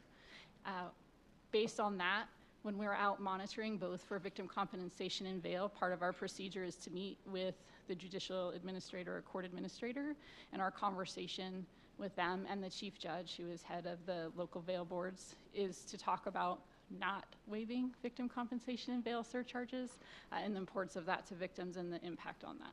So it's a continuing conversation with them. Great, thank you. So we can move next to question 16. And we have another question, Senator Senzinger. So I also attended one of the site visits, the one prior to the one that Madam Chair was at, and Senator Kirkmeyer. And so I was briefed on the situation that's happening at the federal level, but we don't yet know what is happening at the federal level. It may be worse or it may be better. When do you think that we will have that determination? Because we're trying to think about what we can do on our part as a state, and I'm just curious about the timing. Ms. Kissel. Thank you, Madam Chair and Senator Zinzinger. I would say what I'm hearing is that they're having conversations all the time. They're still working on their budget, as we know. It's very vague. I know we're scheduled to get our 2024 award at any time, and so I don't anticipate for our 2024 award that the fix will be there yet. And so I'm still planning from our perspective and have talked to all of our grantees to do a 1-year extension with a 45% increase in their awards based on that. All right, that's very helpful. Thank you. Thank you. So we have just 15 minutes remaining for this part of the public safety presentation. And I wish we had more, but just putting that out there. So I'll probably not have us discuss all the questions. We can skip to question 16. Thank you, Madam Chair. And I believe my colleagues would be okay if I kept talking, but I'll respect the time frame. Question 16 references whether we should be funding positions or whether we be putting more funding towards local resources. Providing resources at the local level is essential, but these positions reflect what the state is currently actively involved in and has a very important role in providing services and oversight.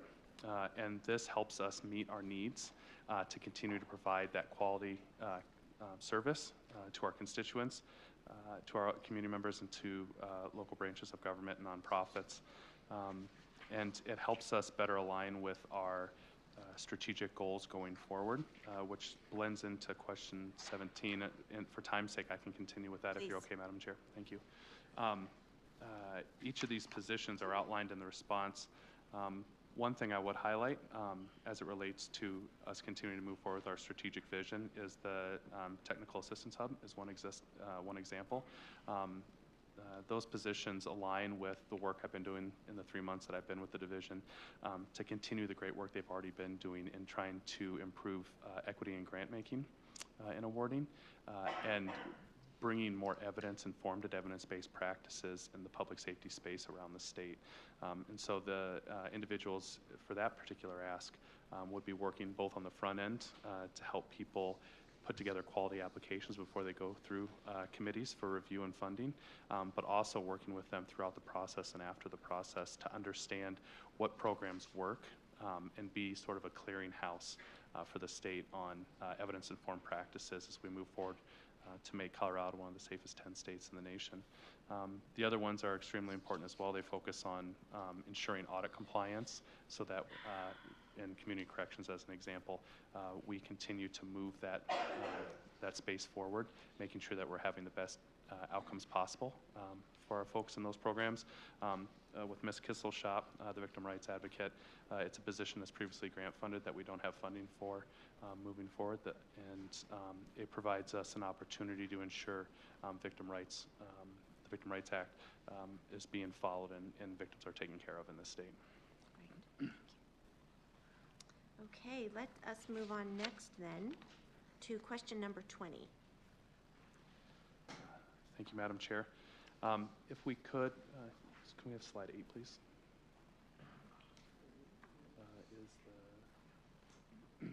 Thank you. So this speaks to both the renaming and the moving of Office of School Safety as part of the division. As you can see from the spokes here, all of the things that the Office of School Safety is actively engaged in to improve safety and outcomes for all of our students across the state, those are all components that are also undertaken in various programs within DCJ currently. We have those resources to help advance the mission of OSS. We have the resources, it's a force multiplier if we're all together and working towards common goals to improve public safety. So that way, in grant making as an example, there's redundancies in the system so that we can be as successful as possible, particularly in times of greater workloads, and provides backup support in the future should there be shifts in our FTE through people moving on to other opportunities, as an example. With our name change too, the name better reflects what DCJ actually does. The department continues to see alignment with the mission and work of the Office of School Safety and the mission and the work of renaming our division to the Division of Community Programs and Partnerships. A few examples of programs and partnerships include our work with local government, nonprofits, and the business community through community corrections, grant distribution and monitoring, data collection and evaluation, and our rulemaking offices within the division. And so we think this is an opportunity to partner and provide greater outcomes across all the different offices that would be part of a future division of community programs and partnerships. Great, and this answer dovetails very nicely to the comments Executive Director Hilke made extensively about what this office does at the beginning of your presentation. So thank you for that. This is very helpful. Senator Kirkmeyer. Thank you, Madam Chair. Maybe I'm remembering something incorrectly, so hopefully the committee members who were here last year can help me. But I don't recall that it was our decision to put the Office of School Safety in the Executive Director's office. I recall that that was the way it was actually presented to us when we were in committee, is that they wanted it, y'all wanted it in the office, in the Executive Director's office, and you gave all these reasons why then it needed to be in the Executive Director's office. The thing about moving it from the Executive Director's office to the Division of Criminal Justice last year was something that came up way after the fact when we were, I remember hearing about it on the floor. I'm not sure when the representatives heard about it, but I just remember when we heard about it, we're like starting to debate the bill and we're hearing, well, we want an amendment. So that whole premise is just wrong. So I think you missed this, Senator Kirkmeyer. Executive Director Hilke began the presentation with a really good description of what this department, or I don't know if I want to call it a department, but what this group does and why you want to rename it because of what it does do and what it doesn't do. And it seems to now make more sense why you want to relocate the Office of School Safety. But I'll turn it to you, Director Hilke. Perhaps you can. Okay, I wonder maybe for others who might have missed it, but it might help. Anyhow, okay, if you still have questions, Senator Kirkmeyer. Thank you, Madam Chair. No, I was listening in. I didn't miss any of the presentation. I came in online like I always do and zoom in until I could get into the room here. So I didn't miss that, but it just is the way that this is presented is not right. That's not what happened, and that's not how it was presented to us last year. So last year when it was presented to us, and again, I'm sure someone here will correct me if I'm wrong, but last year when it was presented to us, y'all presented it as it needed to be in the Executive Director's office. And it was during when we're in basically talking about the bill and you were asking for an amendment to move it to another place. And I can remember having discussions with your lobbyist with regard to this, your liaison with regard to this, and had discussions with regard to that Representative Sirota was not happy at all either. And so we all said, no, we're going with the original proposal. So I get you're trying to change the deal this year to, the name this year of criminal justice to something else. But at the same time, I feel like we just got switched. Things got switched on us, and we were told one thing and then presented something else. And then, even with this presentation, even with this idea, I'm thinking that your legislative liaison knew this was a pretty touchy situation. So I don't understand why we didn't get some heads up on it prior to even getting the briefing documents. We'll go to you, Director Hilke. Thank you, Madam Chair, and thank you, Senator Kirkmeyer, for the question. I believe there is a lot of confusion around it. I'm going to defer to the Deputy Executive Director, also the Division Director for the EDO. He's most familiar with that process and the confusion that was created out of that last year and what we're trying to do this year. Thank you. Okay, if you would please introduce yourself for the record, and then the floor is yours. Good afternoon. Thank you, Madam Chair. My name is Jana Locke. I'm the Deputy Executive Director of the Department of Public Safety, also the Division Director of the EDO. And Senator Kirkmeyer, we're happy to have further conversation with you. I think, like Director Lund said, we continue to see a lot of administrative alignment with moving the OSS to DCJ. That was always how we conceptualized it, and I'm not sure exactly what happened during the process as the budget was getting finalized. But as we were having further conversation, as we've been standing up the OSS, getting grants out the door, we really see the opportunity for force multiplying, leveraging those resources that DCJ has, particularly in grant making and grant administration and technical assistance to help our OSS be as successful as it can be. Any follow-up questions? Representative Taggart. Thank you, Madam Chair. The one concern I have on this subject is there's nothing in the write-up other than it's going to need legislative action about the amount of dollars. This is over an $8 million request to make this change. So I'm wondering if at some point somebody's going to explain why this costs $8 million. Who would like to take that? Director Locke. Thank you, Madam Chair. Representative Taggart, there's no cost associated with transferring the office. It's just a transfer from the Executive Director's office, where the Office of School Safety currently is, to the Division of Criminal Justice. On our charts, it's showing an incremental of $8 million. R17. It's $8.6 million, actually. It's renaming and relocating. Maybe it's just transferring the money from. It's your R17 request? Yeah, it's your R17 request. So right now, it's showing as incremental. Director Locke. Thank you, Madam Chair. We must be looking at something different. I'm showing it as a net zero on ours. So maybe we can unwind this with our JBC analyst and you all with our ledge liaison offline. I see what he's referring to. It shows, about 3.2 general fund and 5.4 approximately cash fund. Rename DCJ and relocate Office of School Safety with 17.8 FTE. Director Locke. Madam Chair, I'm wondering if maybe what you're looking at combines the increase that we've asked for DCJ for administrative staff with the transfer of OSS. We can try to sort that out. Okay. Thank you, Representative Taggart, and thank you, Director Locke, and Madam Vice Chair. I don't think so. That's what What's R9? happened. Yeah, that's all right. Madam Chair, I guess just a Director footnote. Hilke. Thank you, Madam Chair. Just to footnote that, and thank you, Rep. Taggart, for that question, is the actual movement of the OSS to the division would not cost any money. I think what we're seeing is what we just spoke about, is the right sizing of the DCJ. It must be commingled there. I think that's the money that you might be seeing. So we'll sorry for that confusion, and we'll get that straightened out. Senator Bridges. Thank you, Madam Chair. It does say here that renaming DCJ and relocating the office would require legislation. Does the rename require legislation in addition to moving the office? So both of those would require legislation. And were you hoping for that to be a JBC bill, or is that, do you have that lined up somewhere else? Director Hilke. I'm going to refer to Deputy Director Locke for that one. Thank you. Deputy Director Locke. Thank you, Madam Chair. Senator Bridges, yes, they both require legislation, and yes, we would be happy if the JBC would consider sponsoring that. Okay. Anything else? Senator Bridges. Thank you, Madam Chair. Reading the tea leaves, we probably need to think more about relocating the Office of School Safety piece of that for sure. Not sure about the other piece, but I'm sure there will be further discussion. Yeah, more conversations to come as we work through this. Okay, so let's move to question 21.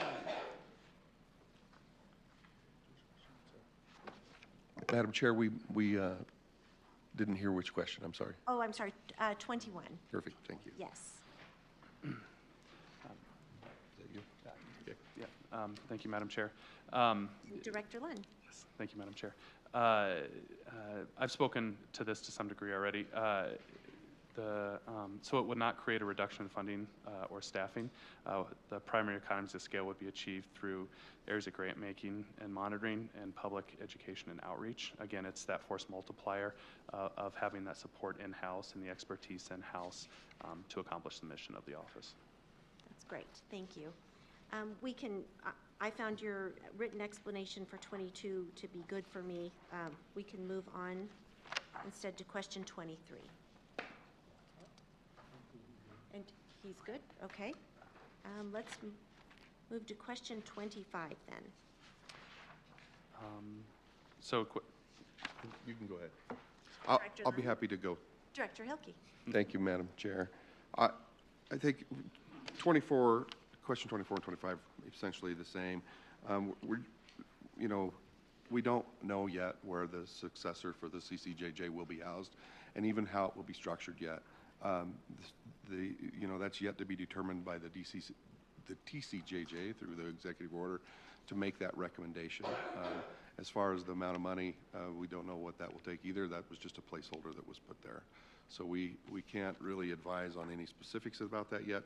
Yet we're still trying to work with the governor's office and the legislature to try to create a placeholder in the event that something gets put somewhere. Excellent. Madam Vice Chair. And for the record, I'm not sure if the committee remembers, but we did sunset the funding for the CCJJ. So if it were to come back, we would have to bring the funding back online because we reallocated it. We sunsetted it and we reallocated it. So, Madam Chair and Senator Zenzig, you're correct. That was sunsetted, and it would require funding. I mean, one of the things that we know about the work of the CCJJ, or whatever it morphs into, is that it does take quite a bit of staff work to make that system work with a large group who make really important recommendations. Great. So the last item on the agenda for this part of your presentation is legislation and one-time funding. So I think we went through your legislation mostly. Is there anything else you want to add at this time, now that we finished going through the questions? That was 22. Was that you or Matt? Director Lunn. Thank you, Madam Chair. Did you want me to go over that funding and provide an update on where we're at, or what would be most useful for your time? So I just want to make sure we preserve, we have 2 hours allocated for the second part of the department's presentation. So with that in mind, perhaps I'll just, do you think 5 minutes for this piece, maybe? That's work? just fine. Yeah, Okay. that's just fine. Let's go to that then. So would you like me to address the questions associated with that, or? I think if you can speak more broadly in an overview, and if we have questions, we will chime in. Does that sound good to the committee? Perfect. Yeah, I think so. Yeah, speaking specifically to the funding that came out of Senate Bill 22001, Safer Streets, we have expended a fair amount of that money, and we're on track, or we've encumbered almost $4.8 million of those funds, and we're about to release funding for the rest of those dollars. And so we're in the process of providing technical assistance for that particular funding opportunity, and applications for that will be due in the beginning of March. And we're really hopeful. The last few funding committees for all of our grant funding through one-time sources, we've received more applicants and requests for dollars than we've had available. And so it's been really encouraging. We've had a lot of great applicants from across the state that haven't previously been funded, and we've been able to provide technical assistance for folks that are one-time applicants or don't necessarily have the staff or expertise to put together a funding request of this nature. Great. Committee, do we have any questions on this part? No? Seeing none. That's great. Great. Thank you. Thank you, Madam Chair. Okay, so we have a second part for your hearing, and what I think we'll do, just because that's scheduled to go for 2 hours, I'm going to give our committee just a quick 5-minute recess so we can top off our water and then be ready to come back. So I'm looking at the clock in front of me, and it says 2:33. We're going to be precise here. We'll go 5 minutes, set your watches. We'll come back. Joint Budget Committee will stand in recess until 2:38.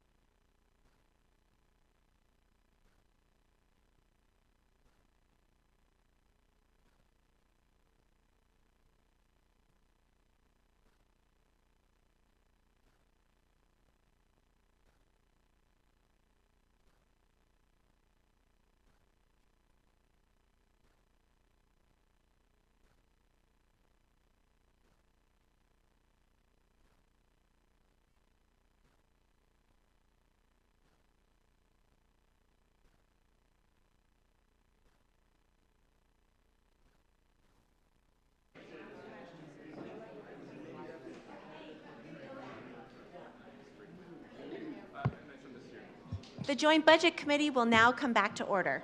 If we can have our guests take their seats and bring back members of the committee back to the dais, we'll continue. We want to make sure we are able to get through this entire part of the presentation. And my apologies, we are just on an aggressive schedule, and I want to make sure that we're able to cover the most substance as possible. So welcome back, Executive Director Hilke, and I'll let you open again. Back to you. Thank you, Madam Chair and committee members. I think for those of you that all heard my opening comments for the first part of this, I'll let those stand in the interest of time because I did speak to our budget requests for the rest of the department as well, and I'm going to invite Deputy Director Locke to kick us off. Excellent. Deputy Director Locke, the floor is yours. Thank you, Madam Chair, members of the committee. My name is Jana Locke, and I'm the Deputy Executive Director of the Department of Public Safety. We'll run through the common questions. We've provided about 10 pages of details in response to question number 1 about ARPA and one-time general fund.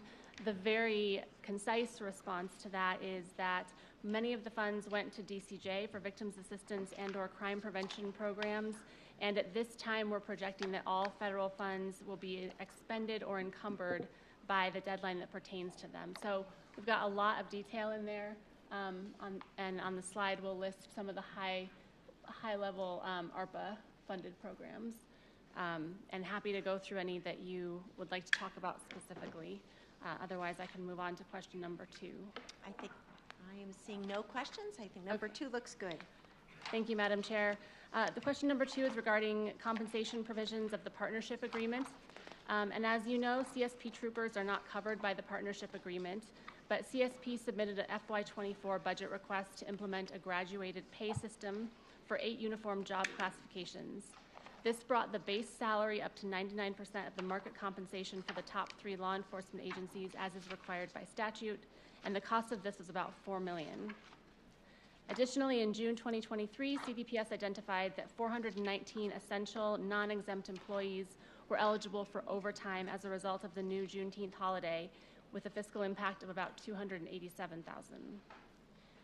Overall, we have seen leave accrual balances be higher in FY23 than in FY22, and the department's total leave liability increased by about $4 million between those years.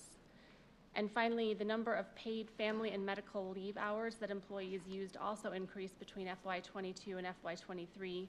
In FY22, just over 10,000 hours were used for a total cost of about $559,000. In FY23, nearly 25,000 hours were used for a total of about $1.3 million.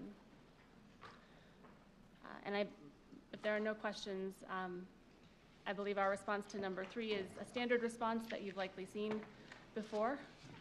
And with that, if there are no questions, we can move on with your... And to move to the general factors questions? Sure. What we'll do is we'll begin there, though, with question number 2. But before we do, Senator Bridges has a question. Thank you, Madam Chair. Sorry, we jetted by this pretty quickly. In the ARPA dollars, the Smart Policing Grant Program, it looks like very, very little of that $3.75 million has been spent. This is one of those that I'm just looking at, and it looks like you had a grant program, and I guess not many people applied. Like, what's going on here, and is that one where you think we can spend the money, or do we need to create some changes to that program to make sure that we get it out the door before the feds take it back? Deputy Director Locke. Madam Chair, thank you. Senator Bridges, with your permission, I'd like to ask Director Matt Lund to come up and speak to that, and/or our Budget Director. I'm not sure which one of them is best suited. Welcome back, Director Lund. Thank you, Madam Chair. I lost rock, paper, scissors on the way up. So those funds have been awarded. There's a delay in getting that money out the door to set up the structure, work with some of those grantees that needed to put things out for bid and working on contracting. And so we have no expectation of having to return those funds. Great. Thank you. All right. Back to you, Executive Director Locke. Thank you, Madam Chair. I think the next question is actually for Division of Fire Prevention and Control. Oh, I'm sorry. I think it's for Chief Matt Packard. Welcome, Chief Packard.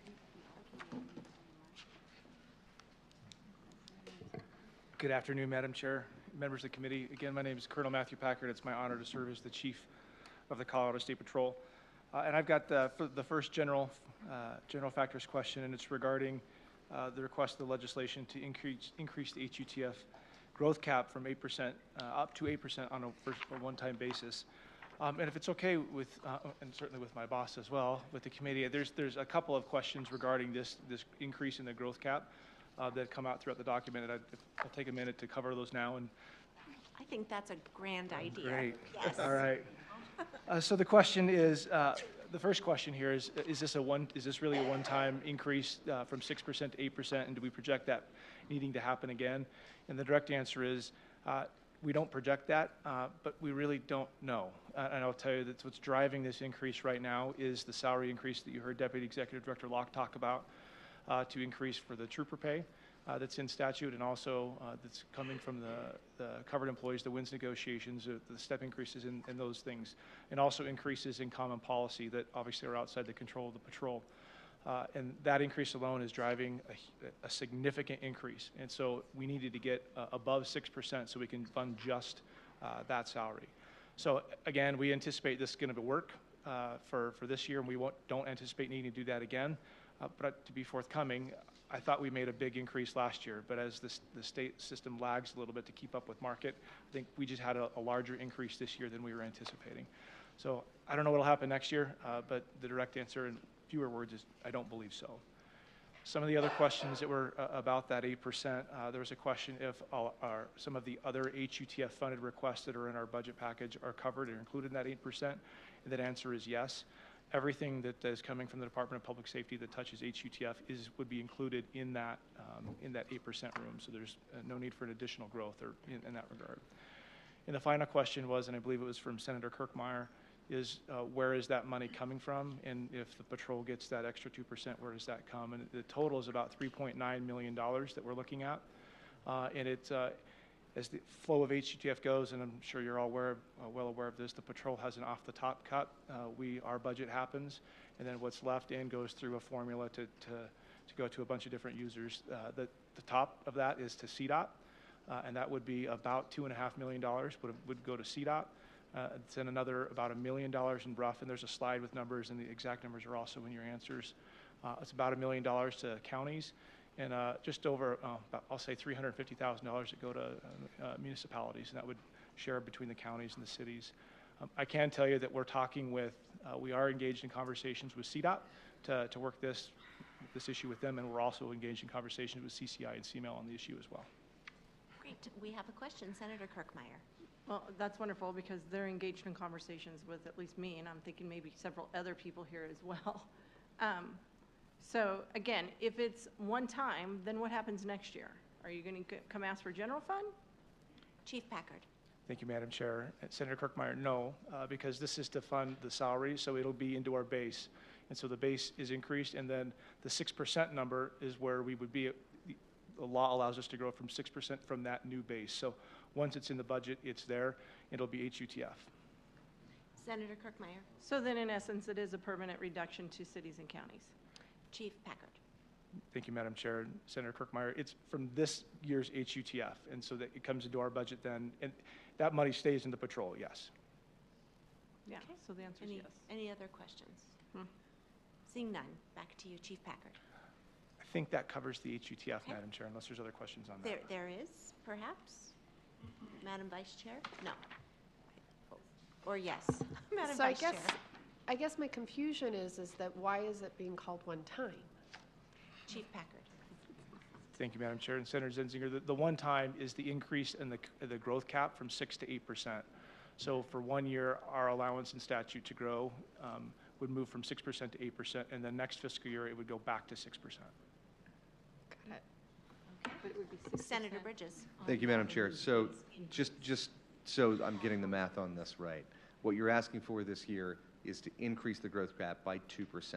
Now, if you go all the way to 8%, that comes out of the HUTF, and that is the base from which next year you start, and you'd be able to raise 6% from there. But it's only a one-time this year increase from 6 to 8. It wouldn't be an increase 8% ongoing that you'd have the ability to increase from in the future. Thank you, Madam Chair. And Senator Bridges, that's correct. Thank you. Okay, Senator Kirkmeyer. Just to be clear, though, they're increasing their base. So then every year, that's an ongoing increase. So their base increases. So it's an ongoing impact to HETF and the disbursements to counties and cities. Right. Yeah. Senator Bridges. Yeah, thank you, Madam Chair. Yeah, if you, that. if they take the as full long 8%. as we're all saying the same thing, I'm just making The sure. next base, as I said, the base for next year is including that 8%, but the cap So it's for next year is 6% still on an 6. increased base. Yes. Yes, understand. Thank you, Chief Packard. All right, any other questions on this? I don't think so. All right, back to you, Executive Director Hilke.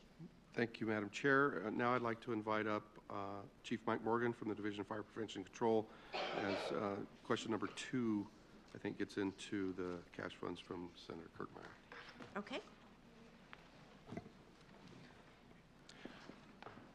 Good afternoon, everybody, and it's an honor to be here. My name is Mike Morgan. I'm the Director of the Division of Fire Prevention and Control. Real quick, I'd like to, I know some of you are familiar with how fire works, if you will, in the state of Colorado, and some of you may not be quite as familiar, but specifically to the questions, it's important that you have a brief overview of how that all works. So, real quick, from a background perspective, Director Hilke mentioned he was a sheriff before he came here. I spent 30 years over at Colorado River Fire Rescue in Garfield County before I came over here. So we're both very familiar with how fire works and how the programs to help support us, how those operated. The long story short is by statute, when a fire occurs, the fire chief's responsible until it exceeds his or her capability, at which point it says the sheriff shall assume responsibility for that fire until it exceeds his or her capability. And there, when it exceeds the sheriff's capability, statute says the director of the division may assume responsibility for that. The term may is specific to one of the questions I'll come back to a little bit later about the emergency fire fund, and that is the funding source. Do we have the money to assume the responsibility for a fire if it qualifies for state responsibility? The state's historical approach to this for decades, and when I was over a fire chief, and I know when Director Hilke was a sheriff, the state's response was that, after the fire got big and it went over the hill and it went through the subdivision, the state showed up with a checkbook. And while I greatly appreciated the state's support in paying for bills for the efforts that I put into the fire yesterday, I used to joke with the state representative at the time that if you'd have showed up yesterday with some equipment, we could have stopped this whole thing from happening. We should invest our resources differently on the front end instead of being reactive to the events after they occur. So when we started a very robust strategic planning process with the division, with the county commissioners, with sheriffs, with fire chiefs, emergency managers, et cetera, we talked a lot about that, and we got into this concept of duration versus impact. In other words, if we shorten the duration of an event, we reduce the impacts in so many ways, whether that's suppression costs, property loss, recovery costs, injuries, fatalities, whatever. It's less if we can stop that event from occurring.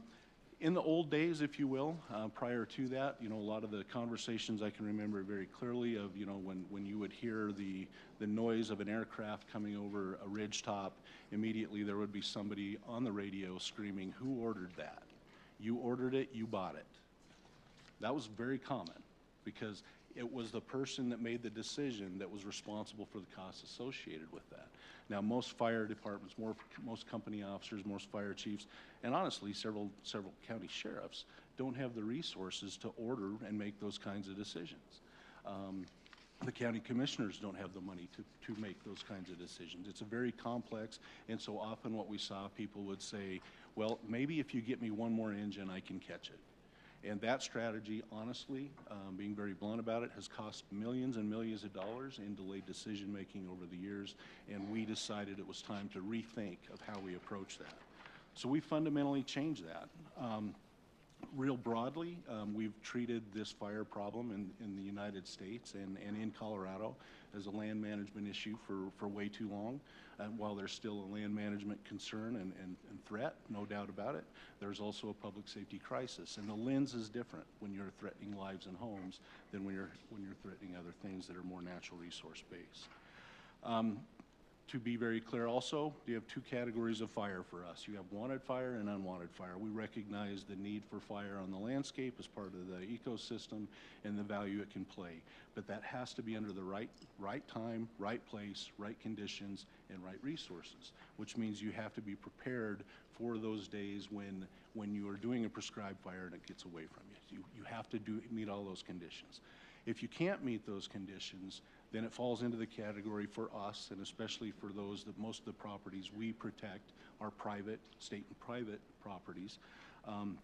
We use a model of early detection and aggressive initial attack. And through that program, early detection is our multi-mission aircraft, is our Fire Guard program, also supporting of a camera network for these early detection activities. And I won't go into all those details, but we're happy to explain those to you in greater detail in the future if you'd like. Aggressive initial attack.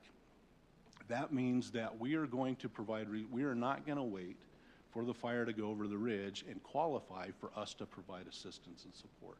So we've invested as a state into our capability to provide what we call enhanced state assistance to support these fires before they end up getting to be large state responsibilities that go on for months on end. So that's our operational model: unwanted fire, early detection, aggressive initial attack. One other piece I'd like to throw in there real quick, because this gets confusing too, is we do have we have aviation aircraft, firefighting aircraft under our operational control. For decades, we relied on our federal partners to do that for us. And I can tell you personally, as probably several people in this room can, the frustrations of needing aviation assets and hearing they're in Southern California and we might be able to get them to you tomorrow. That doesn't solve the problem. So those assets are managed in Boise. We work very closely with our federal partners. I don't want to imply we don't. But they make decisions based upon national needs. We make decisions based on Colorado needs. We provide support to our federal partners.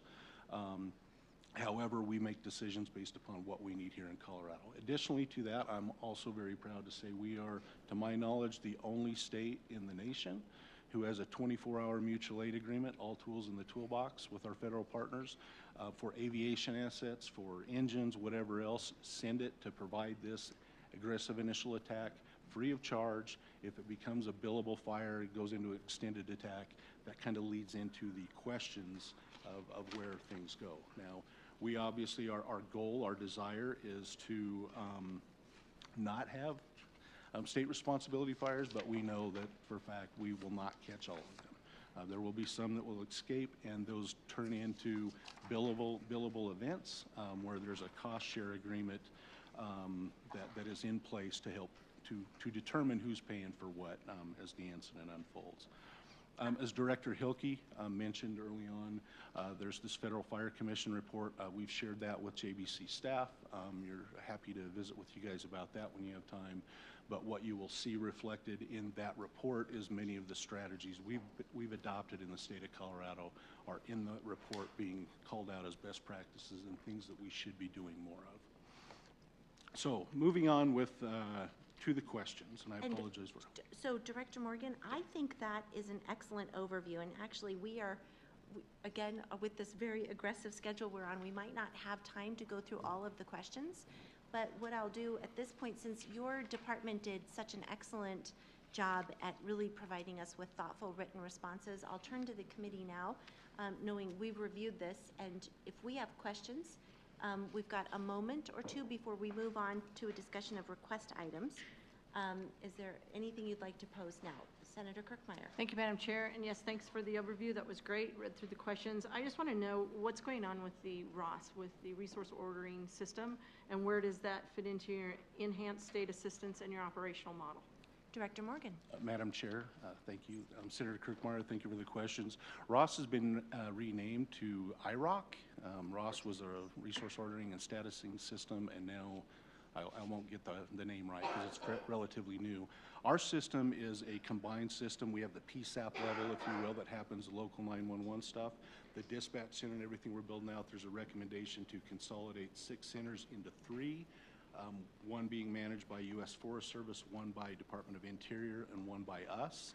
They would all be joint staffed, where the IROC system or the resource ordering systems would all be housed.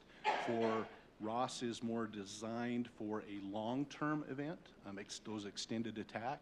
We are building in the regional and statewide mutual aid systems to mobilize resources locally and regionally prior to the 14-day deployments that are historically in the Ross system. So did that answer your question? Yep, thanks.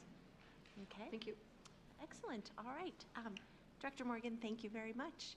I think that we're good on this part. What we'll do now is move to the request item questions. And that takes us to page 16 of our packet here. So we'll go back to you, Executive Director Hilke. Thank you, Madam Chair. I'd like to call up Chris Schaefer, the Director of the Colorado Bureau of Investigation. We'll start off with things specific to the CBI. Excellent. Director Schaefer, welcome. Good afternoon, Madam Chair. Thank you. Thank you, members of the committee. My name is Chris Schaefer. I'm the current Director of the Colorado Bureau of Investigation. We had a couple questions. The first one was how are we going to count with new scientists to investigate, prosecute auto theft at the local level? Right now, all of our forensic scientists, our DNA scientists, are really strapped with crimes against persons. We have not been able to do property crimes for several years to this point. However, we did take and utilize a pilot program here last year with the Denver Metro Auto Theft Team. And with that, we were able to indict 13 people on 121 counts of auto theft, both at DIA and at Adams County. What we want to do with these scientists is take that pilot program and make that permanent.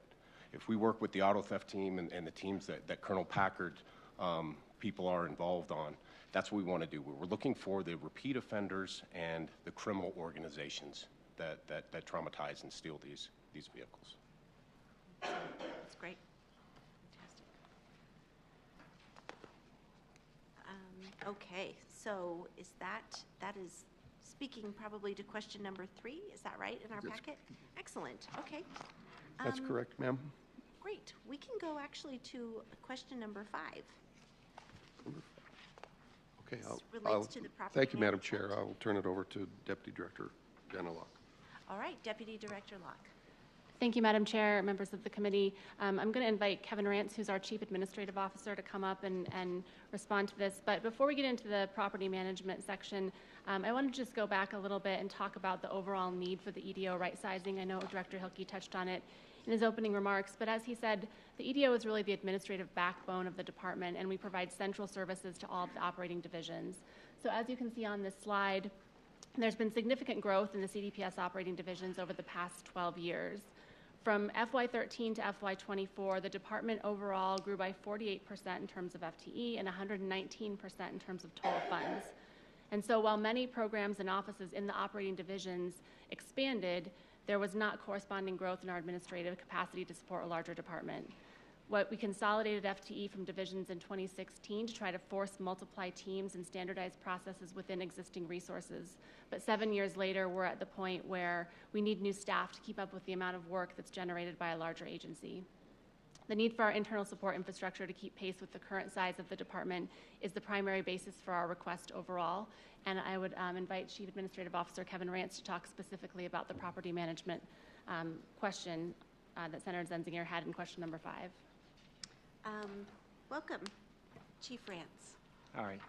Thank you, Madam Chair. My name is Kevin Rance. I'm the Chief Administrative Officer for the department, and in that role, I oversee the Administrative Services Office, which is the central services provider for all administrative functions within the department. The proposed property management section within the Administrative Services Office is intended to establish a centralized program which houses all department functions related to real property management, leasing, insurance, and facilities maintenance.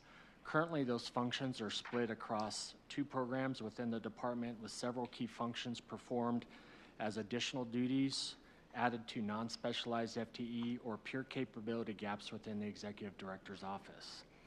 The core of this proposed section will be formed by the movement of 10 existing FTE from the logistics services section, which falls up under my office. The logistics program currently encompasses the material management warehousing function for DPS law enforcement and fire service related uniforms, equipment, items such as duty belts, holsters, chainsaws, bunker gear, drip torches, all of the paraphernalia associated with our great operating divisions, and duty-related officer safety items such as ballistic body armor, trauma kits, ammunition, etc.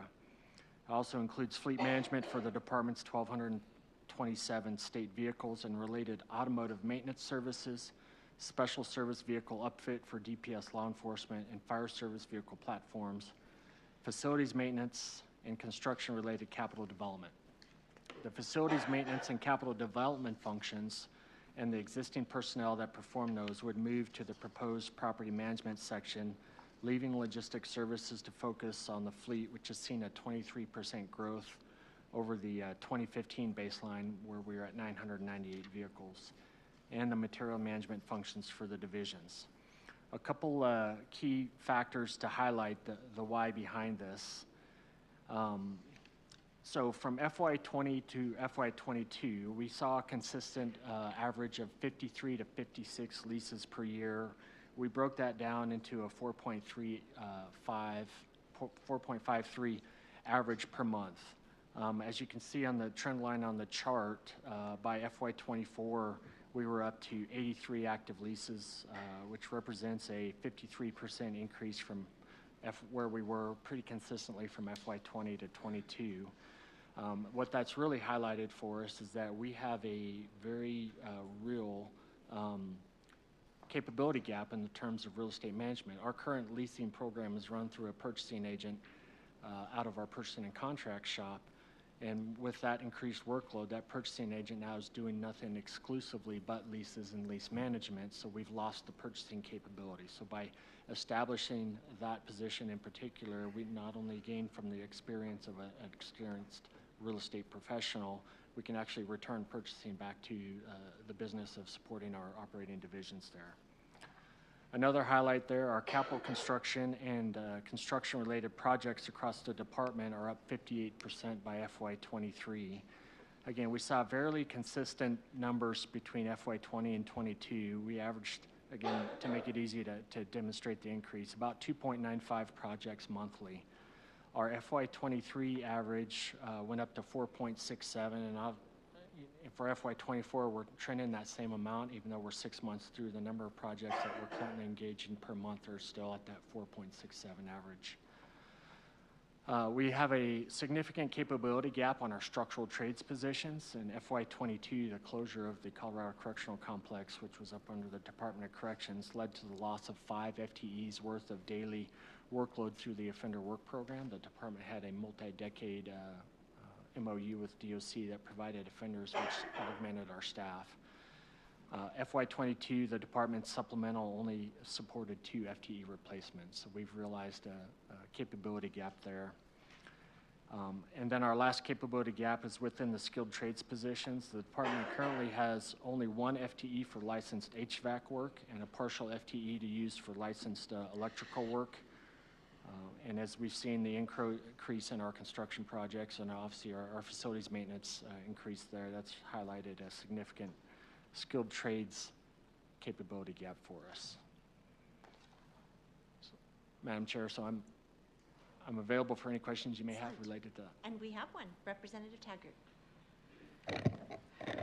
Madam Chair, I hope I don't drive you guys crazy on these kinds of questions, but your detailed chart that you provided here, which is great, indicates 9 new FTEs. The R4 detail that we got, the bullet, says 12.9 or 13. And we're just talking about property management, so I'm a bit confused of which number should we be using?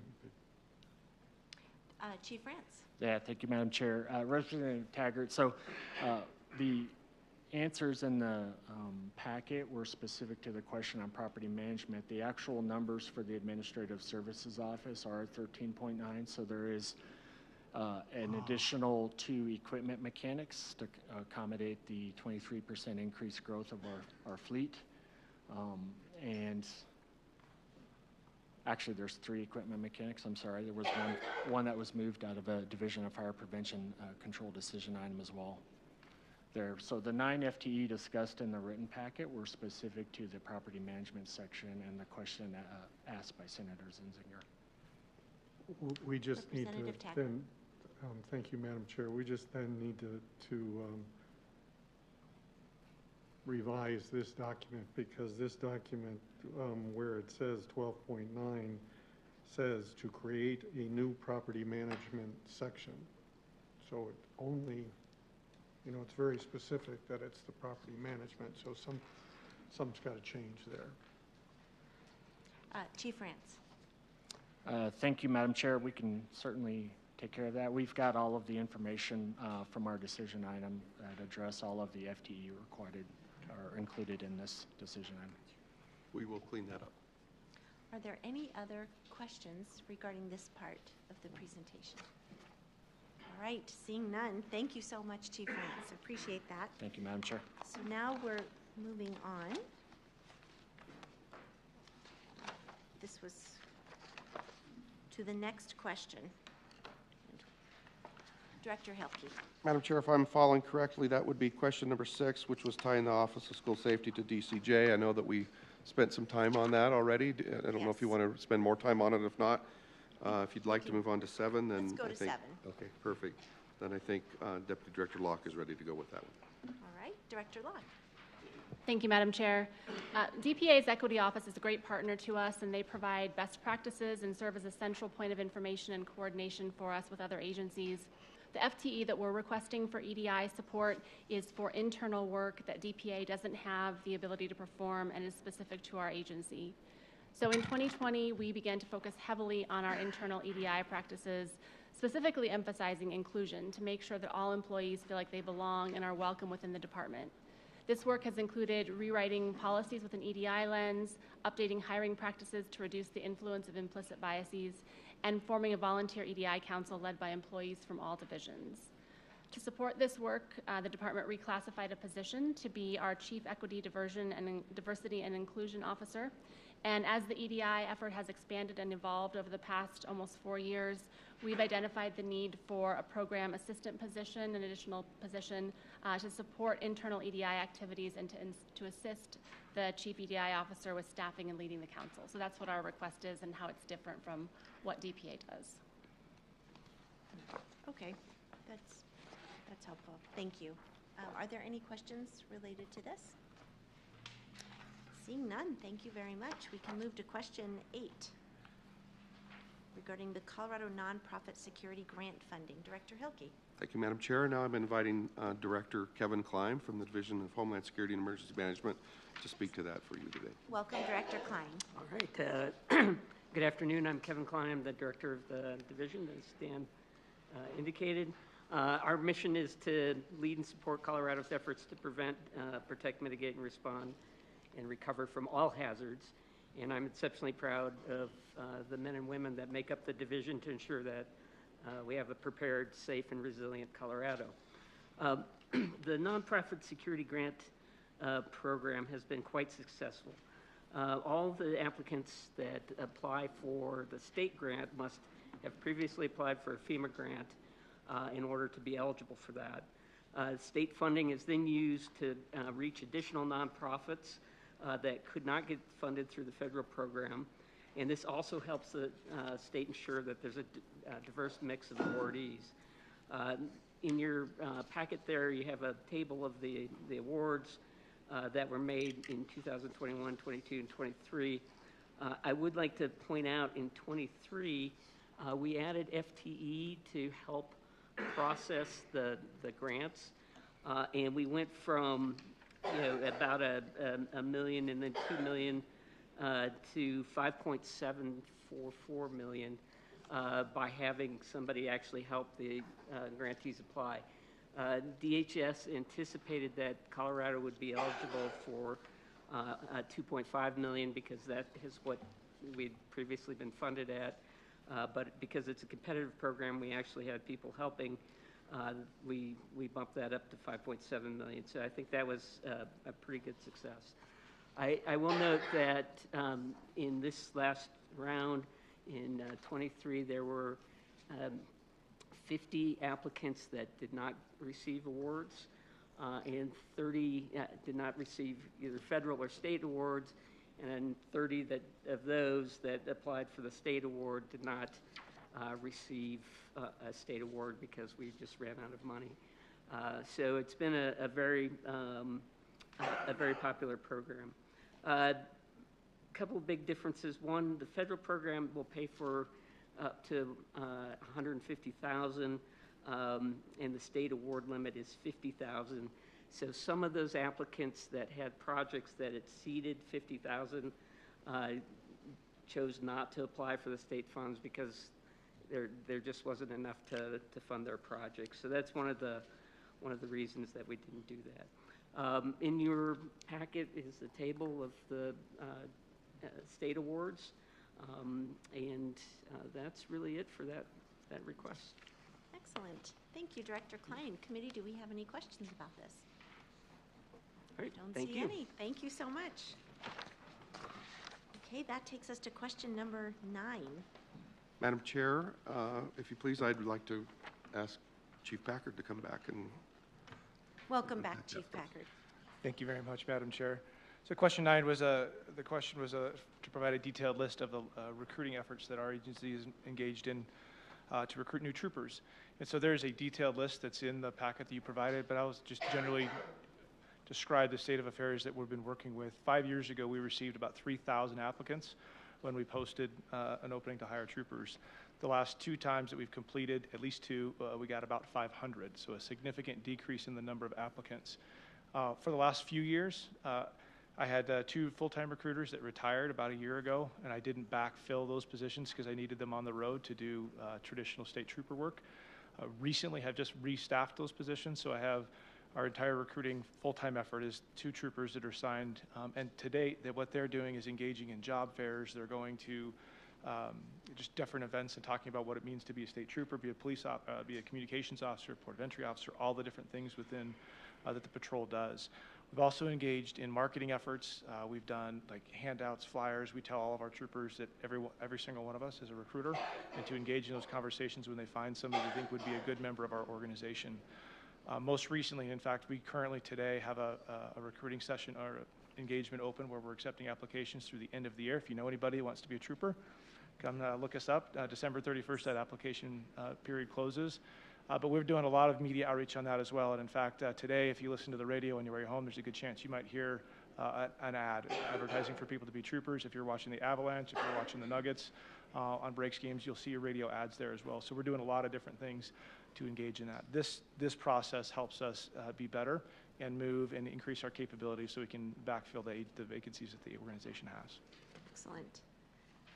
Seems like hiring is just this perennial challenge at this point. Committee members, do we have any questions? Seeing none, that's great and helpful. Thank you very much. So I think our next question then is number 10, also related to law enforcement funding, but this I think is related to the question that was addressed earlier. So we can skip that. And then we've got question number 11, and this I think relates to just what you were speaking about as well. So look at us. This is great. We're making all kinds of time here. Okay, so we're now to the informational issue. We can move to question 13 related to Colorado auto theft prevention. Who would like to speak to that? All right, Chief Packard. Thank you very much, Madam Chair. I'll do my best to keep this streak alive. You're doing great. We're actually, now, just for the record, we're ahead of schedule. So I'm over here sweating it out, but I'm going to knock on wood that I didn't just jinx us, but we're doing great and we're ahead of time. So the floor is yours. Madam Chair, so question 13, did you want me to touch really briefly on question 12? It was a question about shift differential? Or sure. Just really quickly, the question is whether or not the professional staff asked that we have in our decision items would be eligible for shift differential, and they would not. Those positions are, for lack of a term, Monday through Friday, 8 to 5. The only folks that get shift diff in the patrol currently are port of entry officers, our communications officers, and our security officers that work here at the Capitol. So none of the positions we're asking for would be eligible for shift differential. That's helpful. Thank you very much. Madam Chair, going back to question 13, the question is regarding the 2 FTE we're asking for that are Social Services Specialist 3 in the state personnel system. Those folks are victims advocates. The State Patrol has a victims assistant unit, and that current staff is focused almost entirely on victims of traffic crash-related incidents, vehicular homicides, vehicular assaults, those types of things. One of the things that was loud and clear through the legislative session last year was a desire that we really lean into providing benefits and services to victims of auto theft. And this is not a VRA-related crime, and so it kind of operates in a different world. So the request is asking for 2 victim advocates that will be focused and dedicated on auto theft-related crime. And so the vision for these positions is to work within the patrol and certainly service victims that are managed by cases that are involved in cases that we're investigating, but also an outreach effort where those 2 folks will assist and lean into local agencies and to help provide them access to resources and information and training so that they can also serve victims of auto theft. The actual work that we're getting done, or the services that we're talking about providing, are for things like tow bills or storage fees, or when your car gets stolen, you get it back and it's been smoked in, done drugs in, all those types of things to get that clean and restored so you can get it back. And this would provide a pot of money that we could provide access to those victims so they can get back on their feet, and certain transportation-related costs when they're trying to get to and from work and other places when they don't have their car. So a question, though, is how can the state do this effectively? I know from my own experience in local government that we had at the City of Westminster our own victims services units, and it just seems like those people in a local level are just much more accessible to victims of crimes. And I'm just wondering, how does the state see this as a resource that's actually going to be able to be effective and help victims? Thank you, Madam Chair. I think humbly, I'd say the Colorado State Patrol, in partnership with the Colorado Auto Theft Prevention Authority, we work very closely with local governments. So this group would work with local governments to provide this access to funding through CAPPA as well, so they can go out and provide services. In the auto theft realm, we do almost nothing without standing next to a local police officer or sheriff's deputy. And so it is really a very close relationship, and so we're talking to the same people. Okay, thank you for that. Are there any other questions from the committee related to this? No? It's all easy now. That's great. Okay, so the next question we have.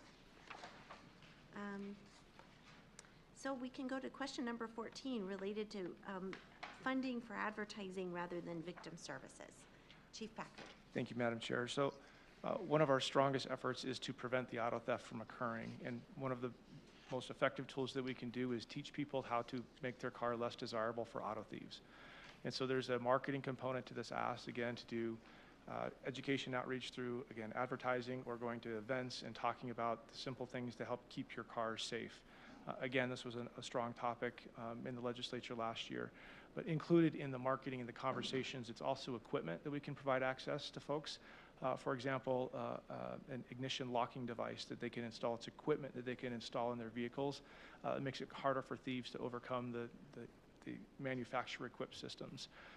Etchings for their catalytic converters. We still have clubs that work.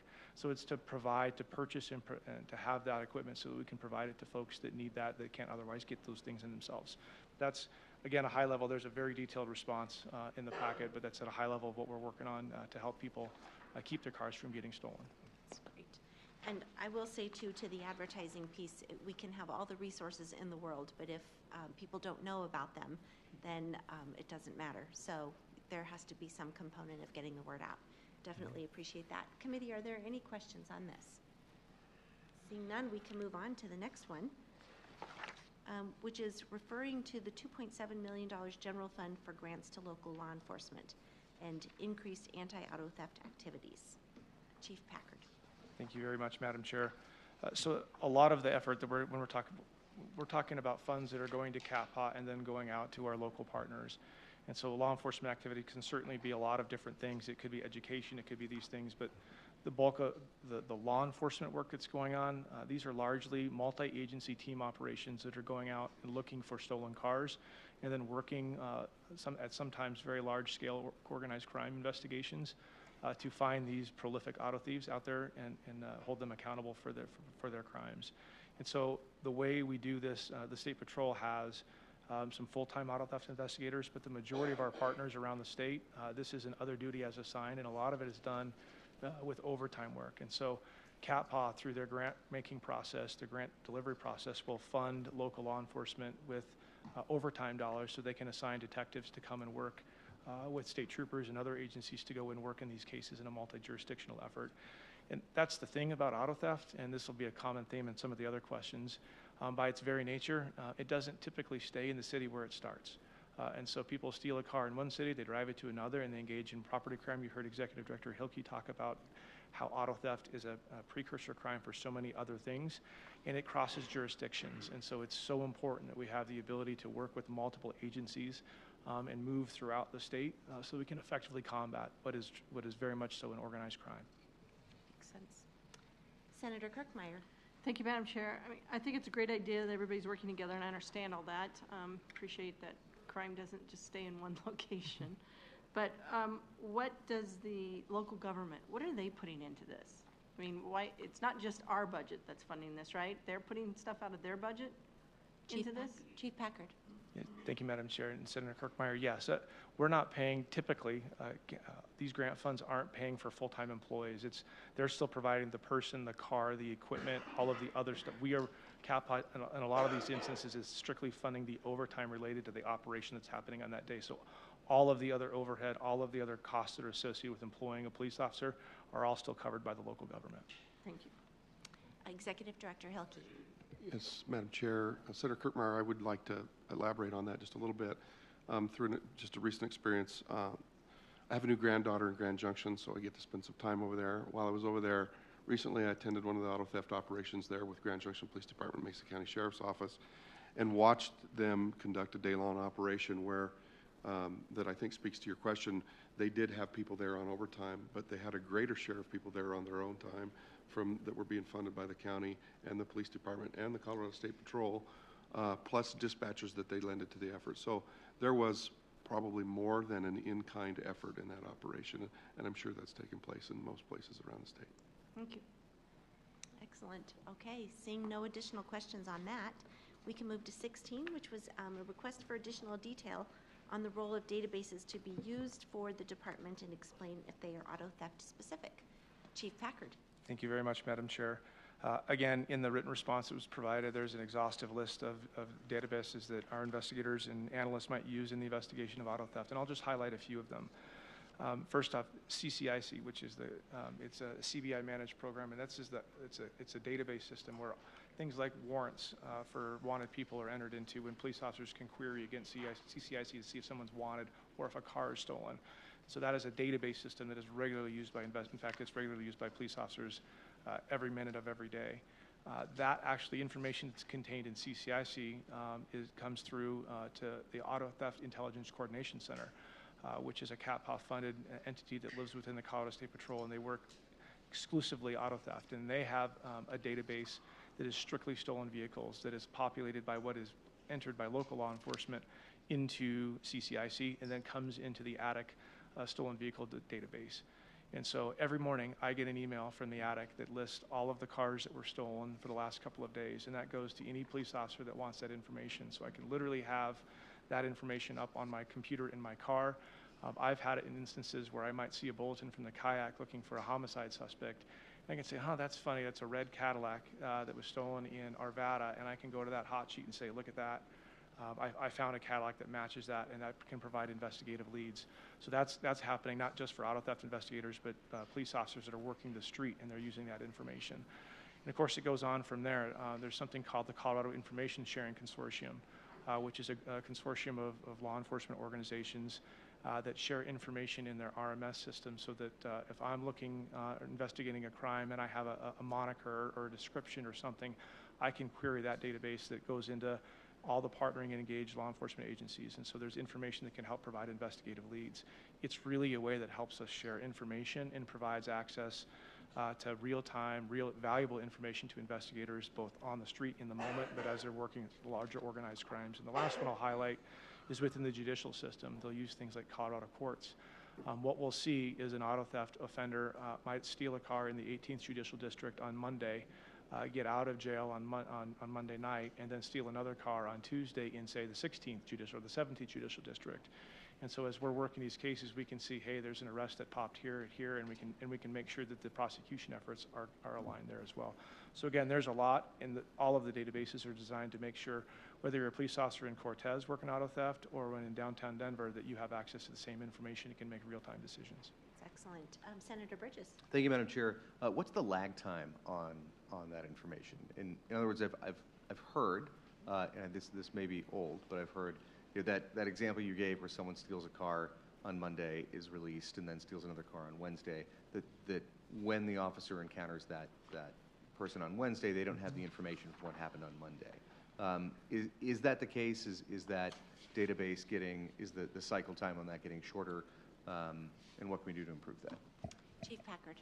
Thank you, Madam Chair. Thank you, Senator Bridges. It continuously gets better. And so, and again, the answer is going to be dependent on which system. But really, from like a stolen vehicle entry, the first catch is how quickly that gets into CCIC. It'll dump into ATTIC on a regular. It's less than a day now, I believe, as it dumps into that database. So you can get that information very, very quickly. And so, but it just depends on the system. But that's to help that's part of this decision item here, is to increase the efficiency of those systems to make sure that we're talking and sharing information in a more timely manner. Senator Bridges. Thank you, Madam Chair. And how does that database currently compare to other states, and how would it compare after this, if this decision item were decided upon favorably? Chief Packard. I wouldn't say that, well, how about this? We can be a lot better. We are not the best. I'll tell you that the Colorado Auto Theft Prevention Authority is one that I'm happy to brag about, because it is recognized as a national model. But this information flow, as we're lacking, and we're lacking in a lot of different ways. So this effort will help increase and make us better and higher ranking. I don't have the specific number where we rank in the country, but this is certainly moving the needle to make sure that we can move faster. Great. Thank you. All right. Any other questions on this? Seeing none, we can move on to question number 17 from Senator Kirkmeyer, which was a request for an update on the status of implementing Senate Bill 23257. Madam Chair, I read through it. I'm good. All right. Excellent. I'll move through.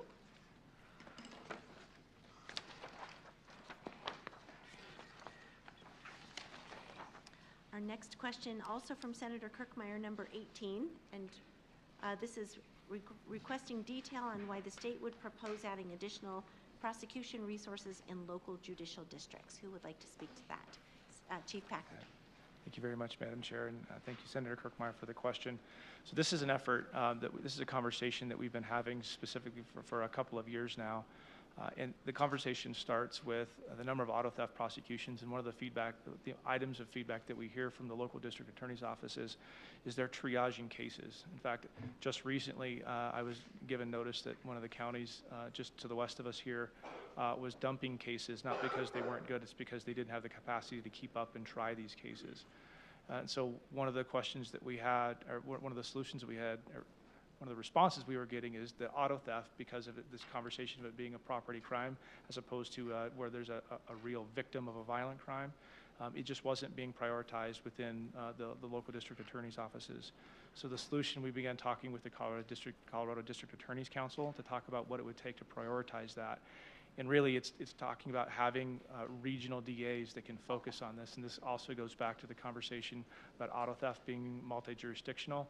The thought process here is we can have DAs that work in a regional manner and then move from judicial district to judicial district to make sure that we have consistent prosecution on these offenders that are also moving in that regard as well. And it is also worth noting that there is a funded prosecutor at the Colorado Attorney General's office that works a lot of work on organized crime cases in that same regard. So it's an effort to boost capability, capacity, acknowledging the fact that this auto theft is there's a waterfall effect, that if we can solve the auto theft problem, we can also have an impact on other quality of life crimes that are going on in the state.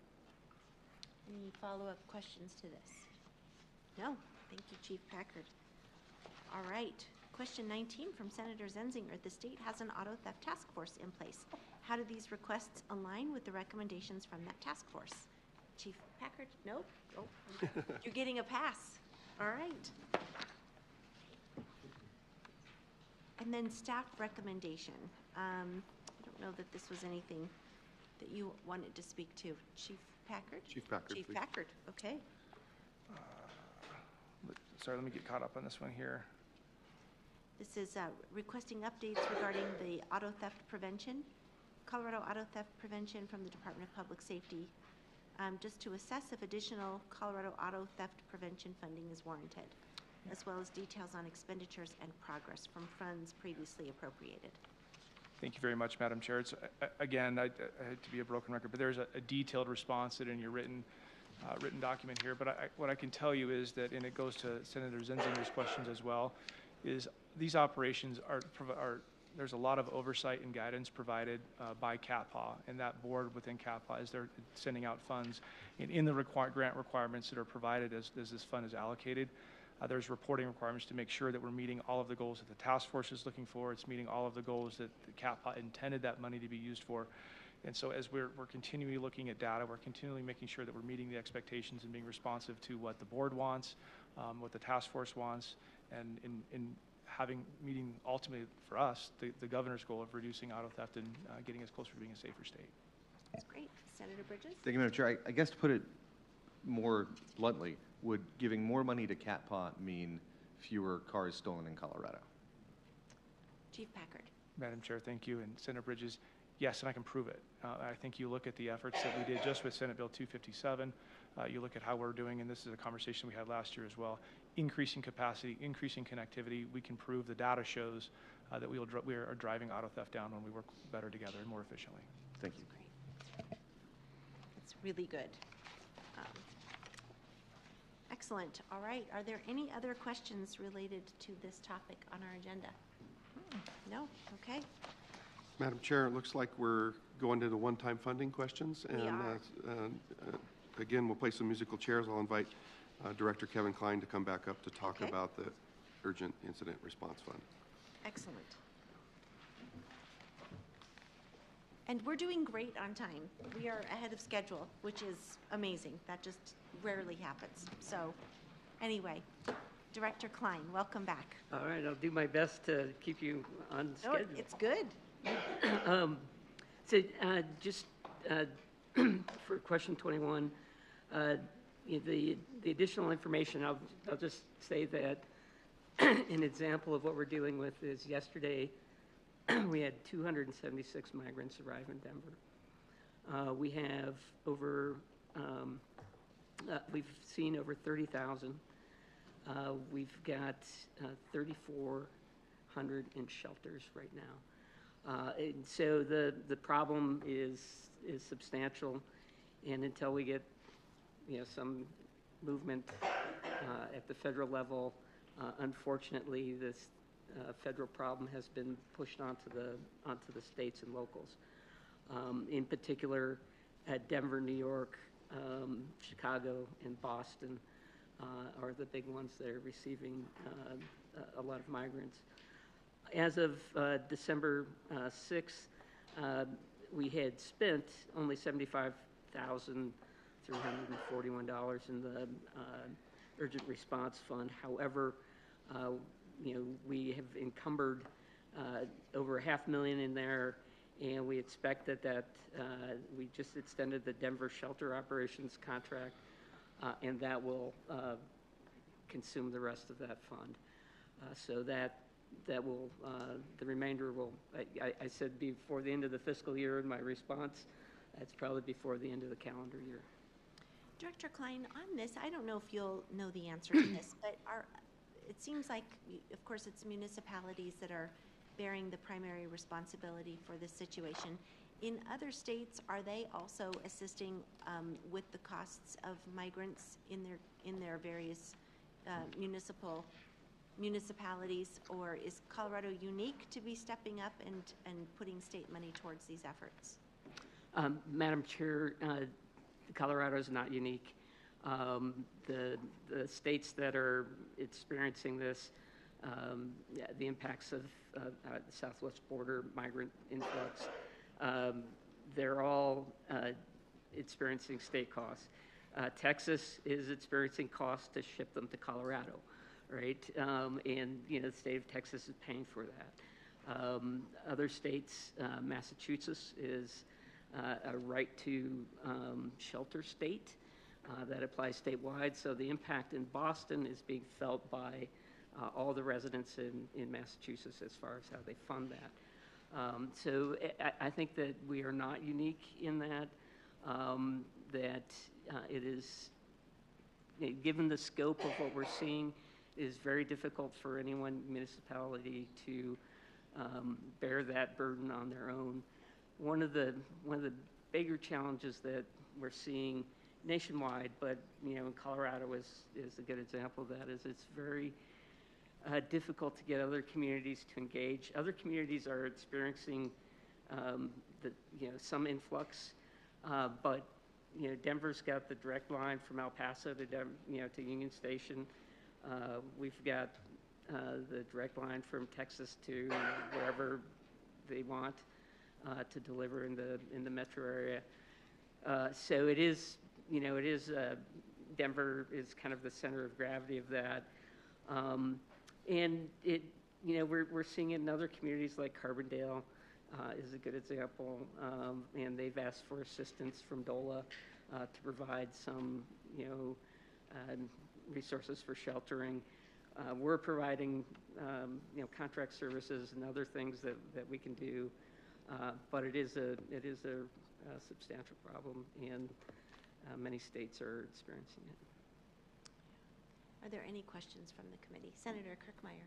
What kind of discussions have been taking place with our federal delegation with regard to the federal government's responsibility here because of the open border situation that we're all facing? So we're forced here to do compassionate care or humanitarian care, and at the same time, basically, we've got Colorado citizens that are going without because of it. And yet here's the federal government who won't change their policies. So I want to know what kind of discussion you've been having, or anyone's been having, with the federal delegation. Director Klein.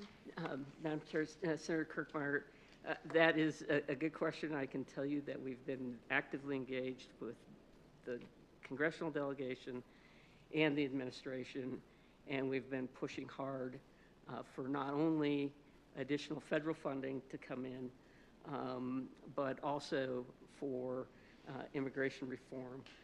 I think you will find that there's wide agreement that something has to be done, and I've been in those conversations where we've been pushing hard on both the delegation and the administration, and we have emphasized that this is a federal responsibility and that it is unfair to place that burden on the states and locals. Representative Taggart. Yes, thank you, Madam Chair. I just wonder, have the states, Massachusetts being one, New York being another, have the attorney generals been brought into this to potentially group together for some type of legal action there? Is that discussion going on at all? Director Klein. Madam Chair, Representative Taggart, I don't know. I think we can ask the Attorney General and see if that discussion has been going on. It would not surprise me if it has. Follow up, Representative Taggart? No? Senator Bridges? No? Along the same lines, we haven't had federal immigration reform since the 80s. This feels like something that the feds need to be doing something about. Yes. I think there's no disagreement there. Any other questions on this one? Nope. Okay. So we can move on to question 22, which was referring back to House Bill 23-1273, a request for details regarding expenditures, grants issued, amounts, and outreach efforts conducted by the department. And I think that's Director Morgan. Thank you, Madam Chair. And I wrote this down as you said it. If we have all the resources in the world, but the people that don't know how to get to them, what does it matter? And I think for a little background on this, As everybody knows, we've spent millions and millions of dollars on fuels management projects over the decades, and we need to continue to invest in that. But we also need to take a more holistic approach to that. By statute, mitigation is fuels management. The Merriam-Webster definition of mitigation is lessening the likelihood or severity of an event when it does occur, and we will always have fires. So what are the additional steps we can do to, again, reduce the impacts or durations of those events? The Federal Fire Commission report also calls this out as a model. Our ask last year was to ask for a framework for a grant program within the division to provide access to home hardening grants. The intention was there was $100,000 that came along with that under House Bill 22-1274, 23-1274. And it also required the promulgation of rules, so we're in that rule promulgation process. We have hearings, I believe, week after next, first week of January, where we'll finalize that process. Of course, there's a time frame on the Secretary of State's office, but we anticipate grants being available around March or April of this year to start pushing that money out. All right, any questions related to this? You're just getting lucky here. So far, so good. This is great. All right, that moves us to the appendices questions. A request to outline the entire impact, and I think we've covered this, of increasing HUTF cap. I think we discussed that, so we can skip from there and look to question 24. From the list of except we have a question before we get to 24, Senator Bridges? Yes, thank you, Madam Chair.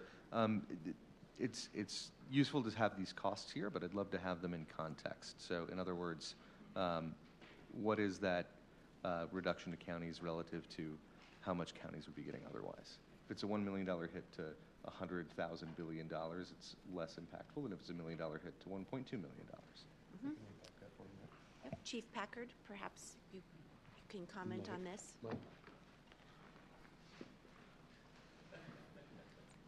You're going to have the next one. Chief Packard. Thank you, Madam Chair and Senator Bridges. I don't have the specific number for you right now, but what we do have, and Captain Hahn and I have been texting back and forth, we're going to get you some information that projects the growth of HUTF and shows how that looks like and give you a better idea of the impact to all of the people that are downstream after off the top. Super. And to that also, and perhaps this is in your written materials and I just didn't see it.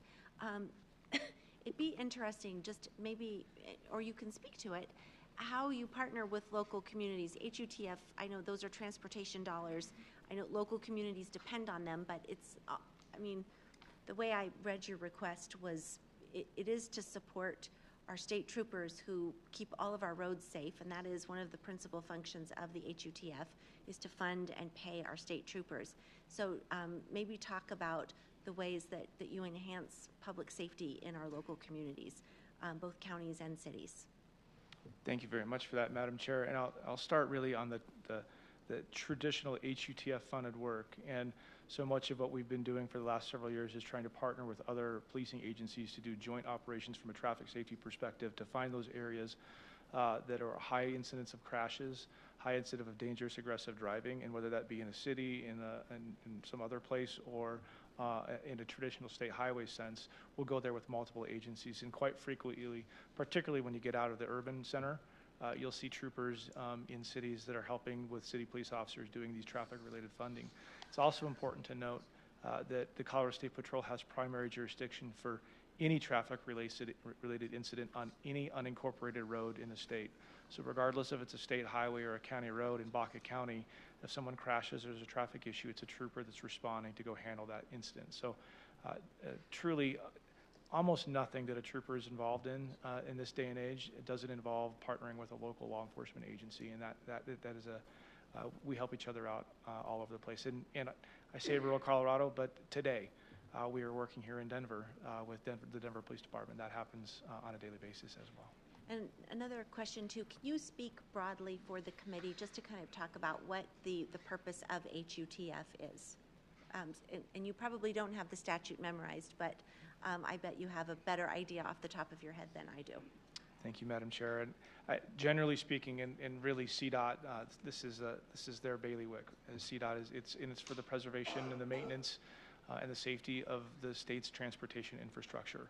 So it's building roads, it's maintaining roads, and it's policing roads to make sure that the people are driving safely and we're helping people get to where they're trying to be in a safe manner. So it's encompassing, but it is very much focused on transportation. So transportation, but building, maintaining, and safety of them. That's very helpful. Thank you. Senator Kirkmeyer.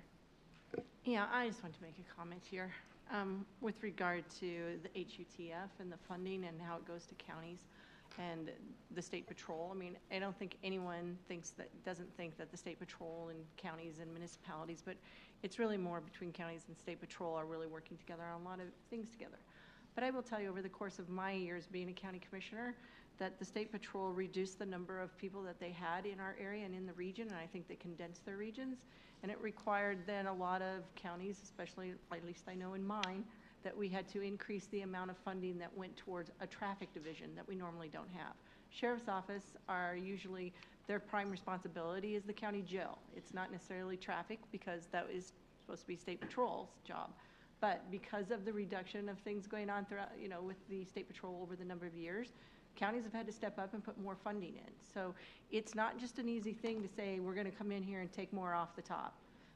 There really should have been probably more of a discussion with counties and even municipalities, because this has been a hard, long fight for a number of years with regard to how much does State Patrol take off the top, and CDOT for that matter. So again, I mean, these funds are used, especially in our smaller communities and smaller counties. I mean, it makes up pretty much the huge portion or the portion of them being able to add either capacity or take care of roads in their neighborhoods, in their areas, in their counties. And it's a safety factor for them if they can't get roads gravelled. I mean, we're not talking about paving roads. We're talking about being able to gravel roads and ensure their safety there as well. So again, it's a big deal, whether it's $1 million or 10 million or 100 million. It's a big deal to local governments. This has been a big fight, and just because they're just now hearing about it, doesn't mean that they don't care. And Senator Kirkmeyer, over what period of time did you see State Patrol provide less service in your counties? In my county, yes, because they reduced the number of State Patrol and they changed their regional offices around and moved people around. And that was several years ago, but that happened. And so, again, where the county traditionally did not have a traffic division, we ended up with a traffic division. Yeah, I just wonder if that coincides that cost a few $1 million compensation, because we've had staffing issues. But that's anyway. Chief Packard.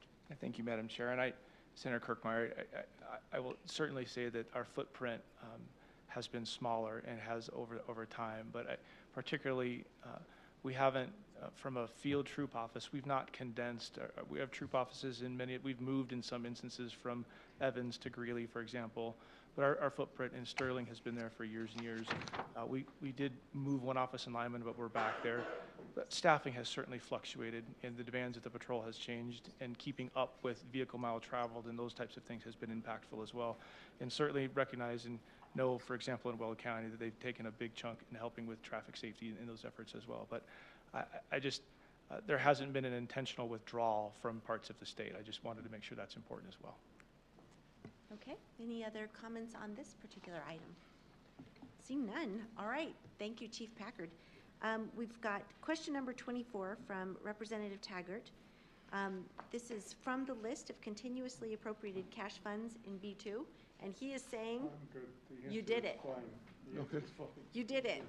This is great. I'm just going to say this is the value. All of your good work to provide such well thought out, well prepared answers has paid off in today's hearing. So thank you. And that actually takes us to the very end of our questions. Executive Director Hilke. Thank you, Madam Chair. There was one thing that we did not get the chance to hit upon today that I do think is important. It's in one of our slides.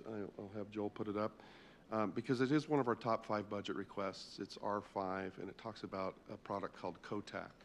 And if you don't mind, I'd like to ask Director Morgan to just briefly tell you what it is and why it's important. I think that would be fine, and we have you on our agenda until 4:30, so if there are things we didn't cover that you want to make sure this committee is aware of and has that time to dig into with you, I invite you to use the time. So yes, happy to do that. Director Morgan. Director Morgan. Thank you, Madam Chair. Thank you, Director Hilke. So a couple things in listening into the conversation you guys had a couple weeks ago. First question was, where did the money come from with COTAC? So there's two funding sources for COTAC. Senate Bill 22206 provided partial funding for that, and then also the long bill, Senator Rankin added money to that because of his interest in the program and what it does.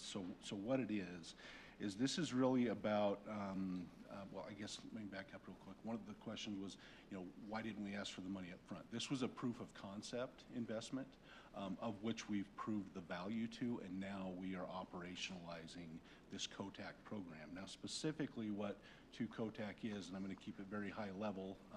I do have a phone a friend if you want more details, but this is really about knowing where other responders are at. And real-time information where that is available to you immediately.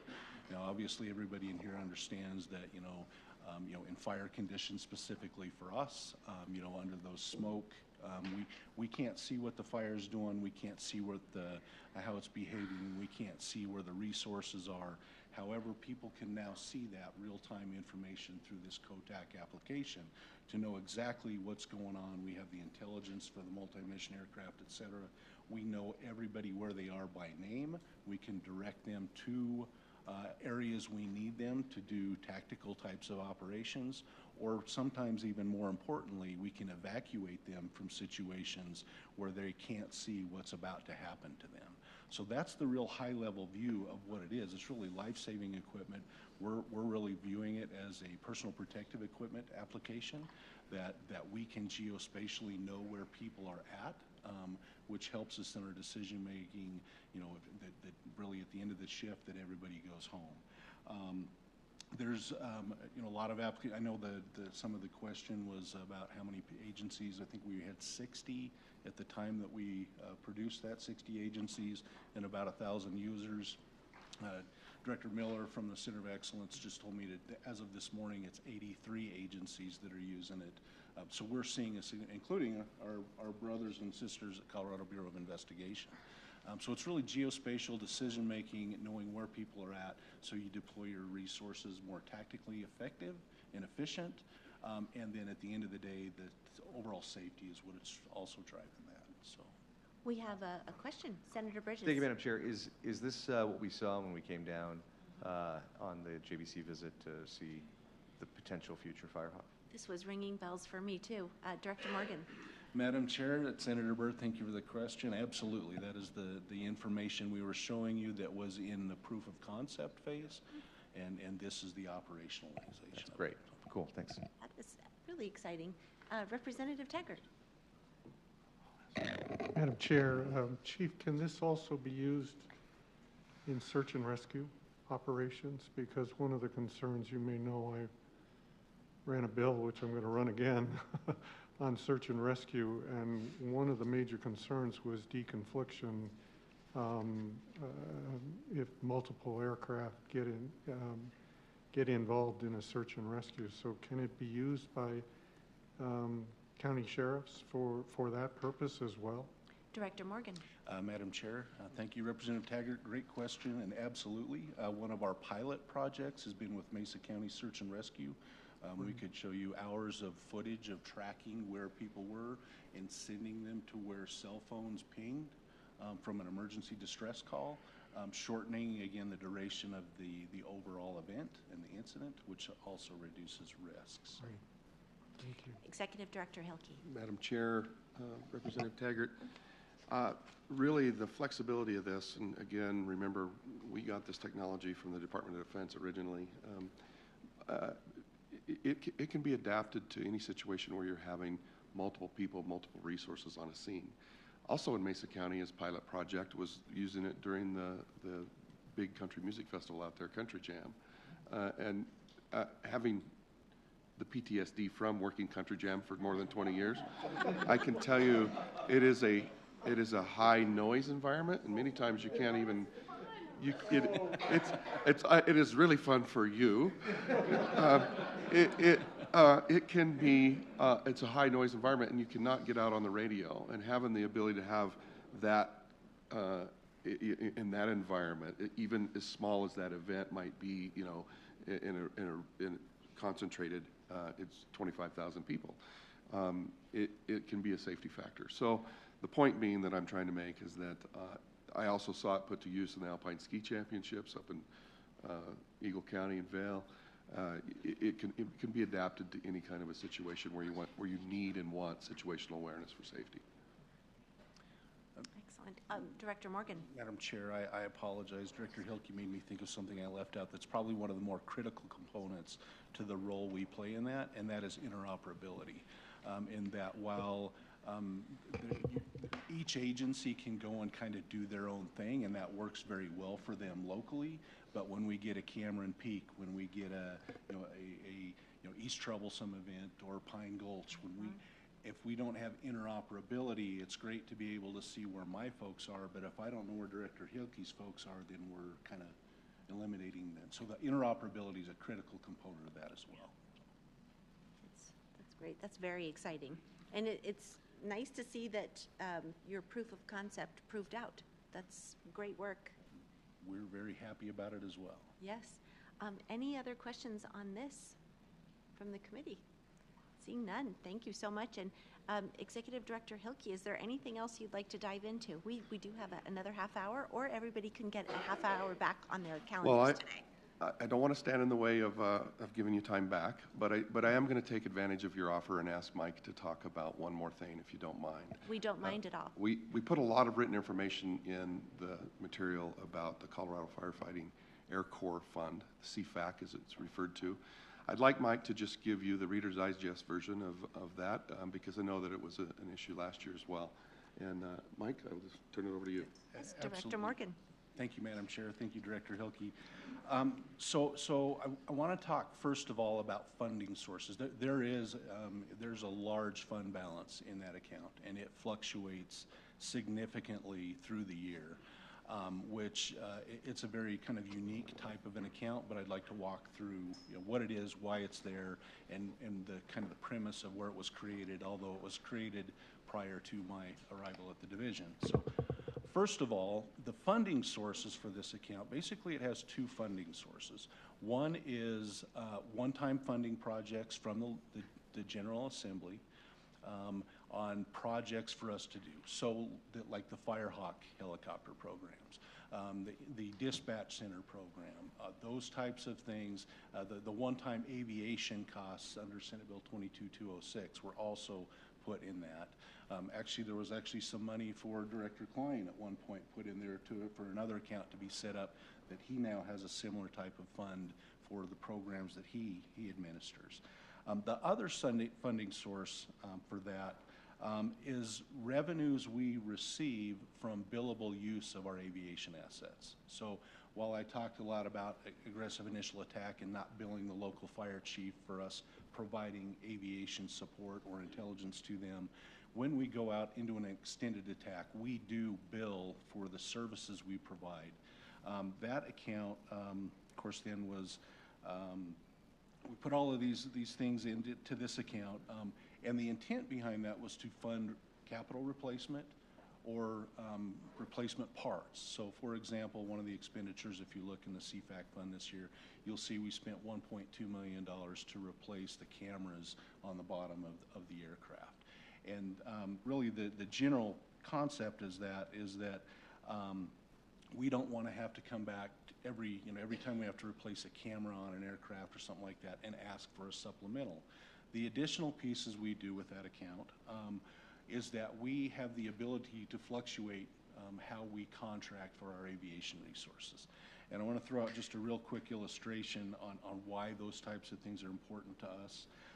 In that in 2020, the most destructive fire season on Colorado's history, we had well over 7,000 fires in the state of Colorado, burning over 750,000 acres during that year. 16 of those became state responsibility. Going full circle, there was a whole lot more that didn't go state responsibility because of our strategy. In 2021, the next year, we had just about 5,000, a little under 5,000 fires, and burned 56,000 acres. So you can see the huge difference in fluctuation of what our fire seasons can look like. So the flexibility of this count and the money that it gives us the flexibility to do is that we can decide in 2020 to add an additional helicopter or extend an aviation contract from a 180-day contract to a 240-day contract. Or we can shorten it if we have monsoonal moistures, and so we're not paying for an aircraft to sit on a tarmac that we really don't need.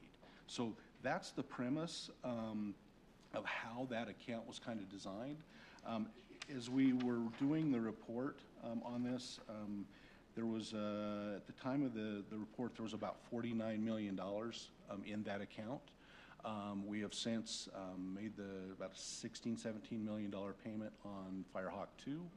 So that has dropped down. We have gone through, and when you look at the dispatch center, Firehawk 2 completion, Firehawk 1 final payment, all those things, when we cut to the chase, there's about $8 million left in that account that is not encumbered, if you will. That is, the design of that account is to replace the multi-mission aircraft. Now, those multi-mission aircraft, I know some of you have seen those. They're very, very shiny. One of them's in 1998, and one of them's a 2002. So they're 25 years old, one of them, and 23 on the other, 22. And they have a finite life expectancy with those. Our anticipated cost to replace those is between $8 and $10 million a piece to replace those, depending on when the time comes to do that.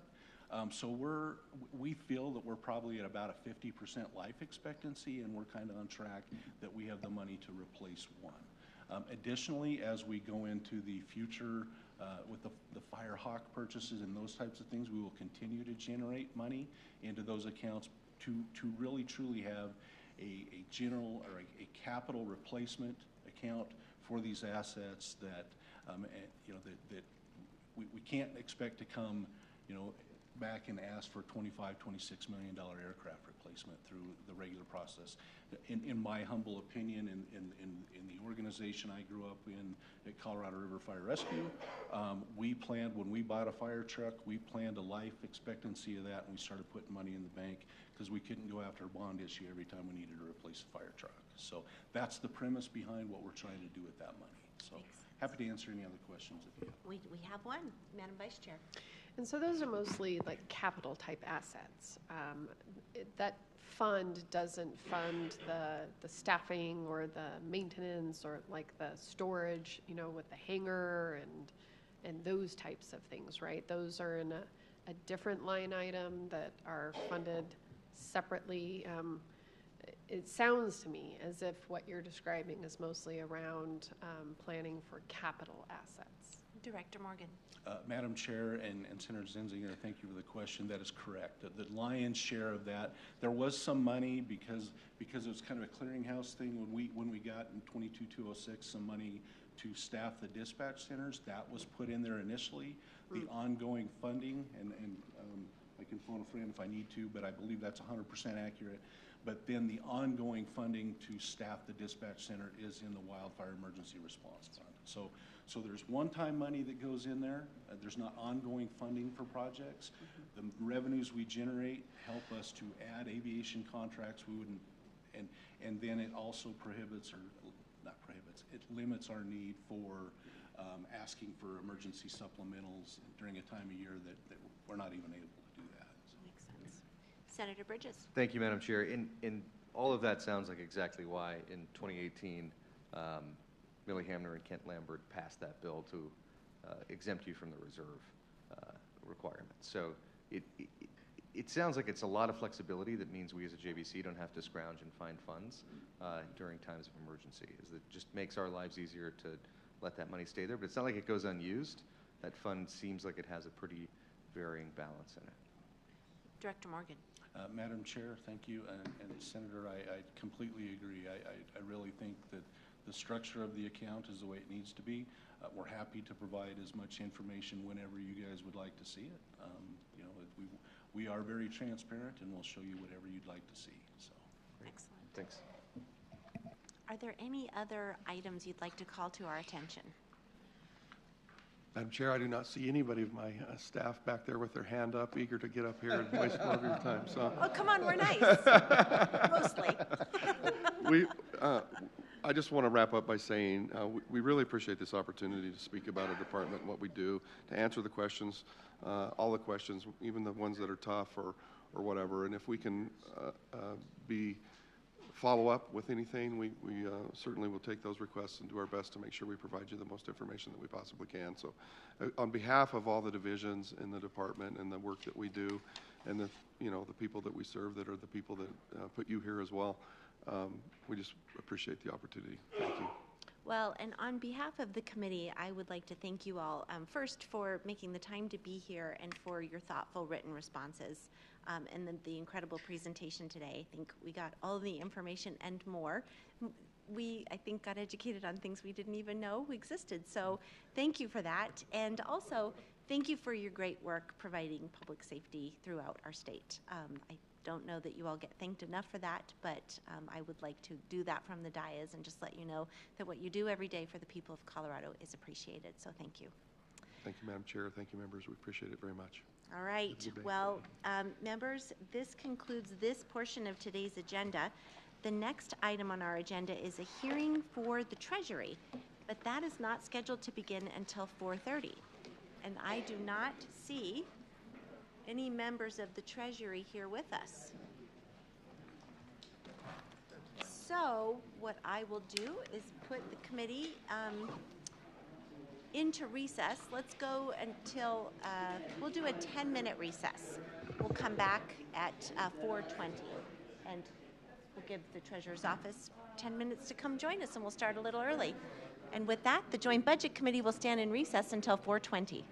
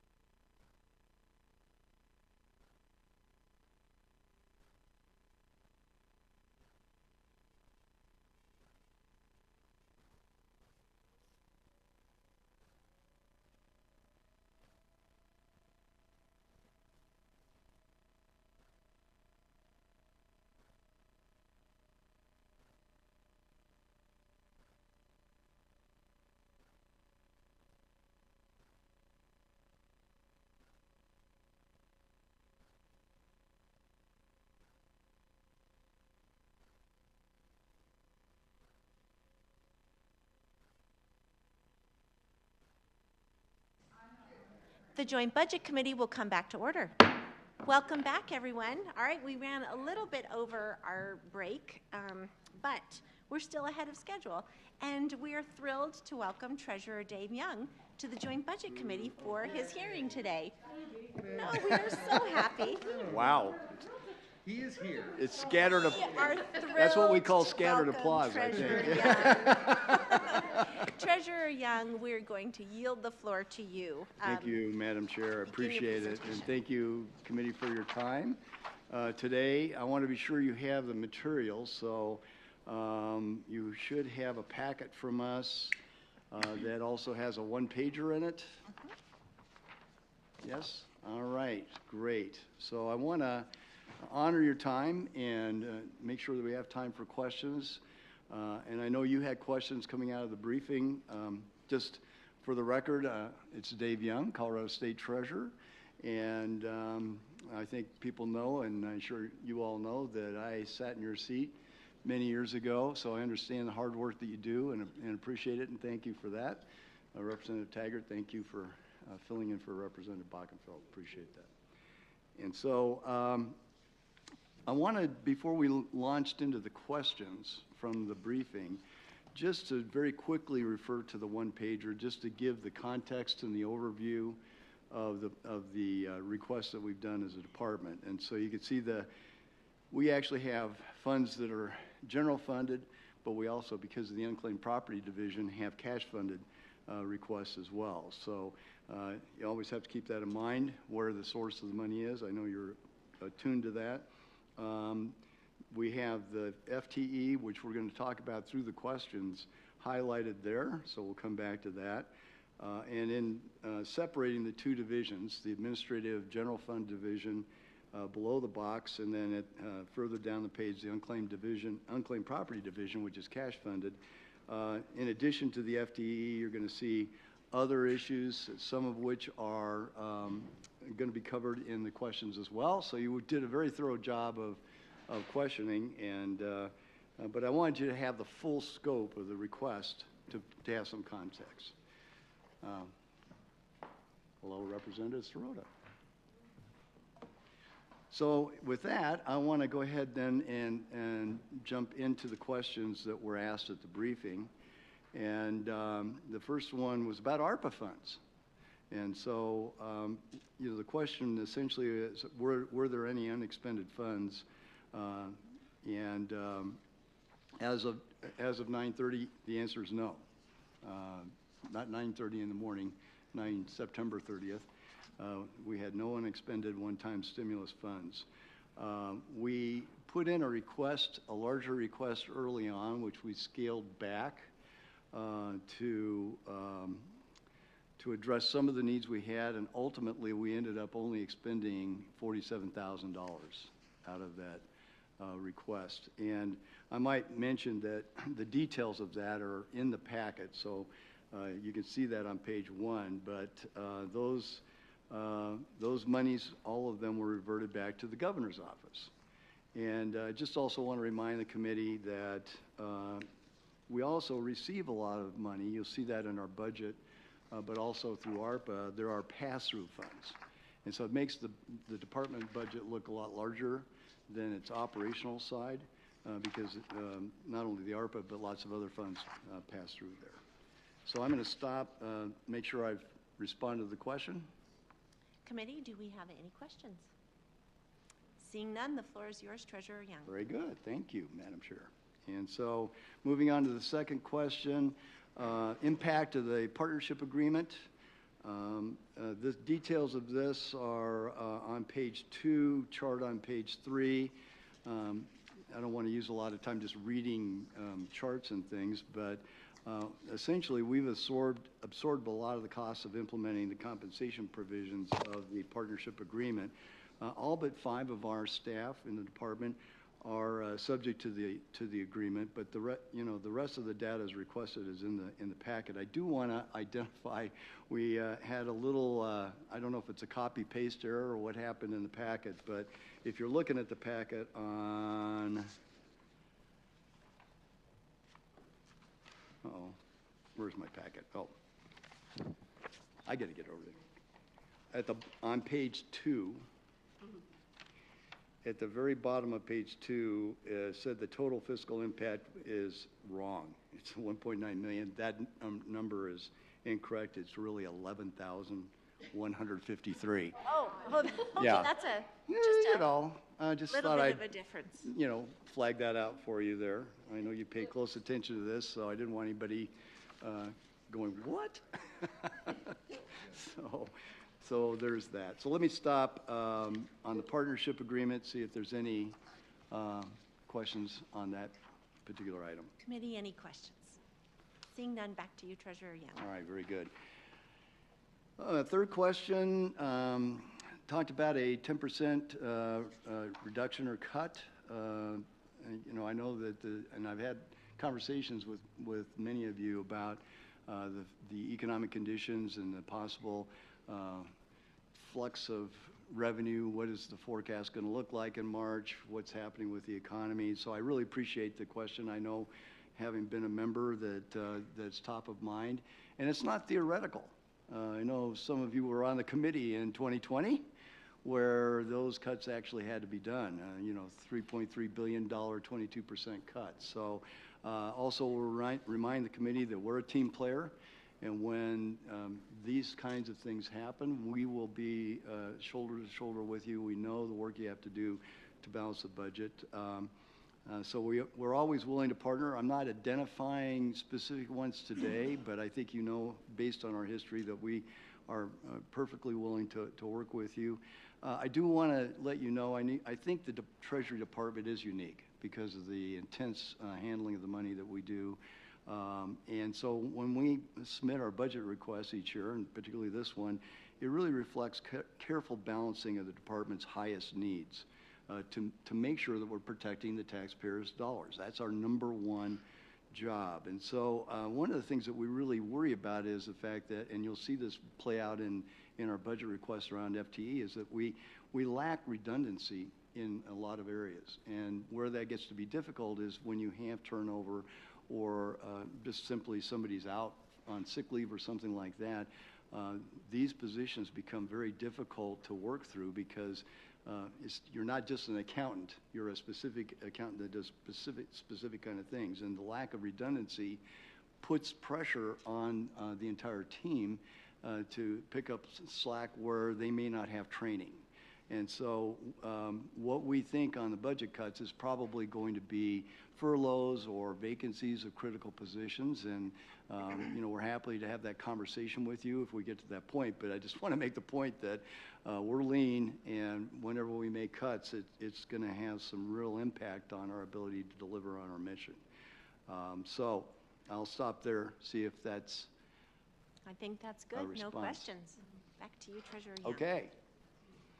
Moving on, Senator Kirkmeyer had a question about staffing, and I said I would come back from the one-pager and dig more deeply into this. Why are we requesting these specific positions? And I'll break this up into the general funded positions and then come back and talk about the unclaimed property, the cash funded positions as well. So really appreciate this question because, again, as I mentioned, we're really trying to work to make sure that our work is covering the critical needs of the state. I want to remind the committee also that we have actually been in partnership with the General Assembly. Part of the growth of our department has come from bills that have been passed. We've played roles in that, but the General Assembly has passed bills like the Climber program, like Secure Savings, like the Property Tax Deferral Program that required us, in order to implement, to add staff. And so part of the growth comes from that. But, again, we're worried about when we have vacancies or we have turnover that there is an element of burnout that we see our staff experiencing.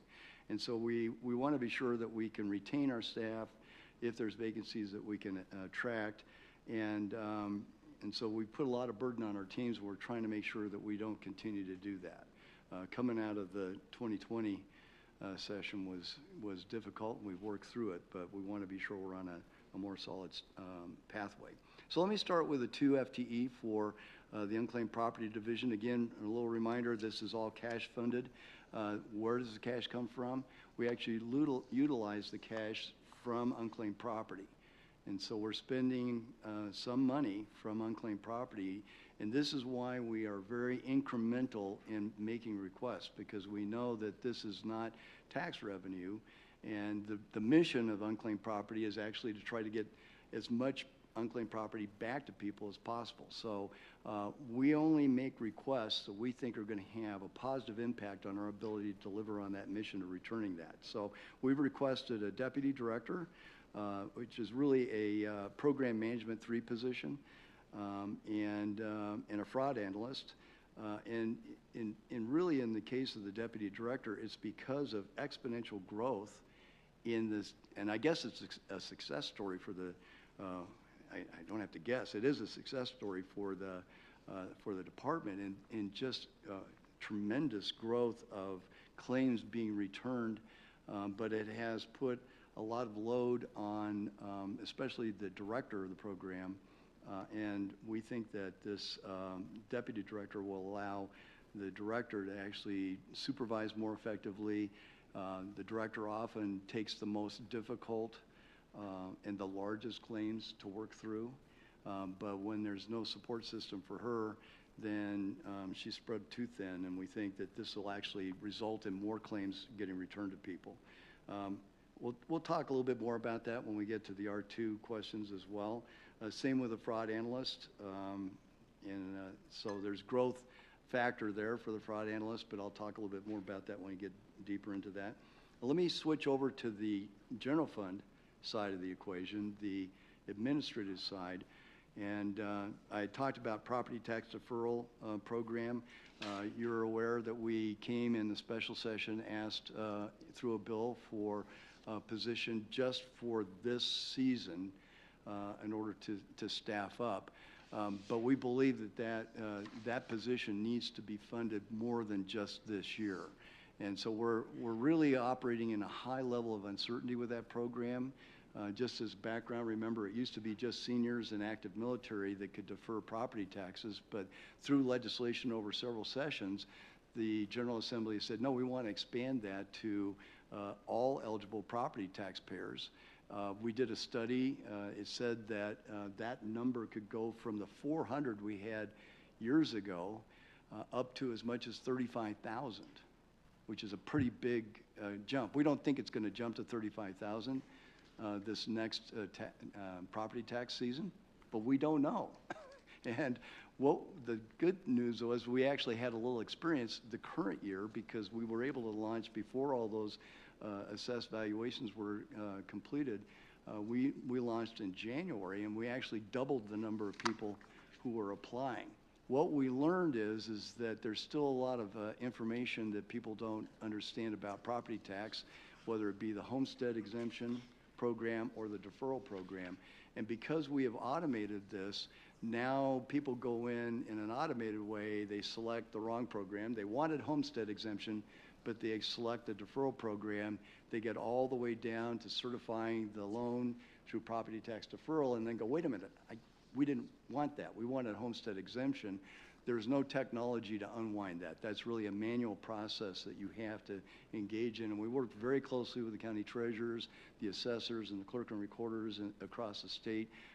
So we want to have staff to support them as they're having to unwind this stuff as well. So that's why we ask for it now, because we know there's going to be growth, and we think at least for the foreseeable future, as more growth occurs, until we can sort this out in people's minds, that we're going to probably need to staff up a little bit. We are trying to get consistent messaging going out in the property tax bills to clarify the difference between homestead exemption and deferral, and also on our website. But you have to rely on people to read that and understand it, and we're just kind of working through. So that's the request for that particular position. And we have a question. Yes. Representative Taggart. Thank you, Madam Chair. Question comes up here. Do we have data yet on this deferral program in terms of what's happening down the road? are the individuals that are applying for this deferral able to pay? It just scares me to death that somebody that's on a set income in their retirement, that they defer their property tax, and I always wonder, when are you going to have the dollars then to pay that back? Do we yet have data in terms of how, maybe I should do the negative, what kind of bad debt we might be, or the counties more importantly, are taking on in this situation? Right. Treasurer Young. Madam Chair, Representative Taggart, great question. And fortunately, for the population I think you're referring to here, which would be seniors, we actually do have experience data there, because this program has actually been in place for many, many years. It's only recently that we expanded it to others besides active military and seniors. And so what we see is a whole wide mix in the senior population. We have some who may be experiencing a momentary financial burden because of a health situation or something like that, and as soon as they get through it, they pay it back. We sometimes see that they'll just continue to defer year after year after year, and when they pass away, their estate actually settles the deferral. And you know, this is really a case-by-case basis that how people actually approach this. But they can pay it back at any time if they want to along the way. It's a simple interest loan. So each year that it's calculated on the 10-year Fed Treasury rate, and it's the interest for that year. And then if they defer again the next year, then we go February 1st, 10-year Treasury for that particular one. So it's really a stack of different loans, and they can choose at any point to pay one of them, some of them, all of them, depending on their financial situation. So we've worked pretty closely. I always refer to this as being kind of a cottage program because there was so few participating in the previous years, only about 400. So we worked very closely individually with them. This recent expansion to about 1,000 in the current calendar year from January through April was about a doubling of the number of people, and that included some that were not seniors or active military, but we don't have any real experience of what's going to happen with that group at this point because it's just happening right now. Right. Seeing no further questions, back to your presentation, Treasurer Young. All right. Thank you, Madam Chair. So I want to talk a little bit about the accounting team. I mentioned this earlier when I talked about redundancy, and it's really important in the accounting team. I think some people just think an accountant is an accountant, but it turns out in the Treasury that you actually have people who are specialists in certain activities within the Treasury and within the state's processes. And so we actually have had, in previous years, pretty significant turnover in that accounting group, and we've taken steps to strengthen that, but we still think that we're needing additional support there. So we're asking for an accountant to make sure we're keeping track of the state's tax dollars. And we're also, I think in the long range, really wanting to have enough capacity that we can cross-train so that we don't run into situations where you have a person that has a set of unique skills and no one else on the team knows how to fill in for them. And so the problem is we don't have enough staff to actually be able to pull that off, and I think this is the effort here is we want to get to the point where we can actually begin to have some redundancy within the accounting team so that should there be a health issue or somebody resigns and goes to a different job, that we haven't put dollars at risk. There has been no staff increase since fiscal year 18 in the accounting staff, and yet our demands have increased dramatically. As you well know, the budget's grown, and as an independent elected official that basically serves as a cross-check to the spending that you asked the executive branch to spend based on the policies and the long bill that you put together, it's important that we're cross-checking and making sure the money is being spent according to law, which is exactly what we try to do. So we've had a 10% increase just in one fiscal year of transactions, and that if you don't eventually do something about your staffing, it just becomes an overwhelming situation. And Treasurer Young, before you continue, I just want to recognize Representative Sheila Leader has joined us online. So welcome, Representative Leader. Back to you, Treasurer Young. All right. Very good. Good to, I was looking to see her, but I don't see her. All right. She's hiding. We have 1.5 FTE that we're requesting in HR, one to deal with EDI, equity, diversity, inclusion, and accessibility for our staff. And this is not just outward-facing, it's also inward-facing work. We know that the state, the governor, has made a commitment to EDI as well, but we have started to push on that early on, and we continue to work on that. We want to be sure that we're in compliance with state and federal law as we move forward, and it's a responsibility, but it's also something that we think is important to implement. So we want not only taxpayer accessibility and equity, but we want staff accessibility as well.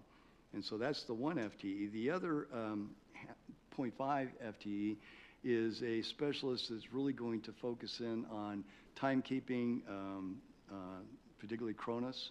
We have not implemented as we're supposed to, and we need to do that to be in line with what the rest of the departments are doing. Also, this person would deal with payroll issues and with leave issues. Finally, we're asking for an administrative assistant. We have one executive assistant right now that serves the treasurer and the deputy treasurer logistically, but has, as we've grown in the staff, has taken on staff support just by default. When we were smaller, that was doable, but the staff, as I've talked about, has grown and outstripped the ability of that executive assistant to do the work. And so we believe that we'll be better served, our staff will be better served with this additional administrative assistant too. And Treasurer Young, can you remind us how many FTE do you have? We have, I'm not sure I know, I think it's 54 is our count. 54. 54? Okay, and then just 2 admin support out of 52 staff? Well, or 50 one right now. 1, but then this would be 2. 2. Oh, that puts it in context. Yeah. Thank you. You bet. Thank you, Madam Chair. Madam Vice Chair. And I just love that you looked to our JBC nonpartisan staff for the answer to that question. You're such a former JBC member. Well, and Senator Zenzinger, I failed to compliment Llewellyn on her great presentation for the briefing, and so my apologies, but she's been awesome. It's been great to work with her. We love working with Mitch, but Llewellyn's been fantastic. So, all right, I'm moving on then, if I may. You love the JBC. Pardon me? Senator I Bridges. love the JBC. Back to Treasurer Young and your presentation. We have, yes, it's all good. Okay, so we have a question again from Senator Kirkmeyer about CFOs, higher pay than Treasury, and the size of those departments. There is a table on page 5 of the packet that actually shows all that information. My concern, I looked at this, I really drove this request forward because I think it's an issue of, secession really more than anything, but fairness as well. All these other departments, and you didn't really talk about the deputy treasurer, but the deputy treasurer paid less than any other deputy in any of those departments listed there. We're not seeking to go to I don't think even the midpoint. We're just trying to get them back into some range that gets them off the bottom of the list. And what you don't see there, and what you may not realize, I know you were executive director of DOLA and had at least one deputy, I assume. But what we have is a deputy treasurer who's also chief of staff. And we have a CFO who's actually also the chief operating officer. So when you have a small department, everybody's wearing multiple hats, and so they're performing great work, but not compensated in an equal way to other like positions across the state. So that's the request there. That's good. I'm going to keep moving. R2, unclaimed property staffing. And there was a question about, I think again, Senator Kirkmeyer, you were asking how many deputies does the department need? We have the deputy treasurer, and basically he's for the entire department, our two divisions, the administrative division and the unclaimed property division. This is a deputy director for just unclaimed property. And again, I talked a little bit about the fact that there's been tremendous success story in that division on how they've been returning volumes of unclaimed property. Also, they've been bringing down the time it takes to actually complete the claim. So we have, when in fiscal year 2018, I came in halfway through that fiscal year, it took about 120 days to complete a claim. That was the average. We're down averaging now to 32. So we've gone from 120 down to 32. In fiscal year 2018, we returned almost 20,000 claims. In this current fiscal year, we're not quite halfway through it, we've already returned 32,000 claims.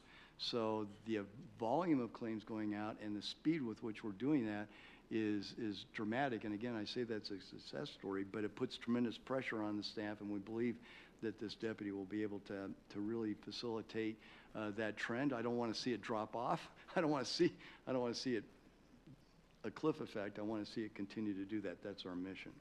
We also have, and there's more information on this on page 19 of the packet as well. We're also requesting 4 promotions in that division. We've identified staff that are either below or just at the midpoint, and promotions are always subject to the same requirements as any other classified position. So we have increased responsibilities of talking about those, and we think it's critical to recognize and reward strong work to ensure that we can retain these employees. So that's what that request is about. I never miss an opportunity to talk about who might have unclaimed property.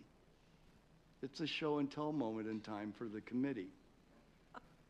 So Chairman Byrd, Do I have unclaimed? you don't have any unclaimed property. However, Adams 12 schools have over 30 claims worth a total of several thousands of dollars. So you might want to reach out to the Adams 12 school district. I'm going to have to call Superintendent Godowski and inform There you him of go. that. There you go. And you know, this is something I think that I know when I was a state representative, this kind of information was helpful because they're hearing it from somebody that's their local representative or senator. It's helpful to hear that. So Representative Zenzinger and Representative Taggart, you have personal $11 to $49 you could claim, somewhere in that range. So, you know, don't spend it all in one spot. Senator Kirkmeyer, you have no unclaimed property. Oh. However, Weld County has 70 claims, several $1,000s as well. So you could send. What's that? Well, here's your chance to bring them back up, right? Yeah, there you go. So, Senator Bridges, you may have some relatives that have unclaimed property, and Arapahoe County has almost 200 claims. So, just saying. And the big winner, Representative Sirota, Ding, ding, ding, ding, ding. $5 to $10. So. Oh, she actually has unclaimed property. However, well, but you know, we always tell people it's not just you, but it's family, it's friends, it's you know, faith-based organizations you may work with, nonprofits, school districts. I mean, we have a lot of unclaimed property, and we're constantly trying to find channels to get that back. We actually are implementing, and we'll talk about this later, more and more fast track where you don't even have to file a claim. If we're certain that you're the claimant and we know the address, we're just going to get that back to you without requiring a claim. But it's always fun to do a little show and tell, so I'll move on. Want to be sure I'm staying on time here. Senator Bridges, you were asking on the next question about cybersecurity testing. and really appreciate this. This is something that I began to work on right after I got into office in 2019. As we know, this is an area of great concern, and we hear in the news all the time about attacks that occur, and we certainly want to be sure that this does not happen to the taxpayer dollars through our office here in the state of Colorado. And so extremely important. It seems like we're coming every year, and the fact is we may. We are testing constantly, but you know the environment, the landscape changes constantly. We have to keep up with that. We also get results back from testing that tell us that maybe there are some things that weren't covered in the last test that we should take a look at in other areas. I can't get too deep into the specifics for obvious reasons, but I certainly want you to be aware that it's not a one and done situation, and we're just going to keep working to stay on top of that. And it's not just strengthening systems. It's also working with employees to make sure that they are cognizant of their role in cybersecurity as well. So I'll stop there unless you have other questions. Okay. A couple of other issues here. We had questions. I think Representative Sirota, you asked about technology and the unclaimed property division. Wanted to know if the contracts didn't cover the scope requirements. And the answer to that is that the contracts do. The problem is, and it's a good problem to have, we underestimated how many claims that we'd actually be completing. And so we funded an estimate in our budget request, and it wasn't enough because this division has been so successful returning more. So it's really an issue of volume, and we need to have funding in order to be able to, our contract is based on volume of claims, and if we cap out, then we can't continue to return claims. So we don't want to get in that situation. As a matter of fact, we're going to be bringing a supplemental for the current fiscal year because we're in that problem in the current fiscal year, and we're trying to make sure we're not in that situation going forward. But again, it's a situation where you have staff that's just done a tremendous amount of work, and you know, the contract's right. The estimate on how many claims that they would actually return was underestimated. And I've got details on that if you want it. I think there's some in the packet as well. I hope that answers your question. It's been a while. There's so much in between then and now. I know. So it's Right. good. Could have been yesterday. Finally, I want to return back. I think I mentioned this earlier. Senator Kirkmeyer, you were asking about the reversion of the ARPA dollars. I just want to close on that the department reverted $156,000 of its amended ARPA allocation in June of 2023. That's why I said we had, as of September 30th, we had no unexpended amount. And again, those were reverted to the Governor's Fund pursuant to CRS 24-75-226. You bet. That's all I have. I'm happy to answer any other questions that may have come to mind in the course of the discussion. Well, are there any other questions? I think you were efficient, comprehensive, and clear. It was great. Thank you, Madam Thank you, Chair. Treasurer Young. And I thank you so much for bearing with me late in the day. So No, this was great. I've been there many, many times myself. I'll just say I think I have my share of questions that I asked that I didn't remember I asked too. So there you go. No, this was a great way to round out the day. Absolutely. Thank you, Treasurer Young. We always are pleased to see you here and appreciate your time and presentation. Thank you very much. Thank you for your time, committee. Appreciate it. Thank you. All right, so Love the JBC. This concludes our scheduled presentations, but before we recess, I want to give Director Harper a moment to address the committee.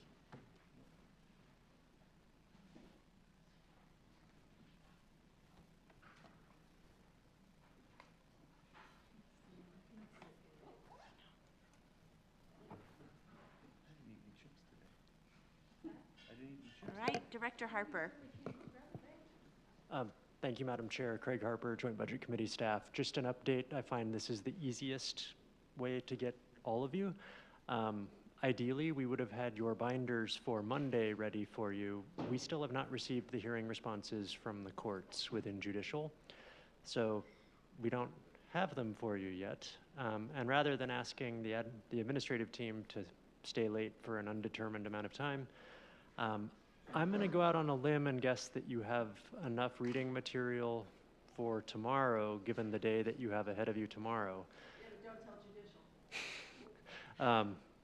This is sort of a persistent source of stress when we don't like missing deadlines. So, but I think I just wanted to get all of you now, in case you were eagerly waiting for Monday's binder tonight, we would like to give you an intact binder and a complete binder tomorrow rather than a partial binder tonight. I think that would be ideal. And we would like for staff to be able to go home. So I think that's fine. Thank you very much, Madam Chair. All right, so committee, that concludes what we have scheduled for today.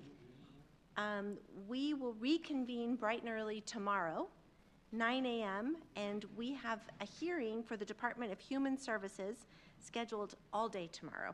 So again, that'll begin tomorrow at 9 a.m. And Director Harper, is there anything else to add? Seeing no. That means that the Joint Budget Committee will stand in recess until Friday, December 15th at 9 a.m.